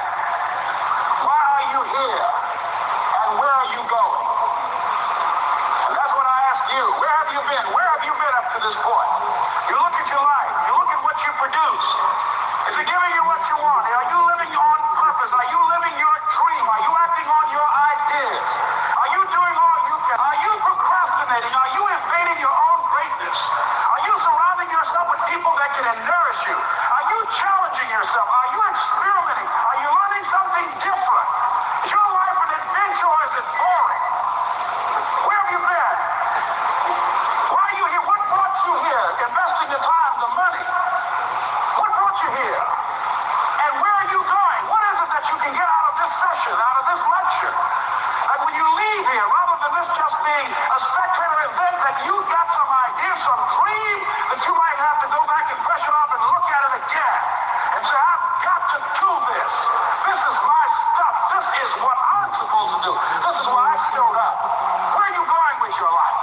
What decisions are you making right now as you look into the future? Are you experimenting to find out what are the talents and abilities that you have? See, we're in the time right now. The day is gone where you could just go to college and get out and get a job and work 30 or 40 years with job security and retire with a gold watch. The gold watch days are gone. Brand new day. Party's over. So now you've got to be multi-talented and multi-skilled. You've got to use all your stuff. You don't know what else you can do. I don't know I can do what I'm doing right now. It's necessary that you stretch and challenge yourself and say, let me see. I start out as a trainer. I'm a trainer. That's what I am. That's what my expertise was in. And then I decided, let me see, can I speak? And then I discovered, hey, I can do that. What if I hadn't tried to do that, just been satisfied with just being a trainer, with a limited vision of myself? And then after training, and then said, well, maybe I can go into business for myself. And I started speaking, going into business for myself. Or maybe I can train other speakers and teach them how to go into business for themselves. See, you want to have a backup plan. You want to have other strategies for yourself. In case this doesn't work out, you got something else going over here. You don't want to ever put yourself in a situation where you have a limited vision and you're only using a limited amount of your talents, of your skills, and of your abilities. And I'm saying to you, it's possible you've got some talents, some ideas in you, your ability to do some stuff that you haven't even discovered yet. And I'm suggesting that it's necessary that you get outside of your comfort zone. It's necessary that you develop some new relationships where you can learn from people. It's necessary that you do reading, that you do research. It's necessary, if you're already involved in some business, that you don't be satisfied with where you are. If you want to make it today, it's necessary for you to constantly look at ways of getting better. Not only is it possible for you to have your dream, and it's necessary for you to challenge yourself to go after it and get better and leverage the relationships that can help you get to where you want to go, but it's you. The major key to your reaching your dream, your living up to your greatness, your making your contribution is you. If the economy is good, fantastic. If the banks are loaning money, that's great. If people are positive, that's great. You don't have any opposition, that's great. But the major key to your making things happen in your life is you. When I wanted to get on public television, they told me, you can't do that. So wait a minute, I've seen these other people on. It's possible I can get on. Leo Mascaya, John Ratcher. It's possible. Listen, you hold time out. Let's be realistic. Come on, be logical. I said, well, wait a minute. Why can't I do it? Well, let's look here. Think about guys who have credentials, all kind of credentials. You don't have any college training. They're not going to put you on television. Give me a break.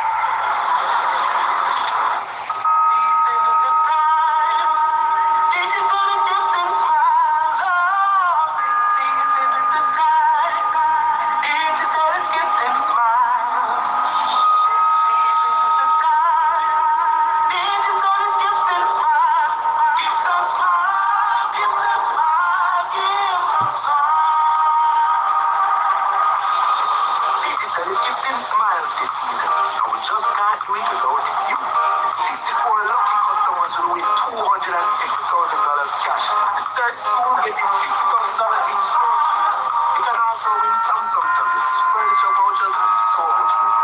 And that's fun. You can keep your price poor. We give you all our partner with someone you will do it. So this season isn't just about winning. It's about making sure everybody goes through. Cash digital in your community. Gives us good food, smile into the new year.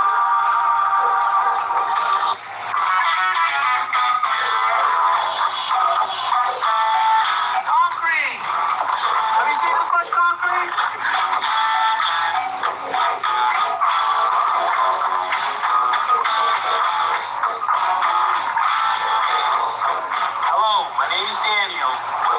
recycling. As you can see, we crush concrete. We do mobile concrete crushing, and we service any needs that has to do with concrete crushing, whether it's asphalt, broken concrete, green dirt, just anything that has to do with crushing concrete. Well, I thought about concrete crushing when I was taking my material. I started in the dumpster rental business. So when I was getting a lot of concrete, I was taking to a different yard, and I saw that they crushed it. And one day I said I could do that, and that's how it all started. So I went online and I looked at a lot of different concrete crushers. There was a lot of options, and I saw RM70. It wasn't really. While keeping the federal budget in check, a delicate dance between progress and stability. And when faced with the rise of McCarthyism, he navigated carefully, choosing to preserve democratic values without fueling further division. Eisenhower's brilliance lay not in rigidity, but in his ability policy to the moment, changing America. We must to pin you down, be willing to unlearn and relearn. Continue. Expand your skill set. Don't cling to a method that no longer serves you. If a plan fails, don't see it as a dead end. See it as a signal to change course. Your principles are your anchor, yes, but your strategy must be flexible. There is no wisdom in charging into a wall when you could walk around it. Real strength is knowing when to pivot, when to adapt, and when to strike from a new angle. Too many people mistake stubbornness for resilience. They wear their refusal to change like a badge of honor, but you know better. You know that adaptability is not weakness. It is intelligence. It says, I will not be tied to the old way. I am committed to the outcome, not the outdated method. So stay focused, but stay flexible. The winds of life will shift. New challenges will arise. Let your sails adjust. Let your mindset evolve, because life will not pause to give you time. It will continue to move, and your only choice is whether you will move with it or be swept aside. Do not fear the changes, embrace them, step into the unknown with confidence. Know that your ability to adapt is your power. It is what will separate you from the rest. In a world that constantly transforms, it is not the strongest to thrive. It is those like you who are willing to change. If you can master this skill, you will not just survive. You will shape the future. You will not be broken by life challenges. You'll become the force that turns them into opportunity. 6. Develop unshakable self-belief. Self-belief is the bedrock of success. Without it, every step forward feels uncertain. Every challenge feels heavier than it truly is without it. Doubt creeps in, paralyzing progress and turning potential into regret. But with self-belief, you become unshakable. You move with intention. You speak with conviction. You act without hesitation. Challenges don't disappear, but they no longer break you. Instead, they build you. Muhammad Ali once declared, I am the greatest. To many, it sounded like arrogance, but to those who understood, it was clarity. It was power. It was a man who knew long before the world did that. Greatness lives first in the mind. He wasn't born the greatest. He became the greatest because he believed he was. That belief became his armor in the ring, and his anchor outside of it through every setback, every fight, every storm. His self-belief never wavered. He must build the same. Not a shallow confidence, not a temporary high, but a deep, unwavering belief in who you are and what you're capable of becoming. This belief begins with your words. Your mind listens.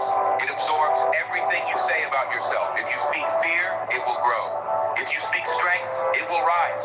So speak power daily, relentlessly.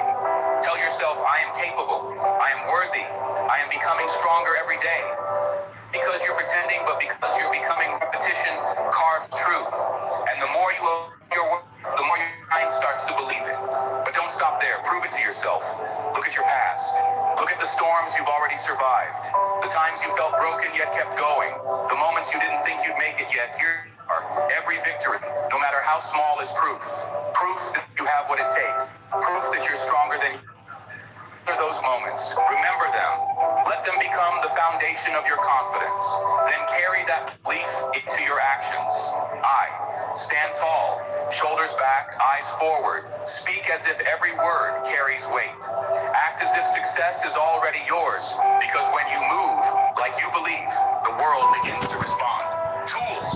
Open opportunities appear not because of luck, but because self-belief shifts reality. You're not waiting for validation. You're not asking for permission.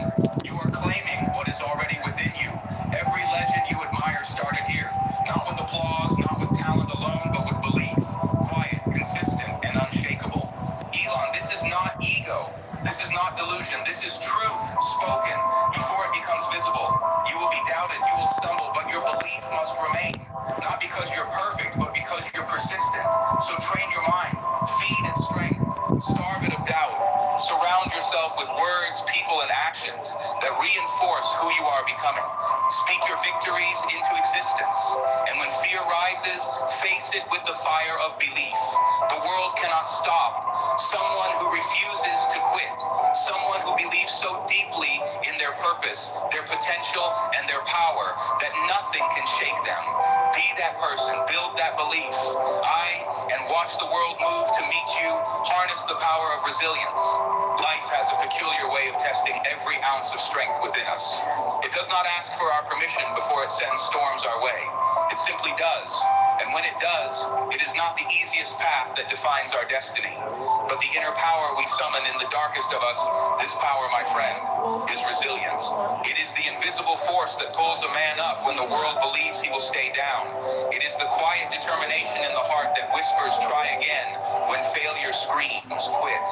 History is generous in its examples, but one that stands as a towering testament is that of Thomas Edison. Imagine thousands upon thousands of attempts, all of them seemingly leading nowhere. The world would have scoffed. The critics would have laughed. Even close friends might have offered sympathetic advice to give it all up. And yet Mr. Edison stood unmoved. He did not view each failed attempt as a defeat, but as a lesson. I haven't failed. He once said, I've just found 10,000 ways that won't work. These were not mere words. They were the battle cries of a man who understood that every setback was simply a step forward indeed. What Mr. Edison practiced was not blind persistence. It was a philosophy of resilience. He did not curse the darkness. He sought the light. He didn't resent the struggle. He welcomed it as the crucible in which greatness is forged. That is the lesson. Life offers us true such men to see obstacles not as barriers, but as necessary thresholds. Challenges are not punishment. They are preparation. Each trial, each disappointment, each moment of despair is sculpting us, chiseling away the excess to reveal the warrior within. And so when you find yourself weary, when your dreams appear distant, and the weight of the world presses upon your chest, pause, but do not retreat. Instead, remind yourself this pain is not the end. It is the beginning of your growth. The muscles of the mind, the strength of the spirit, and the courage of the heart. They are all built through resistance. You sharpen your skills, not in moments of ease, but in the fires of difficulty. Wisdom is not handed out in times of joy. It is earned through the soul's wrestling with hardship. You must begin to expect resistance. It is through falling that we learn to rise. And it is through rising again and again that we become unbreakable. Remember, resilience is not about perfection. It is not about a flawless path or a record untouched by defeat. It is about the courage to stand up every single time you fall. It is about choosing hope over despair, effort over apathy, and faith over fear. The resilient man does not wait for life to be easy. He grows stronger because it is hard. So let the world test you. Let it throw what it may for. Each time you rise from the ashes, you do not return the same. You return wiser, stronger, more prepared. That is the secret. Every setback is a step for next triumph. Is again and again until rising becomes your nature. Nothing, not even life itself, can keep you down for long. 8, master your mindset. Your mindset dictates your future. This is not merely a motivational phrase. It is a fundamental truth of life. Every nurture, every belief you entertain, you adopt becomes the lens through which you view the world, and ultimately the map you follow. Lens is clouded with negativity, doubt, and limitation, then every opportunity will as a threat. Every setback will feel like the end, but if the lens is polished with optimism, resilience, and growth, then even the darkest paths begin to reveal light. Imagine your mind as a garden in this garden.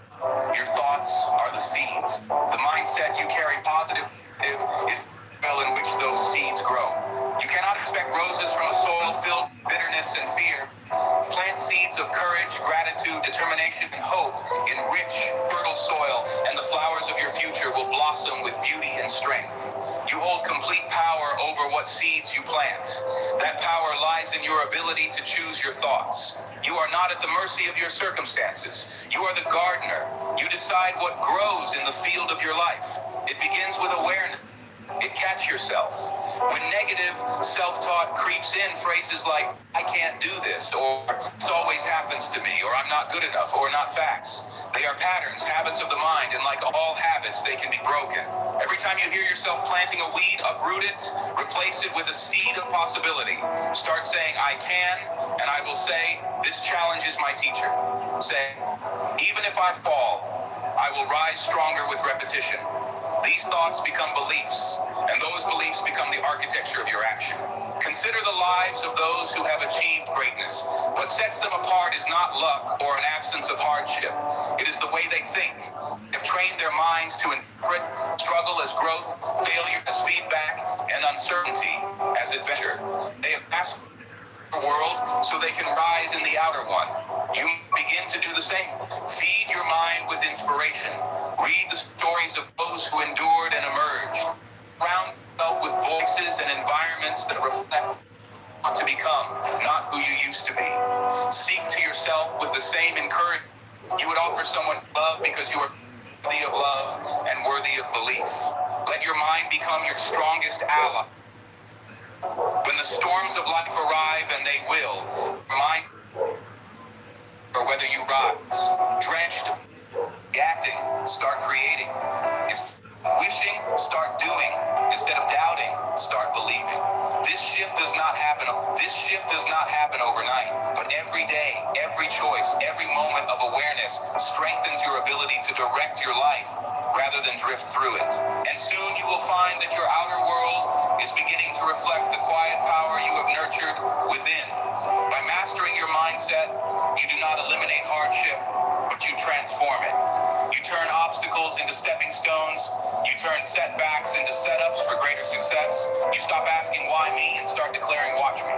Why? Because a powerful mind can overcome any limitation because a powerful mind can overcome any limitation and focused spirit. Hey, my people.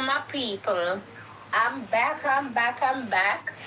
Yes, guys, I know you missed me, guys. I didn't go on anywhere. I just do a little small commercial break.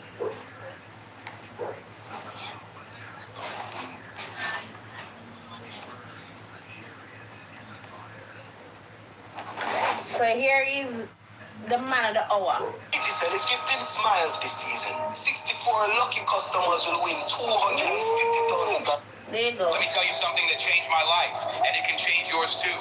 It's not what you get that makes you valuable. It's not the money, not the titles, not the applause. It's what you become. You see, success isn't something you pursue.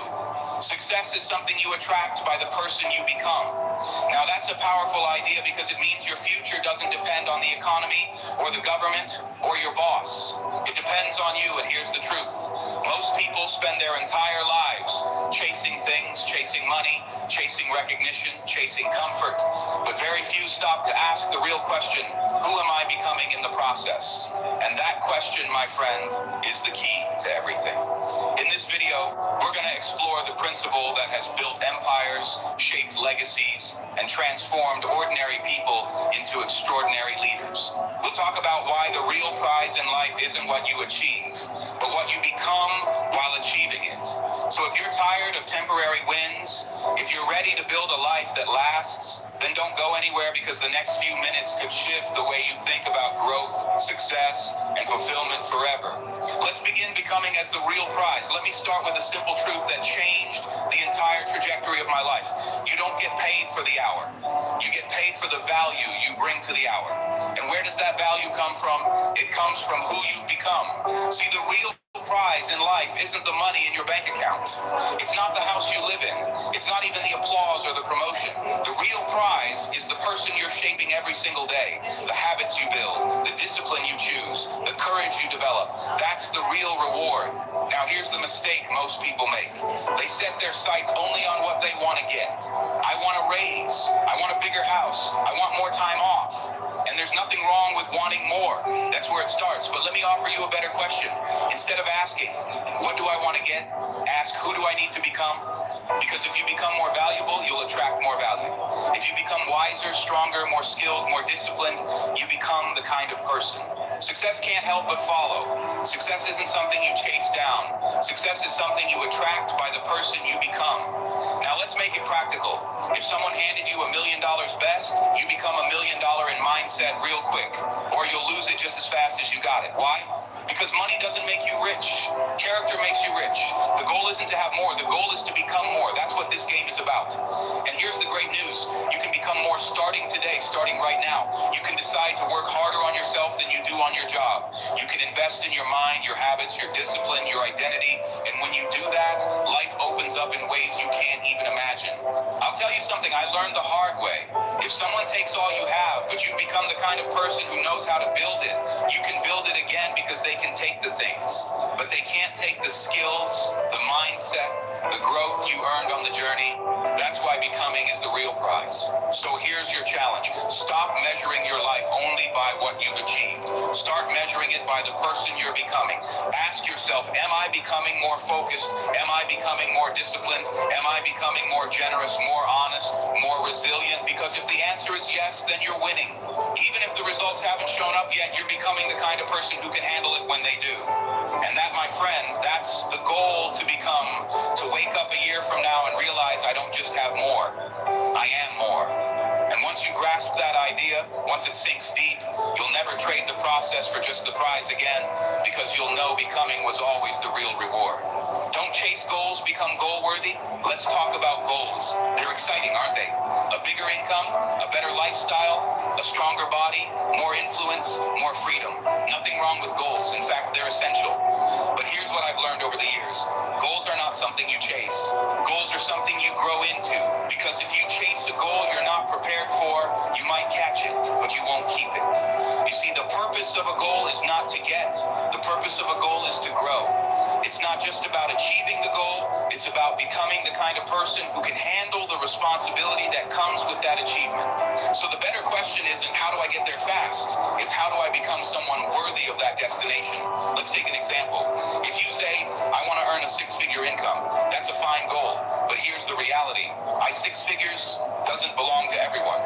It belongs to the person who has become disciplined enough to show up daily, skilled enough to solve valuable problems, wise enough to manage time, energy, and money, strong enough to handle prep. In other words, the money is not the goal. Becoming the kind of person who can earn it, manage it, and grow it, that's the real win. So don't just set goals that impress others. Set goals that require you to level up. Set a goal so big that you can't reach it until you become someone bigger. Let the goal pull you into a better version of yourself, because when you focus on becoming, the goals will chase you. Person is what I know for sure. The same goal in the hands of two different people leads to two very different outcomes. One chases the goal out of desperation. The other attracts it by becoming someone who's ready for it. Be that second person. If you want more, become more. If you want to lead, become someone worth following. If you want respect, become respectable. If you want freedom, become responsible. That's the secret. Not shortcuts, not hacks, not overnight wins, but transformation. Now here's something powerful to remember. Every goal contains a version of you hidden inside it.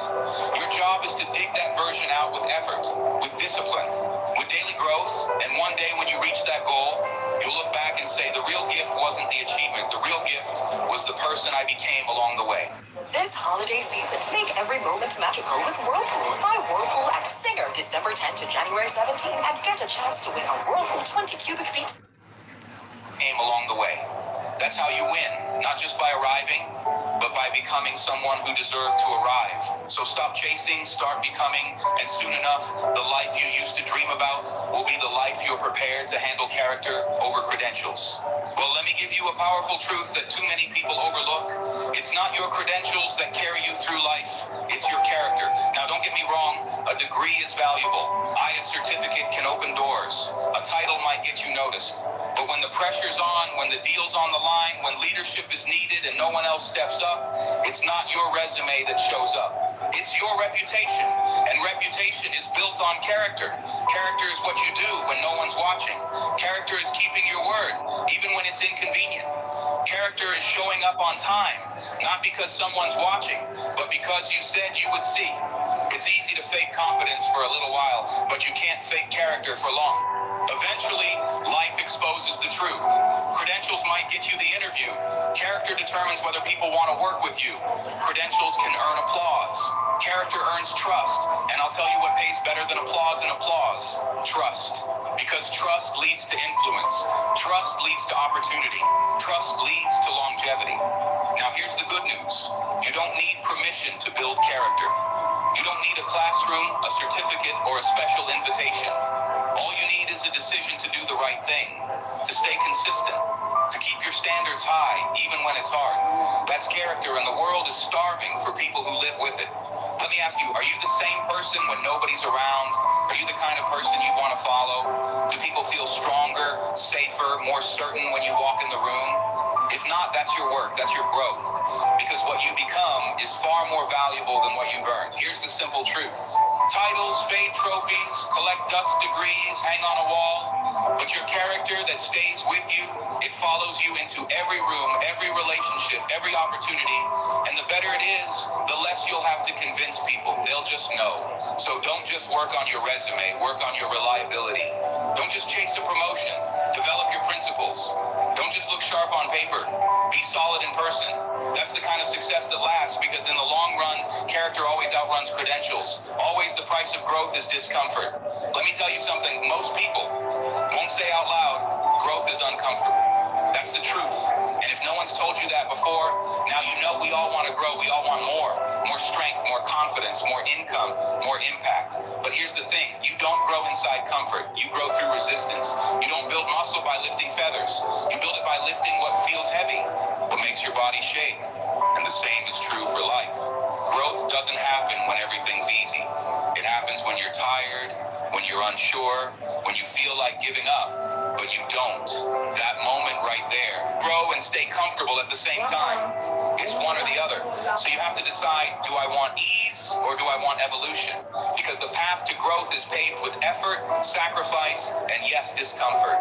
But here's the good news. Discomfort is temporary. Growth is permanent. That hard conversation you've been avoiding, once it's done, you gain confidence. That extra hour you spend working on your goals, it turns into skills, into progress, into results. Discomfort passes, but what it leaves behind, that's what changes your life. Let me put it this way. Pain is part of the price, but it's never the product. The product is strength I, the product is wisdom. The product is becoming the kind of person you respect. And that's worth more than comfort ever could be. So here's what I encourage you to do. Get comfortable, being uncomfortable. Don't run from the hard things. Lean into them. Don't fear the stretch. Welcome it. Because every time you endure a little more than you thought you could, you become a little more than you were yesterday. And that is the real reward. Remember, comfort zones are beautiful places, but nothing ever grows there. So if it's uncomfortable, if it's stretching you, if it's demanding more discipline, more courage, more patience, good. That means you're on the path. The question is, will you pay the price? Because growth isn't free, but it's always, always worth it. The mirror never lies. There's a place you can go to check your progress, a place that gives you honest feedback every time. It doesn't sugarcoat, it doesn't flatter. It simply reflects the truth that places the mirror. Because the mirror, my friend, never lies. Now, I'm not just talking about your face, I'm talking about your habits, your routines, your decisions, your results. You want to know how you're doing in life? Don't ask the world. Don't ask social media. Ask the mirror, because the mirror tells the truth. Every time you see your life right now is a reflection of your personal philosophy, what you believe, what you tolerate, what you practice. And the most important part, it's all showing up right in front of you. You don't need a fortune teller, you need a journal. You need a calendar. You need to look at your bank account, your relationships, your energy, your focus. Because your results are the mirror of your choices. Here's what I learned years ago. If you don't like what you see in the mirror, don't blame the mirror. The mirror didn't do it. The mirror didn't make you tired. The mirror didn't overspend your money. The mirror didn't skip the workout or ignore the opportunity you did. But here's the good news. You can also change it. You can't trick the mirror. You can fake your words. You can fake your your social media, but you can't fake your standard of living. Why? So if the reflection isn't what you want, don't get discouraged, get disciplined, because every day the mirror gives you a chance to check in, not with what the world thinks, but with who you're becoming. Let me tell you what. You haven't exercised in years. You have to start small with my beginner-friendly Tai Chi class. 3 reasons every man over 40 should start doing Tai Chi workout today. 1. It's one of the only workouts proven to help you live longer. Seriously, it's backed by science. 2. Just 1 week in, and you'll notice the difference. Less stiffness, better balance, and more energy, even after long days.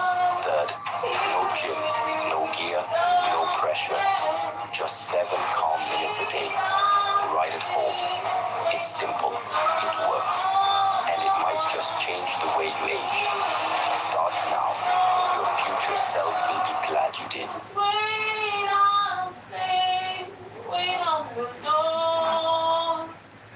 Alright guys, we made a bet. If Mom doesn't lose weight just from Tai Chi walking, I get to drive this car for a month. And if I do lose weight, you wash it for a month. Deal. Guess who's walking every morning now? Tai Chi walking works. Come on, look. What happens if I start Tai Chi walking tomorrow? Your menopause belly finally starts shrinking. Tai Chi walking gently activates your core and helps burn stubborn fat. But what if I haven't worked out in years? That's even better. Tai Chi walking was built for women 40 plus. Isn't the gym better? After 40, heavy workouts get harder. Tai Chi walking is gentle, safe, and still helps you slim down fast. Do I need any equipment? No, your body is enough. Yeah. Just do it for 15 minutes a day and see your body get younger. So what's the first step? Click the link, get the app, and start tomorrow.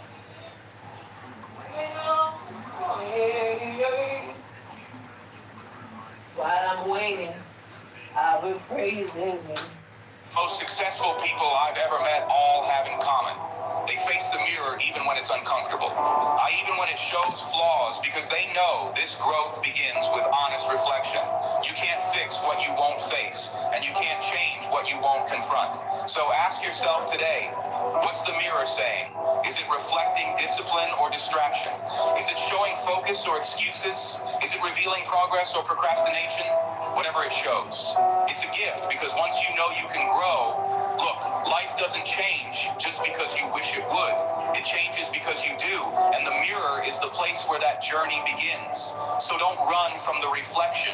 Use it, study it, let it sharpen you, because the mirror doesn't lie, but it will show you how to rise. Skills make you useful. Mindset makes you unstoppable. Let's talk about the 2 forces that shape your success, your skills, and your mindset. Skills are important.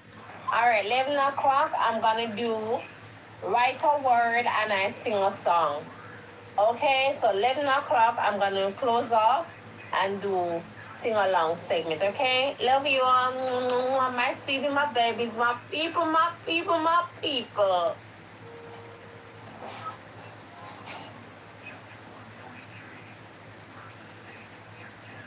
Two people. They start at the same point in life, same opportunities, same challenges. But fast forward 5 years, and one of them is living their dreams, while the other is still struggling, still complaining about how unfair life is. What's the difference? I will tell you, it's commitment. It's the relentless drive to push forward, to give everything you have got day in and day out. That's what we're here to talk about today. Life does not care about your excuses. The world does not owe you anything. Your dreams do not care if you are tired, if you're scared, if you think you're not good enough. They are just waiting for you to get off your backside and chase them. Now, I know what some of you are thinking, but it's hard. But let me tell you something. Of course, it's hard. If it were easy, everybody would be doing it. Success is supposed to be hard. That's what makes it valuable. Have you ever achieved anything worthwhile in your life that came easy? Anything that you are truly proud of, that didn't require effort, sacrifice, and persistence? I doubt it. The things that matter most in life, love, success, personal growth, they all require commitment. They demand that you show up not just once, not just when you feel like it, but every single day. And that's where most people fall short. They start strong, full of enthusiasm. But when the going gets tough, when the novelty wears off, when progress seems slow, they quit. They make excuses. They settle for less than they're capable of, but not you, not anymore. Because today you are going to make a decision to be committed to go hard every single day. Break this down. What does it mean to go hard? It does not mean you have to work yourself to exhaustion every day. It does not mean you cannot have fun or enjoy life. No, going hard means giving your best effort to whatever you are doing. If you are at work, you give it your all. If you are spending time with your family, you are fully present. If you are working on your goals, you push yourself to do just a little bit more than you think you can. It means when you get knocked down, and you will get knocked down, you get back up every single time. It means when you face a setback, you see it as a setup for a comeback. Success is not about avoiding failure. It's about failing forward. It's about learning, growing, and becoming better with every challenge you face. I want you to understand something fundamental here.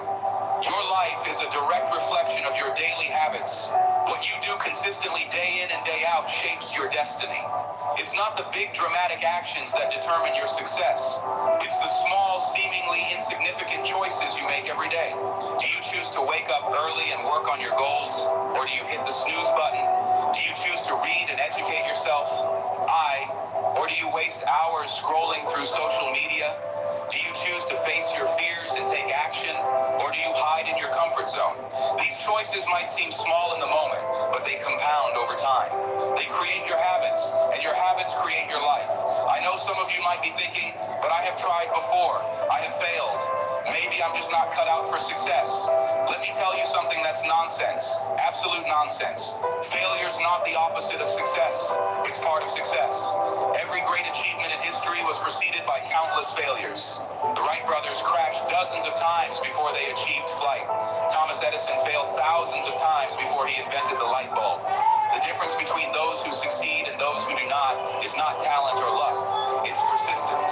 It's the willingness to fail, to learn, and to keep going. And promise that you will never give up on your dreams.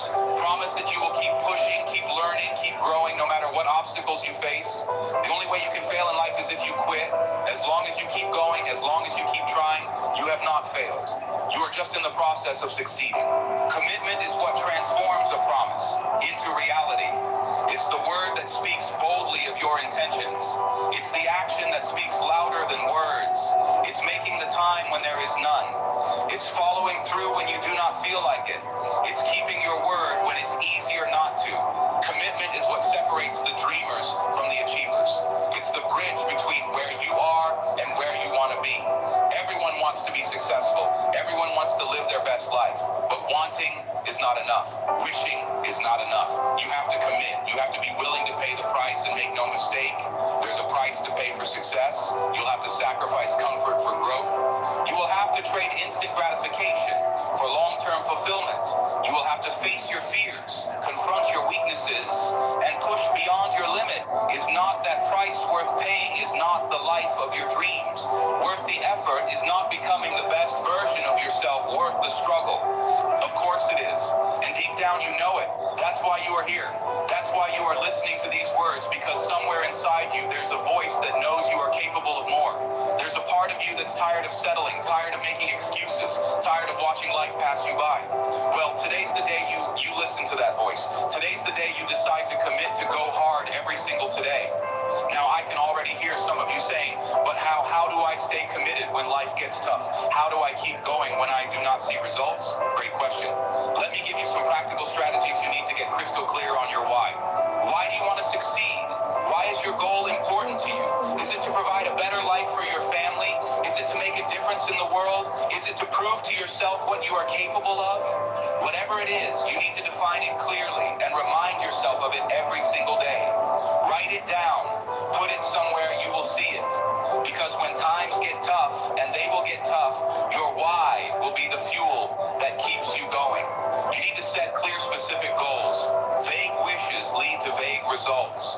If you want to succeed, you need to know exactly what you are aiming for. Do not just say, I want to be successful. Say I want to start my own business and reach $100,000 in revenue in the first year. Do not just say, I want to get in shape. Say I want to lose 30 pounds and run a marathon by this time next year. Be specific, be clear, and write your goals down. There's power in putting pen to paper. It makes your goals real. It makes them tangible. If you need to create a plan, a goal without a is just a wish. Break your big goals down into smaller, manageable steps. What do you need to do this month, this week, today to move closer to your goal? Create a schedule, allocate time for the things that matter most. Remember, we all have the same 24 hours in a day. The difference is how we choose to use them. You need to take massive action. Planning is important, but it's not enough. You need to act. You need to do something every single day that moves you closer to your goals. It does not have to be big. Small actions consistently take and lead to big results over time. Read a chapter of a book. Make one sales call. Do one extra rep in your workout. Just do something. You need to track your progress. What gets measured gets managed. Keep a journal. Write down what you did each day to move closer to your goal. Celebrate your wins. No matter how small, learn from your setback. Tracking your progress does two things. It shows you how far you have come, which is incredibly motivating, and it shows you where you need to improve, which is incredibly valuable, and this is crucial. You need to surround yourself with the right people. You become the average of the 5 people you spend the most time with, so choose wisely. Seek out people who inspire you, who challenge you, who support your dreams. Distance yourself from negative influences, from people who try to drag you down or tell you that you cannot succeed. Join a mastermind group, find a mentor, connect with like-minded individuals who are on the same path as you. Their energy, their ideas, their support will be invaluable on your journey. You need to invest in yourself. Your mind is your most valuable asset. Feed it, nurture it, educate yourself continuously. Read books, listen to podcasts, attend seminars, take courses. The more you learn, the more you earn. The more you grow, the more you can give. Never stop learning, never stop improving. You need to take care of yourself. Your body is the vehicle that will carry you to your dream. Treat it with respect, eat well, exercise regularly, get enough sleep. You cannot go hard every day if you are running on empty. Self-care is not selfish, it's necessary. It's what allows you to show up at your best day after day. You need to develop resilience. Life will throw curveballs at you. You will face setbacks. You will encounter obstacles. That's not a possibility. It's a certainty. The question is, how will you respond? Will you let these challenges break you, or will you let them make you? Will you use them as excuses to quit, or as opportunities to grow? Develop the mindset that everything happens for you not to. You see problems as challenges to overcome, not reasons to give up. Build your resilience muscle by facing your fears, stepping out of your comfort zone, and embracing difficulties as opportunities for growth. You need to practice gratitude. It might seem counterintuitive when we're talking about going hard and pushing yourself, but gratitude is incredibly powerful. Get thankful for what you have, even as you strive for more. Appreciate your progress, no matter how small. Be grateful for the challenges that make you stronger, the setbacks that teach you valuable lessons, the people who support you on your journey. Gratitude shifts your focus from what you lack to what you have. It gives you strength, it gives you perspective. It reminds you of how far you have come and motivates you to go even further. Going hard for a day, a week, even a month is not enough. You need to do it every single day. Consistency is the key to mastery. It's what turns actions into habits and habits into lasting change. It's what separates the amateurs from the professionals, the wannabes from the champions. Think about it. A small improvement compounded daily over a long period leads to extraordinary results. If you improve just 1 each day, you'll be 37 times better by the end of the year. That's the power of consistency. But here's the thing about consistency. It's not always exciting. It's not always motivating. There will be days when you do not feel like showing up. Days when you are tired, when you are discouraged, when it seems like nothing is working. Those are the days that matter most. Those are the days that separate the successful from the unsuccessful. Because success is not about what you do when you feel motivated. It's about what you do when you do not. It's about showing up when you do not feel like it. It's about doing the work. When you do not see immediate results, it's about staying committed to your goals, even when the initial excitement has worn off. That's why you need to fall in love with the process, not just the result. You need to find joy in the journey, not just the destination. Because if you are only focused on the end goal, you will give up when the going gets tough. But if you learn to love the daily grind, if you find satisfaction in the small victories, in the gradual progress, in the act of showing up and giving your best effort day after day, that's when you become unstoppable. Remember, success is not a sprint, it's a marathon. It's not about how fast you go, it's about how long you can keep going. It's about consistency, it's about persistence, it's about never ever giving up. Now, and I want to address something important. Some of you might be thinking, but what about balance? What about rest? What about enjoying life? These are valid questions, and let me be clear. Go hard every day does not mean working yourself to exhaustion. It does not mean neglecting your relationships or your health. That's not success. That's burnout.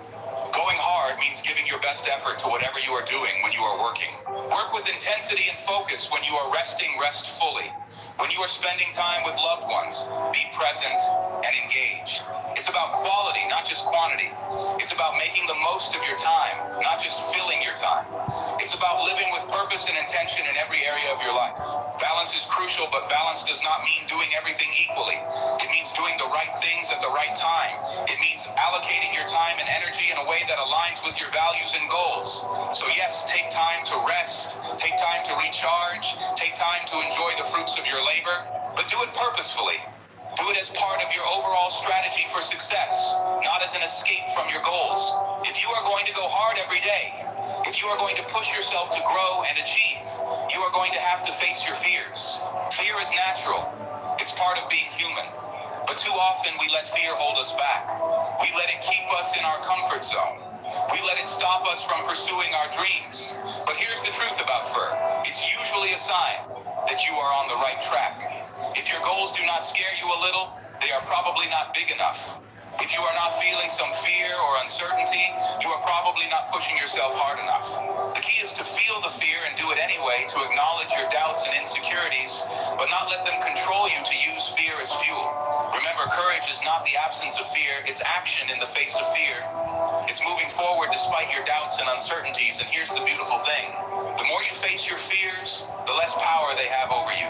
The more you push yourself out of your comfort zone, the larger your comfort zone becomes. Do something that scares you every day.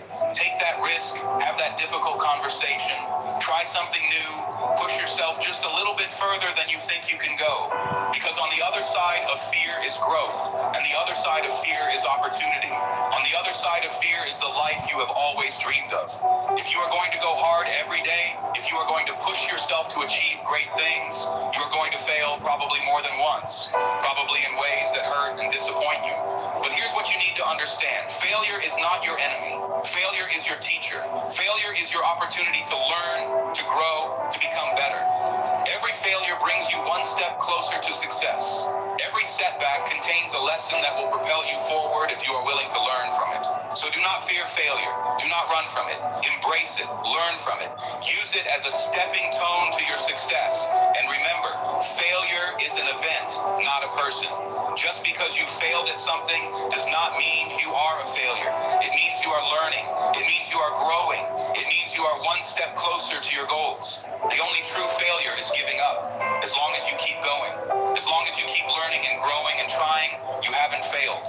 You are just in the process of succeeding. Going hard every day requires discipline. It requires the ability to do what needs to be done, whether you feel like it or not. Discipline is the bridge between goals and accomplishment. It's what turns your dreams into reality. It's what makes the difference between who you are and who you want to be. But here's the thing about discipline. It's like a muscle. The more you use it, the stronger it gets. Every time you choose to do what's right instead of what's easy, you are strengthening your discipline muscle. Every time you get up early to work on your goals, even when you're tired, every time you choose healthy food over junk food, every time you push through one more rep your workout, every time you stay focused on your work. Instead of getting distracted by social media, these small acts of discipline compound over time, shaping you into the person you aspire to be. Discipline is not about perfection. It's about consistency. It's about making the right choice. More often than not, it's about getting back on track quickly when you slip up. And here's the secret about discipline. It actually creates freedom. When you have the discipline to do what needs to be done, you create the freedom to do what you want to do. Discipline gives you control over your life, your time, your future. Going hard every day does not mean you will see results overnight. Success takes time. It takes persistence. It takes the ability to delay gratification. In this age of instant everything, patience has become a rare and valuable for virtue, but it's absolutely essential for long-term success. The most worthwhile achievements in life, building a successful business, creating a strong relationship, achieving peak physical fitness, they all take time. You need to cultivate the patience to keep going when progress seems slow, to trust the process when you cannot see immediate results, to believe in yourself and your goals, even when others doubt you. Remember, overnight success is a myth. What looks like an overnight success to the outside world is usually the result of years of hard work, persistence, and dedication behind the scenes. So be patient with yourself. Be patient with your progress. Celebrate the small wins along the way. Trust that your consistent efforts will compound over time, leading to extraordinary results in a world full of distractions. The ability to focus intensely on your goals is a superpower. It's what allows you to make significant progress while others are busy reacting to every notification on their phone and focus. It means saying no to good opportunities so you can say yes to great ones. It means eliminating distractions and creating an environment that supports your goals. It means being fully present in whatever you are doing, whether it's work, family time, or personal development. Multitasking is a myth. Your brain cannot focus on multiple things at once. What we call multitasking is really just rapid task switching, and it kills your productivity. Instead, practice single tasking. Give your full attention to one task at a time. You'll be amazed at how much more you can accomplish. Go hard every day is not just about working hard, it's about working smart. It's about constantly looking for ways to get better, to be more efficient, to increase your impact, adopt a growth mindset. Believe that you can improve, that your abilities are not fixed, but can be developed through dedication and hard work. Always be learning, always be growing. Ask yourself every day, how can I do better today than I did yesterday? How can I serve more, contribute more, achieve more? How can I become a better version of myself? This mindset of continuous improvement applies to every area of your life, your work, your relationships, your health, your personal growth. There's always room for improvement, always an opportunity to level up. Passion is the fuel that keeps you going. When things get tough, it's what gets you out of bed in the morning, excited to tackle the day ahead. But here's something crucial to understand about passion. It's not just something you find, it's something you develop. It's something you cultivate through dedicated practice and continuous learning. Do not wait to find your passion. Start working hard at something that interests you, and passion will follow. The more you learn about something, the more skilled you become at it, the more passion you will become about it. And remember, passion is not always about feeling good. Sometimes it's about the willingness to suffer for something you care about. It's about pushing through the difficult times because you believe in what you are doing. Your life is essentially the sum of your habits. What you do consistently shapes creating positive habits is one of the most effective ways to go hard every day. When you turn your key actions into habits, they become automatic. You do not have to rely on willpower or motivation. You just do them like brushing your teeth or taking a shower. Start small. Focus on creating one positive habit at a time. Maybe it's reading for 30 minutes every day, or exercising for 20 minutes, or writing down 3 things you are grateful for. Whatever it is, make it so easy you cannot say no. Then once that habit is established, build on it. Gradually increase the difficulty or duration, add new habits over time. These small habits will compound to leading to massive changes in your life. It's easy to let yourself off the hook when you're the only one who knows your goals, but when you make yourself accountable to others, it becomes much harder to slack off and find accountability partner. Join a mastermind group. Share your goals publicly. Use apps or tools that track your progress. Whatever method you choose, create systems of accountability that keep you on track, and do not just be accountable for your actions. Be accountable for your attitude, your effort, your commitment. Hold yourself to a high standard in everything you do. Athletes, entrepreneurs, and high achievers in every field use visualization to improve their performance and achieve their goals. Spend time each day visualizing your success. See yourself achieving your goals. Feel the emotions you will feel when you succeed. Imagine the impact your success will have on your life and the lives of others. This is not just feel good. Nonsense visualization actually primes your brain for success. It creates neural pathways that make it easier for you to take the actions necessary to achieve your goals. The way you talk to yourself has a profound impact on your actions and your results. Negative self-talk can sabotage your efforts, while positive self-talk can propel you forward. Be mindful of your inner dialogue.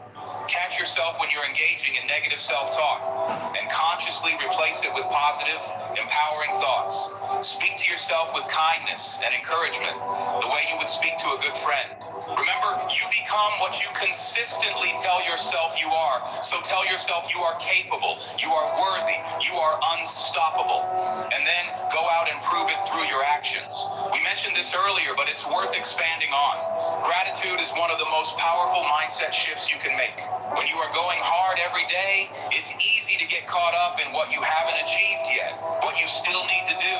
But taking time to appreciate what you have, how far you have come, can give you the energy and motivation to keep pushing forward, starting in each day with gratitude.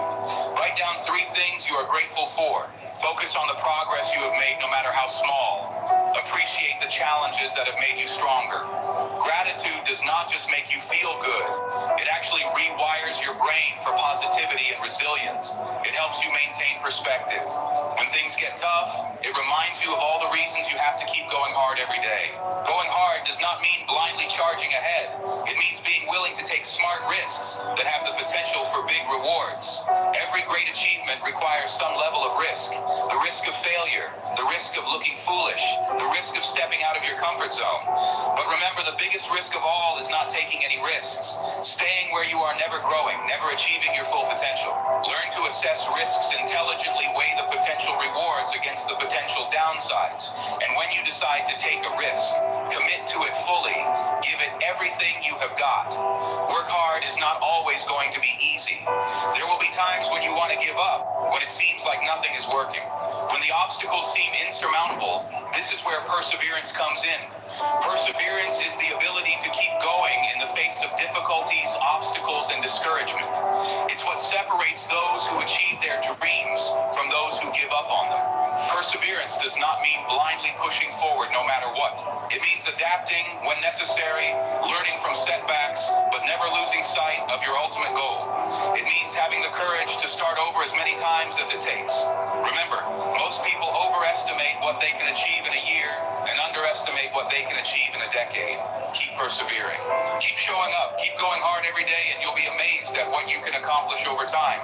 It's not just about action. It's also about taking time to reflect, to assess your progress, to learn from your experiences. Set aside time regularly, maybe weekly or monthly, to review your goals, your actions, your results. What's working well? What needs improvement? What have you learned? How can you apply these lessons going forward? This process of self-reflection allows you to course correct when necessary, to celebrate your wins, and to continuously refine your approach.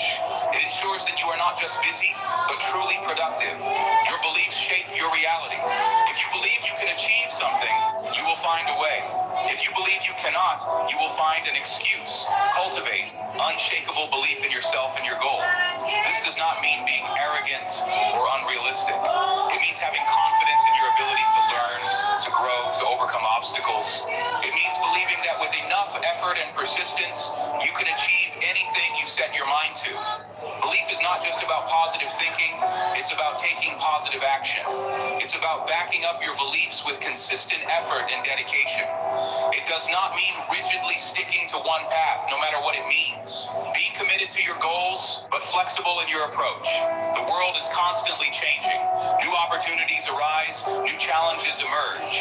You need to be able to adapt, to pivot when necessary, to seize new opportunities when they present themselves. Stay focused on your ultimate goals, but be willing to adjust your methods. Be open to new ideas, new strategies, new ways of doing things. The most successful people are those who can balance persistence with adaptability. It might seem counterintuitive, but one of the best ways to go hard every day is to focus on what you can give, not just what you can get. When you shift your focus from success to significance, from accumulation to contribution, you tap into a powerful source of motivation and fulfillment. You are no longer just working for yourself, but for a greater purpose. Look for ways to add value to others. How can you use your skills, your knowledge, your resources to make a positive difference? How can you serve your customers, your community, the world at large?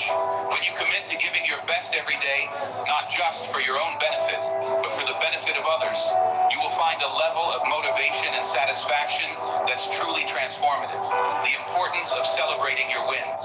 When you're focused on going hard every day, it's easy to always be looking ahead to the next goal, the next challenge. But taking time to celebrate your achievement, no matter how small, is crucial for maintaining motivation and momentum. A celebration is not just about feeling good. It reinforces the behaviors that led to success. It builds confidence. It provides positive reinforcement that encourages you to keep pushing forward. So celebrate your wins, both big and small. Completed a difficult project. Celebrate stuck to your workout routine for a week.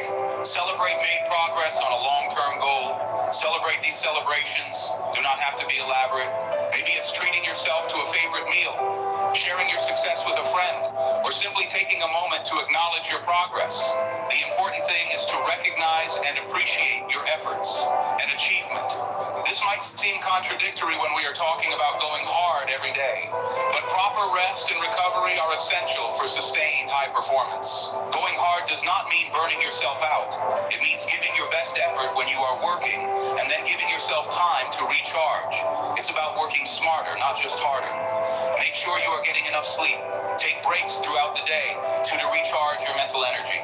Schedule regular time off to relax and rejuvenate. Remember, rest is not laziness. It's a crucial part of the success equation.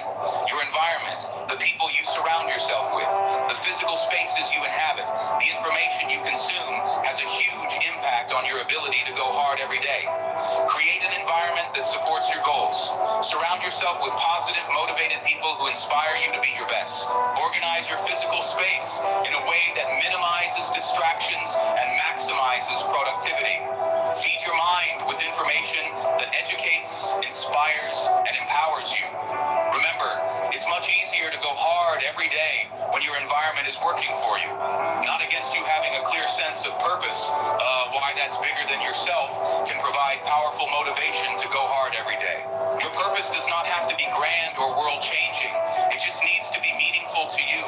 Maybe it's providing for your family, making a difference in your community, or creating something that improves people's lives. When you are connected to your purpose, challenges become opportunity. Obstacles become stepping stones. The daily grind becomes a meaningful journey. It's not about pushing yourself to the point of burnout. It's about sustainable, high performance, and that requires taking care of yourself physically, mentally, and emotionally. Exercise regularly, eat a healthy diet, practice stress management techniques like meditation or deep breathing. Pick time for hobbies and activities you enjoy. Nurture your relationships. Remember, self-care is not selfish. It's what allows you to show up at your best day after day, week after week, year after year, in a world full of distractions. The ability to focus deeply on your most important tasks is a superpower. Practice single tasking instead of multitasking. Use techniques like the Pomodoro method to work in focused bursts. Eliminate or minimize distractions during your work time. Remember, it's not about the number of hours you put in, it's about the quality of focus you bring to those hours. Your daily habits are the building blocks of your success. They are what allow you to go hard every day without relying solely on willpower or motivation. Focus on creating positive habits that move you towards your goals. Start small, be consistent, gradually build up. Remember, we are what we repeatedly do. Excellence then is not an act, but a habit. Going hard every day is not about never facing setbacks or difficulties. It's about how you respond to those challenges. Develop your resilience. See setbacks as opportunities to learn and grow. Cultivate a growth mindset that believes in your ability to improve and overcome obstacles. Remember, it's not about how many times you get knocked down, it's about how many times you get back up. It's easy to let yourself off the hook when you are the only one who knows your goals. But when you make yourself accountable to others, it becomes much harder to slack off. Find an accountability partner. Join a mastermind group. Share your goals publicly. Use app or tools that track your progress. Remember, what gets measured gets managed, and what gets shared gets done. The importance of balance. Going hard every day does not mean neglecting other areas of your life. It means giving your best effort to whatever you are doing, whether that's work, family time, or personal development. Strive for harmony between different areas of your life. Remember that success in one area shouldn't come at the expense of another. I want to remind you of something important. Going hard every day is not about being perfect. It's not about never making mistakes or never having bad days. It's about consistency. It's about showing up day after day and giving your best effort. It's about making progress, not achieving perfection. There will be days when you fall short, days when you are tired, discouraged, or unmotivated. That's okay. It's part of the journey. The key is to not let those days derail you, to get back on track as quickly as possible. Remember why you started. Remember your goals, your dreams, your purpose. Let these be your guiding light when the path gets tough. And most importantly, remember that you have everything you need within you to succeed. You have the power to shape your life, to achieve your dreams, to become the person you want to be. Nothing worthwhile ever is, but it will be worth it. The satisfaction of knowing you gave it your all, the pride of seeing your hard work pay off, the joy of living life on your own terms. These are priceless reward. So I challenge you. No, I dare you. Go hard every single day, not just for a week or a month or a year, but for life. Make it your standard. Make it your way of being. Wake up each morning with determination. Face each challenge with courage. Treat each setback as a setup for a comeback. Embrace each opportunity with enthusiasm. Go hard in your work. Push yourself to learn, to grow, to excel. Go hard in your relationships. Show up fully, love deeply, give generously. Go hard in your personal growth. Never stop learning. Never stop improving.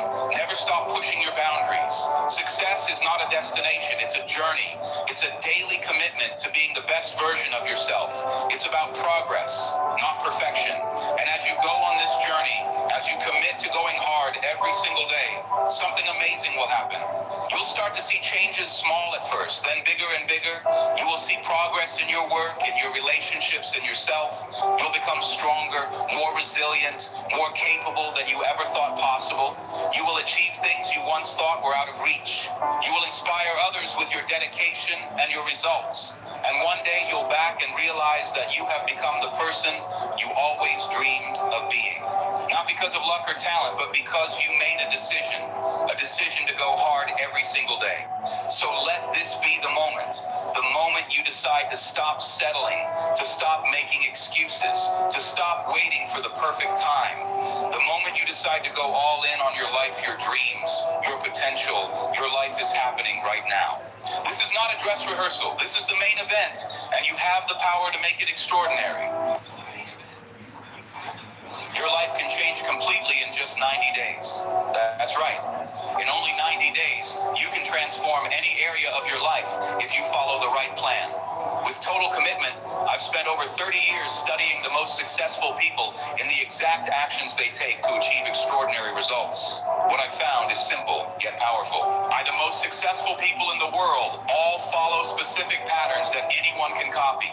And today I'm going to show you exactly what to do for the next 90 days. That will put you on the fast track to exceptional success. The next 90 days can be the turning point in your life. The question is, will you be in the same place 90 days from now, or will you be miles ahead? The choice is yours, and it starts with the decisions you make today. Most people never realize how quickly their lives can transform because they're stuck thinking about long-term goals that seem too far away, but 90 days is the perfect time frame. Long enough to see real results, yet short enough to stay motivated throughout the process. Now let me tell you about John, one of my clients who was struggling in his sales career. He was working hard, but getting nowhere. Then he committed to the 90-day plan I'm about to share with you. By the end of those 90 days, he had doubled his income and was promoted to team leader. What changed? Not his circumstances, only his actions and habits. The most valuable asset you have is your ability to decide right now to take control of your life. The most successful people in the world all have one thing in common. They don't wait for the right time or for permission. They decide and then they act. And that's what I want you to do today. Decide that the next 90 days will be different. Decide that you will follow through. Decide that you deserve success. Here's the truth. Nothing will change in your life until you change. And the changes you make today right now will shape everything about your future. So let's talk about exactly what you need to do during these next 90 days to completely transform your life. The foundation of any 90-day transformation is based on one simple principle: consistency. That's the secret ingredient that separates those who succeed from those who fail. It's not about making massive changes overnight. It's about making small positive changes consistently Consistency is the multiplier of results when you do something positive. Once you get a small result, when you do it consistently for 90 days, that small result compounds into something remarkable. This is why most people fail. They start strong, but can't maintain consistency, but you're going to be different. And to commit to consistency for the full 90 days by creating systems rather than relying on motivation. Motivation is unreliable. It comes and goes. Systems work, whether you feel motivated or not. I'll exercise when I feel motivated. Instead, create a system. I will exercise for 30 minutes at 6:30 a.m. E-Day. This removes the decision-making process and turns success into a routine rather than a battle of willpower. Now establish a powerful morning ritual. How you start your day determines how you finish your day. The most successful people control their morning. Control your day, control your life for the next 90 days. Wake up 1 hour earlier than normal. This extra hour will become your power hour, our time that belongs completely to you before the demands of the day begin first. Spend 20 minutes on physical exercise. Simple body weight exercises or a brisk walk will work. The goal is to get your heart rate up and oxygen flowing to your brain, releasing endorphins that energize you for the day ahead. Next, spend 20 minutes reading something educational. The average American reads less than 2 books per year. The average reads 60 books per year. During your 90-day transformation, read at least 10 books. That's 1 book every 9 days. The final 20 minutes should be spent planning your day. Write down your top 3 priorities. The tasks that will move you closest to your goals. Complete these 3 tasks before doing anything else this morning. Ritual alone can transform your life, but we're just getting started. The next critical component is proper goal setting for your 90-day period. Most people set goals incorrectly. They make wishes, not goals. A real goal has specific characteristics that make it achievable for the next 90 days. You need to set goals that follow the SMART formula. Specific, measurable, achievable, relevant, and time-bound. Your 90-day goal must be specific exactly what you want to achieve in clear, precise terms. It must be measurable. You need to know exactly when you've reached it. It must be achievable within 90 days. Challenging but not impossible. It must be relevant to your larger life goals, and it must be time-bound with specific deadlines. Write down your 90-day goal and place it somewhere. You'll see it every day. Then break it down into 12 weekly goals. What exactly do you need to accomplish each week to stay on track? Then break those weekly goals into daily actions. This creates a clear roadmap for your entire 90-day journey. The power of this approach is that it makes even the biggest goals manageable. Instead of focusing on the mountain peak, you focus on taking the next step on the path. Day by day, step by step, you make progress. I recommend creating a goal card, a small card with your main 90-day goal written on it. Carry this card with you everywhere. Read it at least 10 times each day. This programs your subconscious mind to constantly look for opportunities to achieve your goal in your reticulate activating system. The part of your brain that filters information will start noticing resources, people, and ideas that can help you reach your goal. Remember, goals that aren't written down are just wishes. Goals that are written, reviewed daily, and broken down into action steps become reality for the next 90 days. Make your goals as real and present in your mind as possible. Now let's talk about the most important part of your 90-day transformation. Taking massive action knowledge without action is worthless. Many people know what to do, but fail to act during these 90 days. You must commit to taking more action than you've ever taken before. The law of averages states that if you take enough actions, some will succeed and some will fail. But the successes will eventually outweigh the failures. Most people take too little action and give up too soon. They try something once or twice, fail and conclude, doesn't work. Successful people understand that failure is simply feedback. They adjust their approach and try again for the next 90 days. Commit to the rule of 5 every single day. Take at least 5 specific actions that move you closer to your goal. Yeah, these don't have to be huge actions. Small steps count too, but 5 meaningful actions each day adds up to 450 action steps over 90 days. With that many attempts, success becomes inevitable. Also focus on high leverage activities. These are the tasks that produce the greatest results with the least effort. In any field, about 20 of activities produce 80 of results. Identify the 20 in your field and focus your energy there. For a salesperson, this might be prospecting and following up with qualified leads. For a writer, it might be actual writing rather than research. For a business owner, it might be sales and marketing rather than administrative tasks. During your 90 days, keep a daily action log. Write down every action you take toward your goal. This serves two purposes. It keeps you accountable, and it provides a record of what works and what doesn't. This information is invaluable as you refine your approach. Remember, action creates motivation, not the other way around. Don't wait until you feel motivated to act. Take action first, and motivation will follow. This is one of the great secrets of achievement. Motion creates emotion. Let me share another crucial principle for your 90-day transformation, the power of single handling. This means working on one important task at a time with complete focus until it's finished. Multitasking is a myth that severely reduces your productivity and effectiveness. When you single handle your most important tasks, you complete them up to 5 times faster than if you start and stop repeatedly for the next 90 days. Identify your most important task each day and work on it without interruption until it's complete. This habit alone can double your productivity. The ability to concentrate single-mindedly on your most important task, to do it well, and to finish it completely is the key to great success, achievement, respect, status, and happiness in life.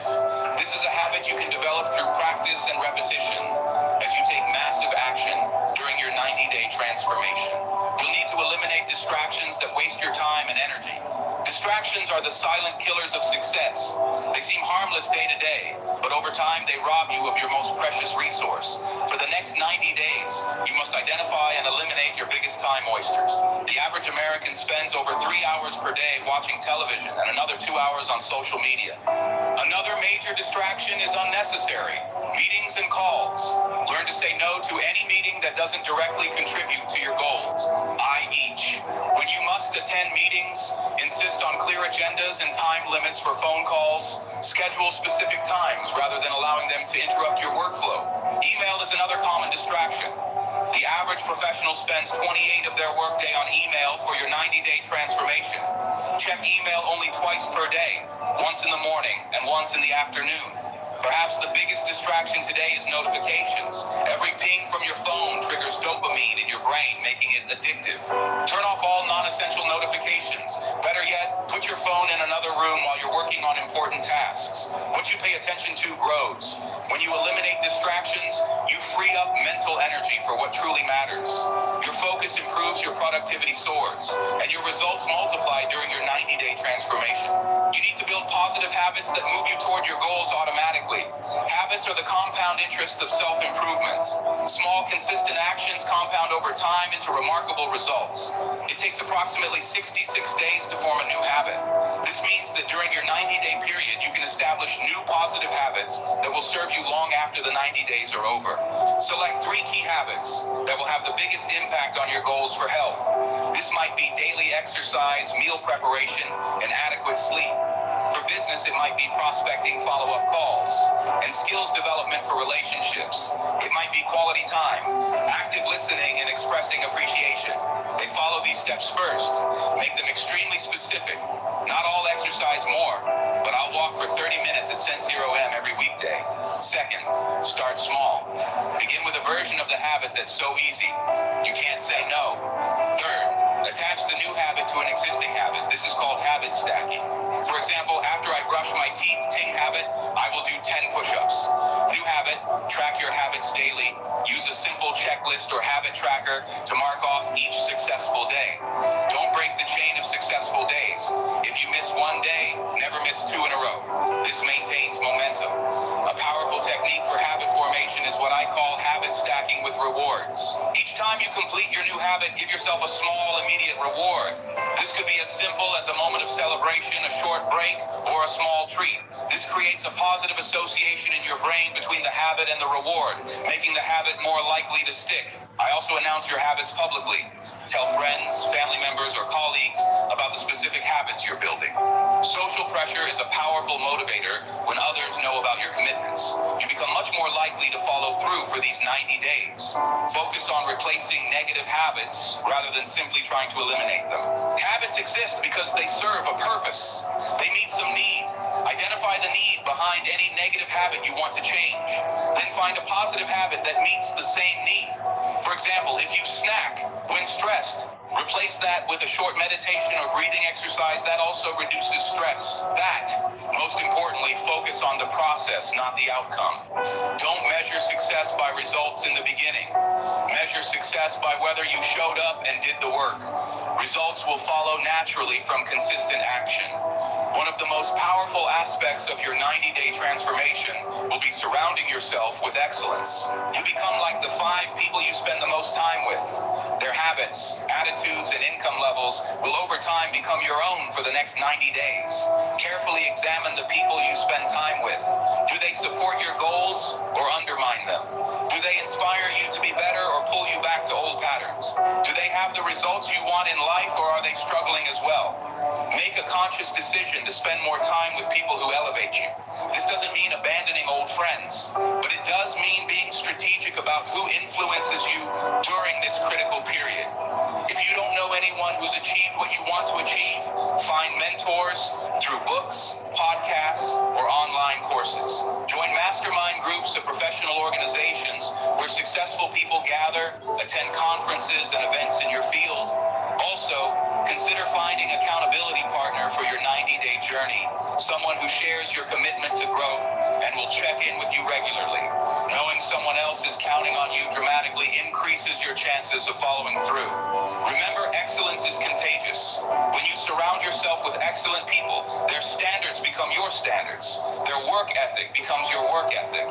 Their success mindset becomes your success mindset. Thinking of accountability, this is a crucial element of your 90-day transformation. Without accountability, it's too easy to let yourself off the hook when challenges arise for the next 90 days. Build multiple layers of accountability into your plan. First, create external accountability. Tell people about your 90-day goal. Research shows that you're 65 more likely to achieve a goal if you commit to someone else that you'll do it. You're 95 more likely you have a specific accountability appointment with that person. Set up weekly check-ins with a mentor, coach, or accountability partner. Second, establish internal accountability through tracking and measurements. What gets measured gets managed. Create a simple scoreboard for your key activities and results updated daily. This visual reminder keeps you focused and motivated. It also makes it impossible to lie to yourself about your effort or progress. Third, use financial accountability. Put some skin in the game. Make a meaningful financial commitment that you'll lose if you don't follow through. This could be as simple as giving money to a friend with instructions to donate it to a cause. You dislike if you fail to meet your commitments. When money is at stake, motivation increases dramatically. Remember, accountability is not about punishment. It's about support. The right accountability structures don't make you feel restricted. They make you feel empowered. They provide the external framework that helps you do what you truly want to do, but might not do on your own. During your 90-day transformation, you will face obstacles. That's not a possibility. It's a certainty. The difference between those who succeed and those who fail is not whether they encounter obstacles, but how they respond to them. Expect resistance. Whenever you try to improve any area of your life, you'll face internal resistance, self-doubt, procrastination, fear, and external resistance. Expected events, other people's demands, resource limitations. These forces push against change and try to maintain the status quo. Pop this mindset. Obstacles are not stop signs, they are guidelines. They don't tell you to quit. They tell you to adjust your approach when you hit a roadblock. Don't ask, why is this happening to me? Instead ask, what is this teaching me? How can I use this to get better? Develop the habit of solving problems rather than complaining about them. For every obstacle you face, I write down at least 3 possible solutions. Then take action on the best one immediately. This solution-focused approach keeps you moving forward regardless of circumstances. Also, prepare for obstacles in advance. Identify the 3 biggest challenges you're likely to face during your 90-day journey. Create specific plans for overcoming each one. When you anticipate obstacles, they lose their power to derail you. Remember, the quality of your life is determined not by what happens to you, but by how you respond to what happens to you. For 90 days, commit to responding to every challenge with determination rather than defeat. To make your 90-day transformation successful, you need to measure your progress effectively. What gets measured improves. goals for the next 90 days. Implement regular review systems to track your advancement and make necessary adjustments once. Conduct daily reviews at the end of each day. Spend 10 minutes answering these questions. What went well today? What could I have done better? What did I learn? What will I do differently tomorrow? This daily reflection creates a feedback loop that accelerates your growth. Second, conduct weekly reviews. Every Sunday, review your progress toward your weekly goals. Score yourself on a scale of 1 to 10 for each key area. Where did you excel? Where did you fall short? What adjustments do you need to make for the coming week? This prevents small deviations from becoming major setbacks. Third, conduct monthly reviews at the end of each month, day 30 and day 60 of your journey. Conduct a more comprehensive evaluation. Are you on track to reach your 90-day goal? Have your priorities changed? What new opportunities have emerged? These monthly checkpoints allow you to make larger strategic adjustments as needed. Effective measurement requires both leading and lagging indicators. Lagging indicators show results, weight loss, sales made, revenue generated. Leading indicators show actions, workouts, completed sales calls made, marketing campaigns launched. Track both, but focus more on leading indicators as these are within your direct control. Remember, measurement is not about perfection, it's about progress. Don't expect a perfect upward trajectory. Progress comes in spurts, plateaus, and occasional setbacks. What matters is the power of focused learning. Commit to becoming an expert in your field. The highest paid professionals in every industry are those who know more than their competitors. For the next 90 days, invest at least 30 minutes daily in deliberate learning. This means studying with purpose-focused acquisition of knowledge and skills that directly contribute to your success. This simple habit puts you in the top 5 of professionals in your field within 1 year. Focus on the critical skills in your industry that lead to increased results. If you're in sales, study closing techniques and objection handling. If you're an entrepreneur, study marketing and financial management. If you are in leadership, study communication and strategic thinking. The beautiful thing about focused learning is that it compounds over time, creating a network of knowledge that makes you increasingly valuable during your 90-day transformation. Also, harness the power of visualization every night before sleep. Spend 5 minutes visualizing yourself successfully achieving your 90-day goal. See yourself performing the necessary actions. Feel the satisfaction of making progress. Hear the congratulations of others as you succeed. This practice is not mere wishful thinking. Visualization creates neural pathways in your brain similar to those created by actual experience. When you visualize success regularly, you program your subconscious mind to recognize opportunities and solutions that move you towards your goal. Top athletes, performers, and business leaders all use visualization to enhance their performance. Another critical component, your 90-day transformation, is strategic energy management. Your energy, not just your time, determines your productivity and results. For the next 90 days, treat your energy as your most precious resource. First, identify your peak energy periods, the times of day when you naturally have the most mental and physical energy. For most people, this is in the morning, but you might be different. Schedule your most important tasks during these peak periods. Save routine, low-value tasks for your energy dips. Second, protect your energy with proper nutrition, hydration, and sleep. Eliminate or dramatically reduce sugar-processed foods and alcohol during your 90-day transformation. These substances provide temporary energy spikes, followed by crashes that devastate your productivity. Instead, eat lean proteins, complex carbohydrates, and healthy fats that provide sustained energy throughout the day. Commit to drinking at least 8 glasses of water daily. Even mild dehydration reduces cognitive function by up to 30, and prioritize sleep as if your success depends on it. Because it does 7 to 8 hours of quality sleep each night improves decision-making, willpower, creativity. Third, take strategic breaks throughout your day. The most effective work pattern is not constant effort, but rather intensive focus, followed by brief recovery. Try the Pomodoro technique. Work with complete concentration for 25 minutes, then take a 5-minute break. This rhythm maximizes both productivity and sustainability. During your 90-day transformation, develop the habit of extreme ownership.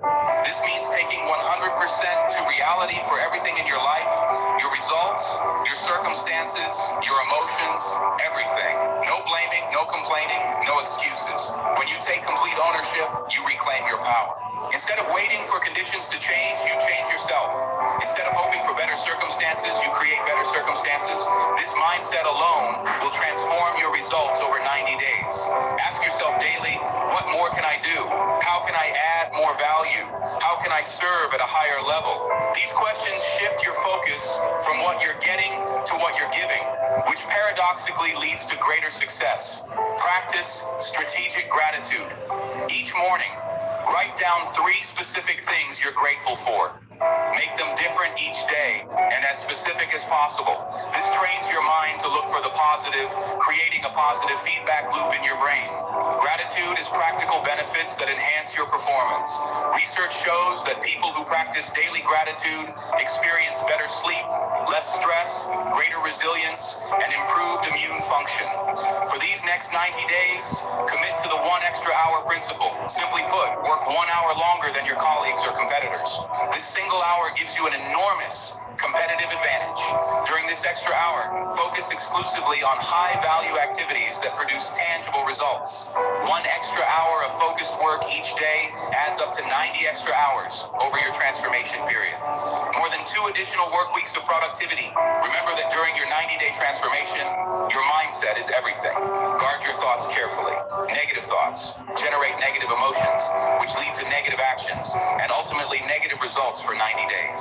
Commit to positive expectancy, the belief that good things will happen and that your efforts will succeed when negative thoughts arise out and they will don't fight them. Simply acknowledge them and replace them with empowering alternatives instead of, this is too difficult. Think I'm learning and growing through this challenge instead of I don't have enough time. Think I'm focusing on what matters most. Read empowering material for at least 15 minutes each day. Listen to motivational audio programs during your commute. Surround yourself with positive messages that reinforce your commitment to growth. Your mind is like fertile soil. It will grow whatever seed you plant in it, whether positive or negative. As we conclude, let me make you a promising, if you follow this plan for 90 days with total commitment, your life will change in ways you can hardly imagine. Right now, you'll develop momentum that carries you forward long after the 90 days are over. The next 90 days can be just another 3 months in your life, or they can be the 3 months that change everything. The choice is yours, but know this, 90 days from now, you'll arrive at a destination. The question, will it be a destination you chose through deliberate action or one you drifted? I challenge you to start your 90-day transformation today. Not tomorrow, not next week, not when circumstances are perfect today. Right now, take the first step, however small. Then take another step tomorrow and another the day after that, day by day, step by step. You will move toward your goals. Remember, success is not a mystery. It's a science. When you consistently take the right actions for 90-day success becomes not just possible, but inevitable. The 90-day formula I've shared with you today has transformed thousands of lives. And it can transform yours too. Your future is created by what you do today, not tomorrow. These next 90 days belong to you. Make them count.